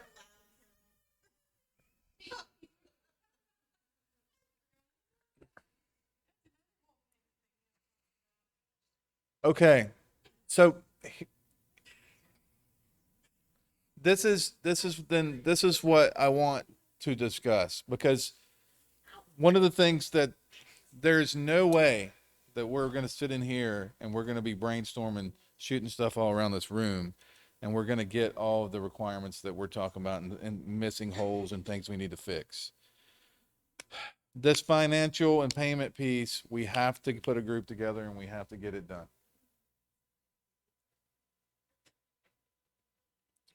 Okay? I mean, that's just flat out what it is. Whoever is part of your teams that is dealing with the financial pieces, if we can make sure that we can get them involved to make sure we get this done properly for you. And like you said, the invoice side is not a majorly complicated piece. It's not a big deal. That we can do that quickly. Most of this stuff really isn't a big deal, but we're dealing with dollars and we're dealing with statuses, and that is, and in fact, a big deal. Okay, So we need to have a Zoom on this where we've got time to lay this out and get it right. Are y'all cool with that? Okay. And there's a scenario with Alaska that I've looked at where we're doing a scenario where they have Banner, and with regards to county payments, we're able to pass, or supposed to be, where their financial people are seeing it through the transaction. And that is through, I don't think they don't have CashNet. Who's the Jake? Huh? TouchNet. Thank you. They have TouchNet, so we can pass different county level IDs through the TouchNet transaction, so their finance folks can see what county does this transaction, what budget does it go to. Okay. And so that is something that, with regards to Ann up there, we need to look at, and we need to test how that's working. So there's some stuff on the finance stuff we need to get buttoned down. Okay. So we're going to do that. Where are we at? So we're working on 4. Jake, how many pages now? Yeah. My back hurts. I feel like I'm been carrying, like King Kong around. Or maybe I have been King Kong around. I'm like, huh? Hey, thanks. Good. Come talk about it. Hey. Okay. Say no and say it's a bad idea, but I was thinking, we've shared all these suggestions and thoughts, and you all have a plan to kind of work on this. Should we have a blackout period for suggestions after today? No more suggestions on until you get in and can start doing this. No more. As soon as we leave tomorrow, oh, hey, Brent, I forgot that one or that. Should there be a blackout period? Does anybody have any tissues? Yeah. I mean, what's the blackout period? So there's time to do this, and this is our time to share it. And let's not go the next 3 weeks and just keep pounding them and pounding them and pounding them. You know what I mean? Are you trying to sell that to me? Yeah, I know. I'm No, buying. I said everybody else. No, I know. Does that make sense, or is that crazy? We're not going to have any suggestions until what this it will point in allow time, us to do is circle the wagons, get our communication up and going, set our feet, and get a direction and a plan, and then go work the plan. Well, a lot of us aren't too, so it's like there are probably things when I go back with my tremendous lists that are going to come up that if I had, like everybody from me here. Well, I mean, we can, honest to goodness, and I'm just going to throw it out there, and I'm going to upset some people, but we can nitpick this to death, okay? So these guys need to take our main priorities, what we need right now, give them 2-3 weeks to get that all situated, all worked out, and then us come back. But we need to prioritize what's important, what can wait 5, 6, 7 months down the road. This program has come such a long way since when we first started. Some of you all would not believe the way it was before and how much it has grown, and we've changed it. I'm not saying it was bad. You can't throw a knife at me I hadn't already received today. Right, but I'm good. The program was good to begin with, but we have critiqued it and give them ideas, and now I just feel like we're down to pick. It's still bigger than that, though. It really is. Right, there is. We do have a lot of other bigger issues that needs worked out, but I think I'm with Brent.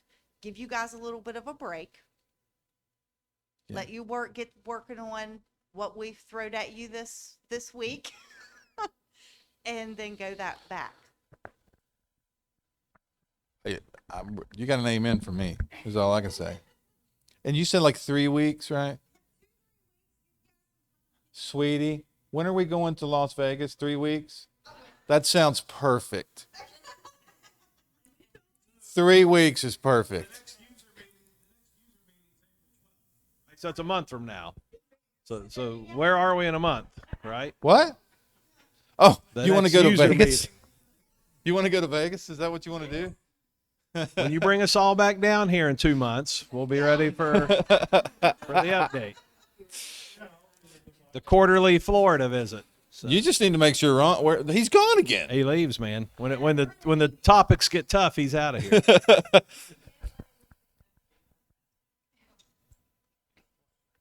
One day I'm gonna leave the country. She's wonderful, and y'all really. Yeah, that's right.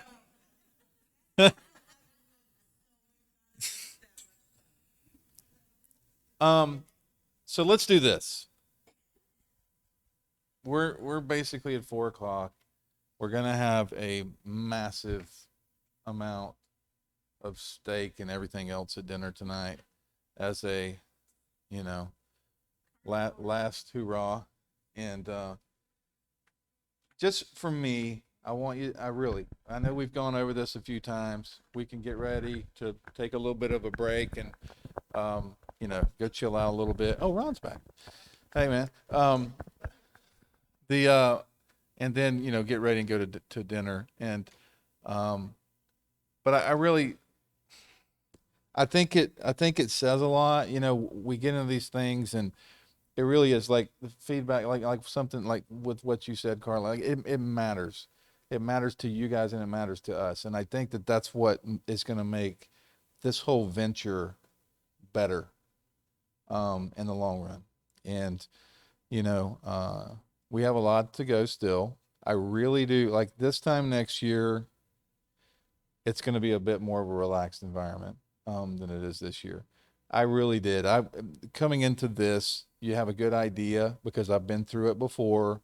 I have a good idea about what it's gonna be. You guys have every right as clients to say, hey, we need to get better at this, this, and this. Okay. You've given us kudos on areas that we're doing well in, but there are things we need to get fixed. We get this done, and really, especially in your world, networking is where it's at. And we don't have, if we get our job done, we don't have to go advertise. When you guys talk to your peers and you say, look, man, we just had a meeting and this went down and this is how this was handled and this is how we did different things. And we're working together to make this what we need it to be. And hopefully you can say it's never been that way before.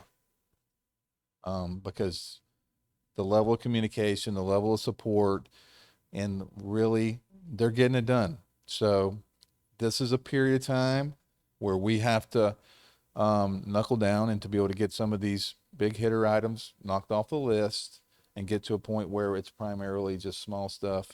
And then it's easy from that point. That's a software life cycle. Okay.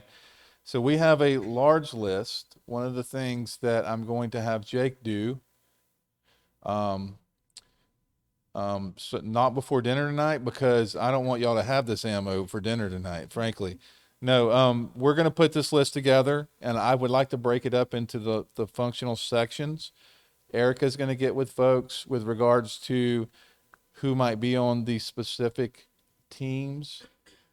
We've all, I'm gonna go back. I'm gonna get this ticket system fired up so that our administrators would have a place to be able to go look at what's going on out there, and you guys we're all on the same page, okay?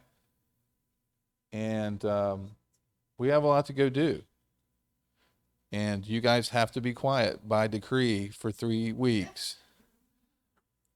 Yeah. I will answer no text, no emails. No, I'm just kidding. No, but really, thank you guys so much for coming. It means so much to us, and for my staff to be able to meet people that they've worked with and will continue to work with, and for us to continue building our relationships together, the good, the bad, and the ugly. It's part of it. It's part of the deal. So I really, really, more than you know, I really appreciate you guys being here and supporting us. For our folks online, whether if we had travel restrictions or other things come up, we appreciate you guys being here and supporting us as well. Trey and Jake, give them a little feedback. Did you have any issues for my online folks? Is there anything we can do better? Um, that'll help us get better next year. You guys are a green light for Orlando next year? No? Are y'all good with Orlando?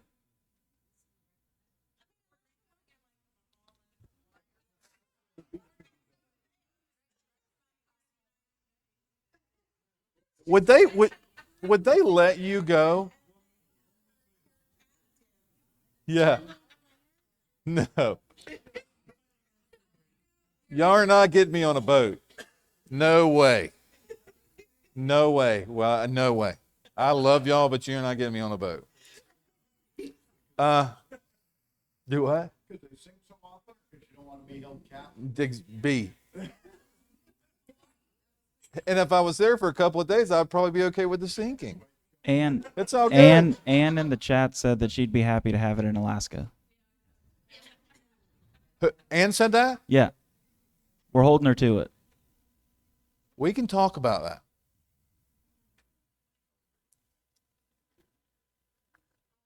We can discuss that. Is everybody open to discussing that?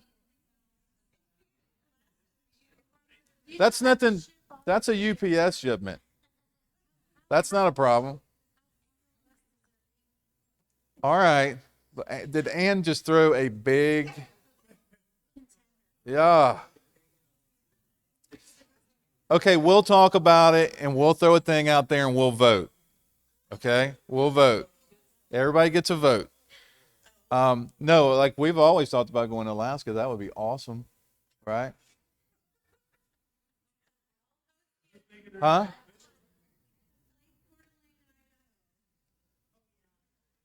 No, but what we would do, this would be like half of these folks coming back down to Orlando. They work Mickey Mouse around the 2 days. So you do that. And to be truthful, I mean, this is the thing. Like for us in particular, not so much you, because you're not getting yelled at by these people all the time like we are. It's almost a vacation. Like as we continue to grow together, it's like a vacation. We get to come together and see each other, and like for us, it's cool. I mean, you guys in the academia world, I mean, y'all have conferences like every other week, which is, cool for y'all. But yeah, we don't get it. Like this is our we have a couple and that's it. We're out.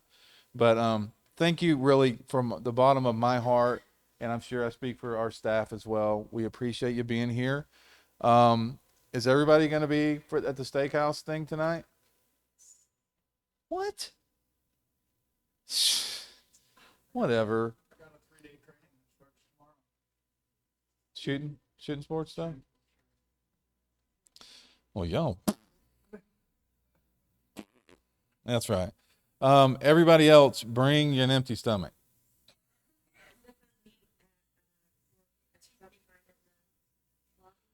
We can try to figure that out. Let's before we do this, before we break and you guys go chill. Huh? Yeah. Hey, oh gosh, I did it again. I mean, sorry, we're not going to be able to go eat today, and we're not going out to eat.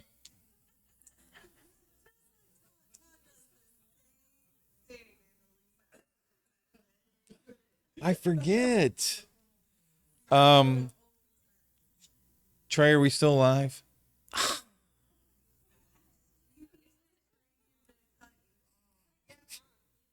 That's twice in a row. I'm talking about all the great stuff we're about to go do, and then they probably hate me out there.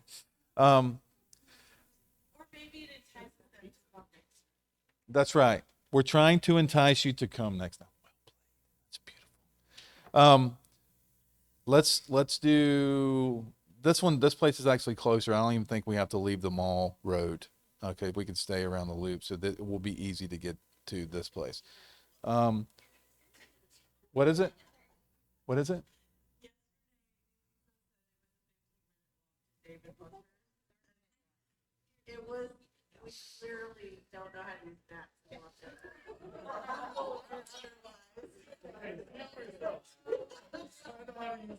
Well, as you know now, it's a 15-minute walk. It's a 2.5-hour drive, right?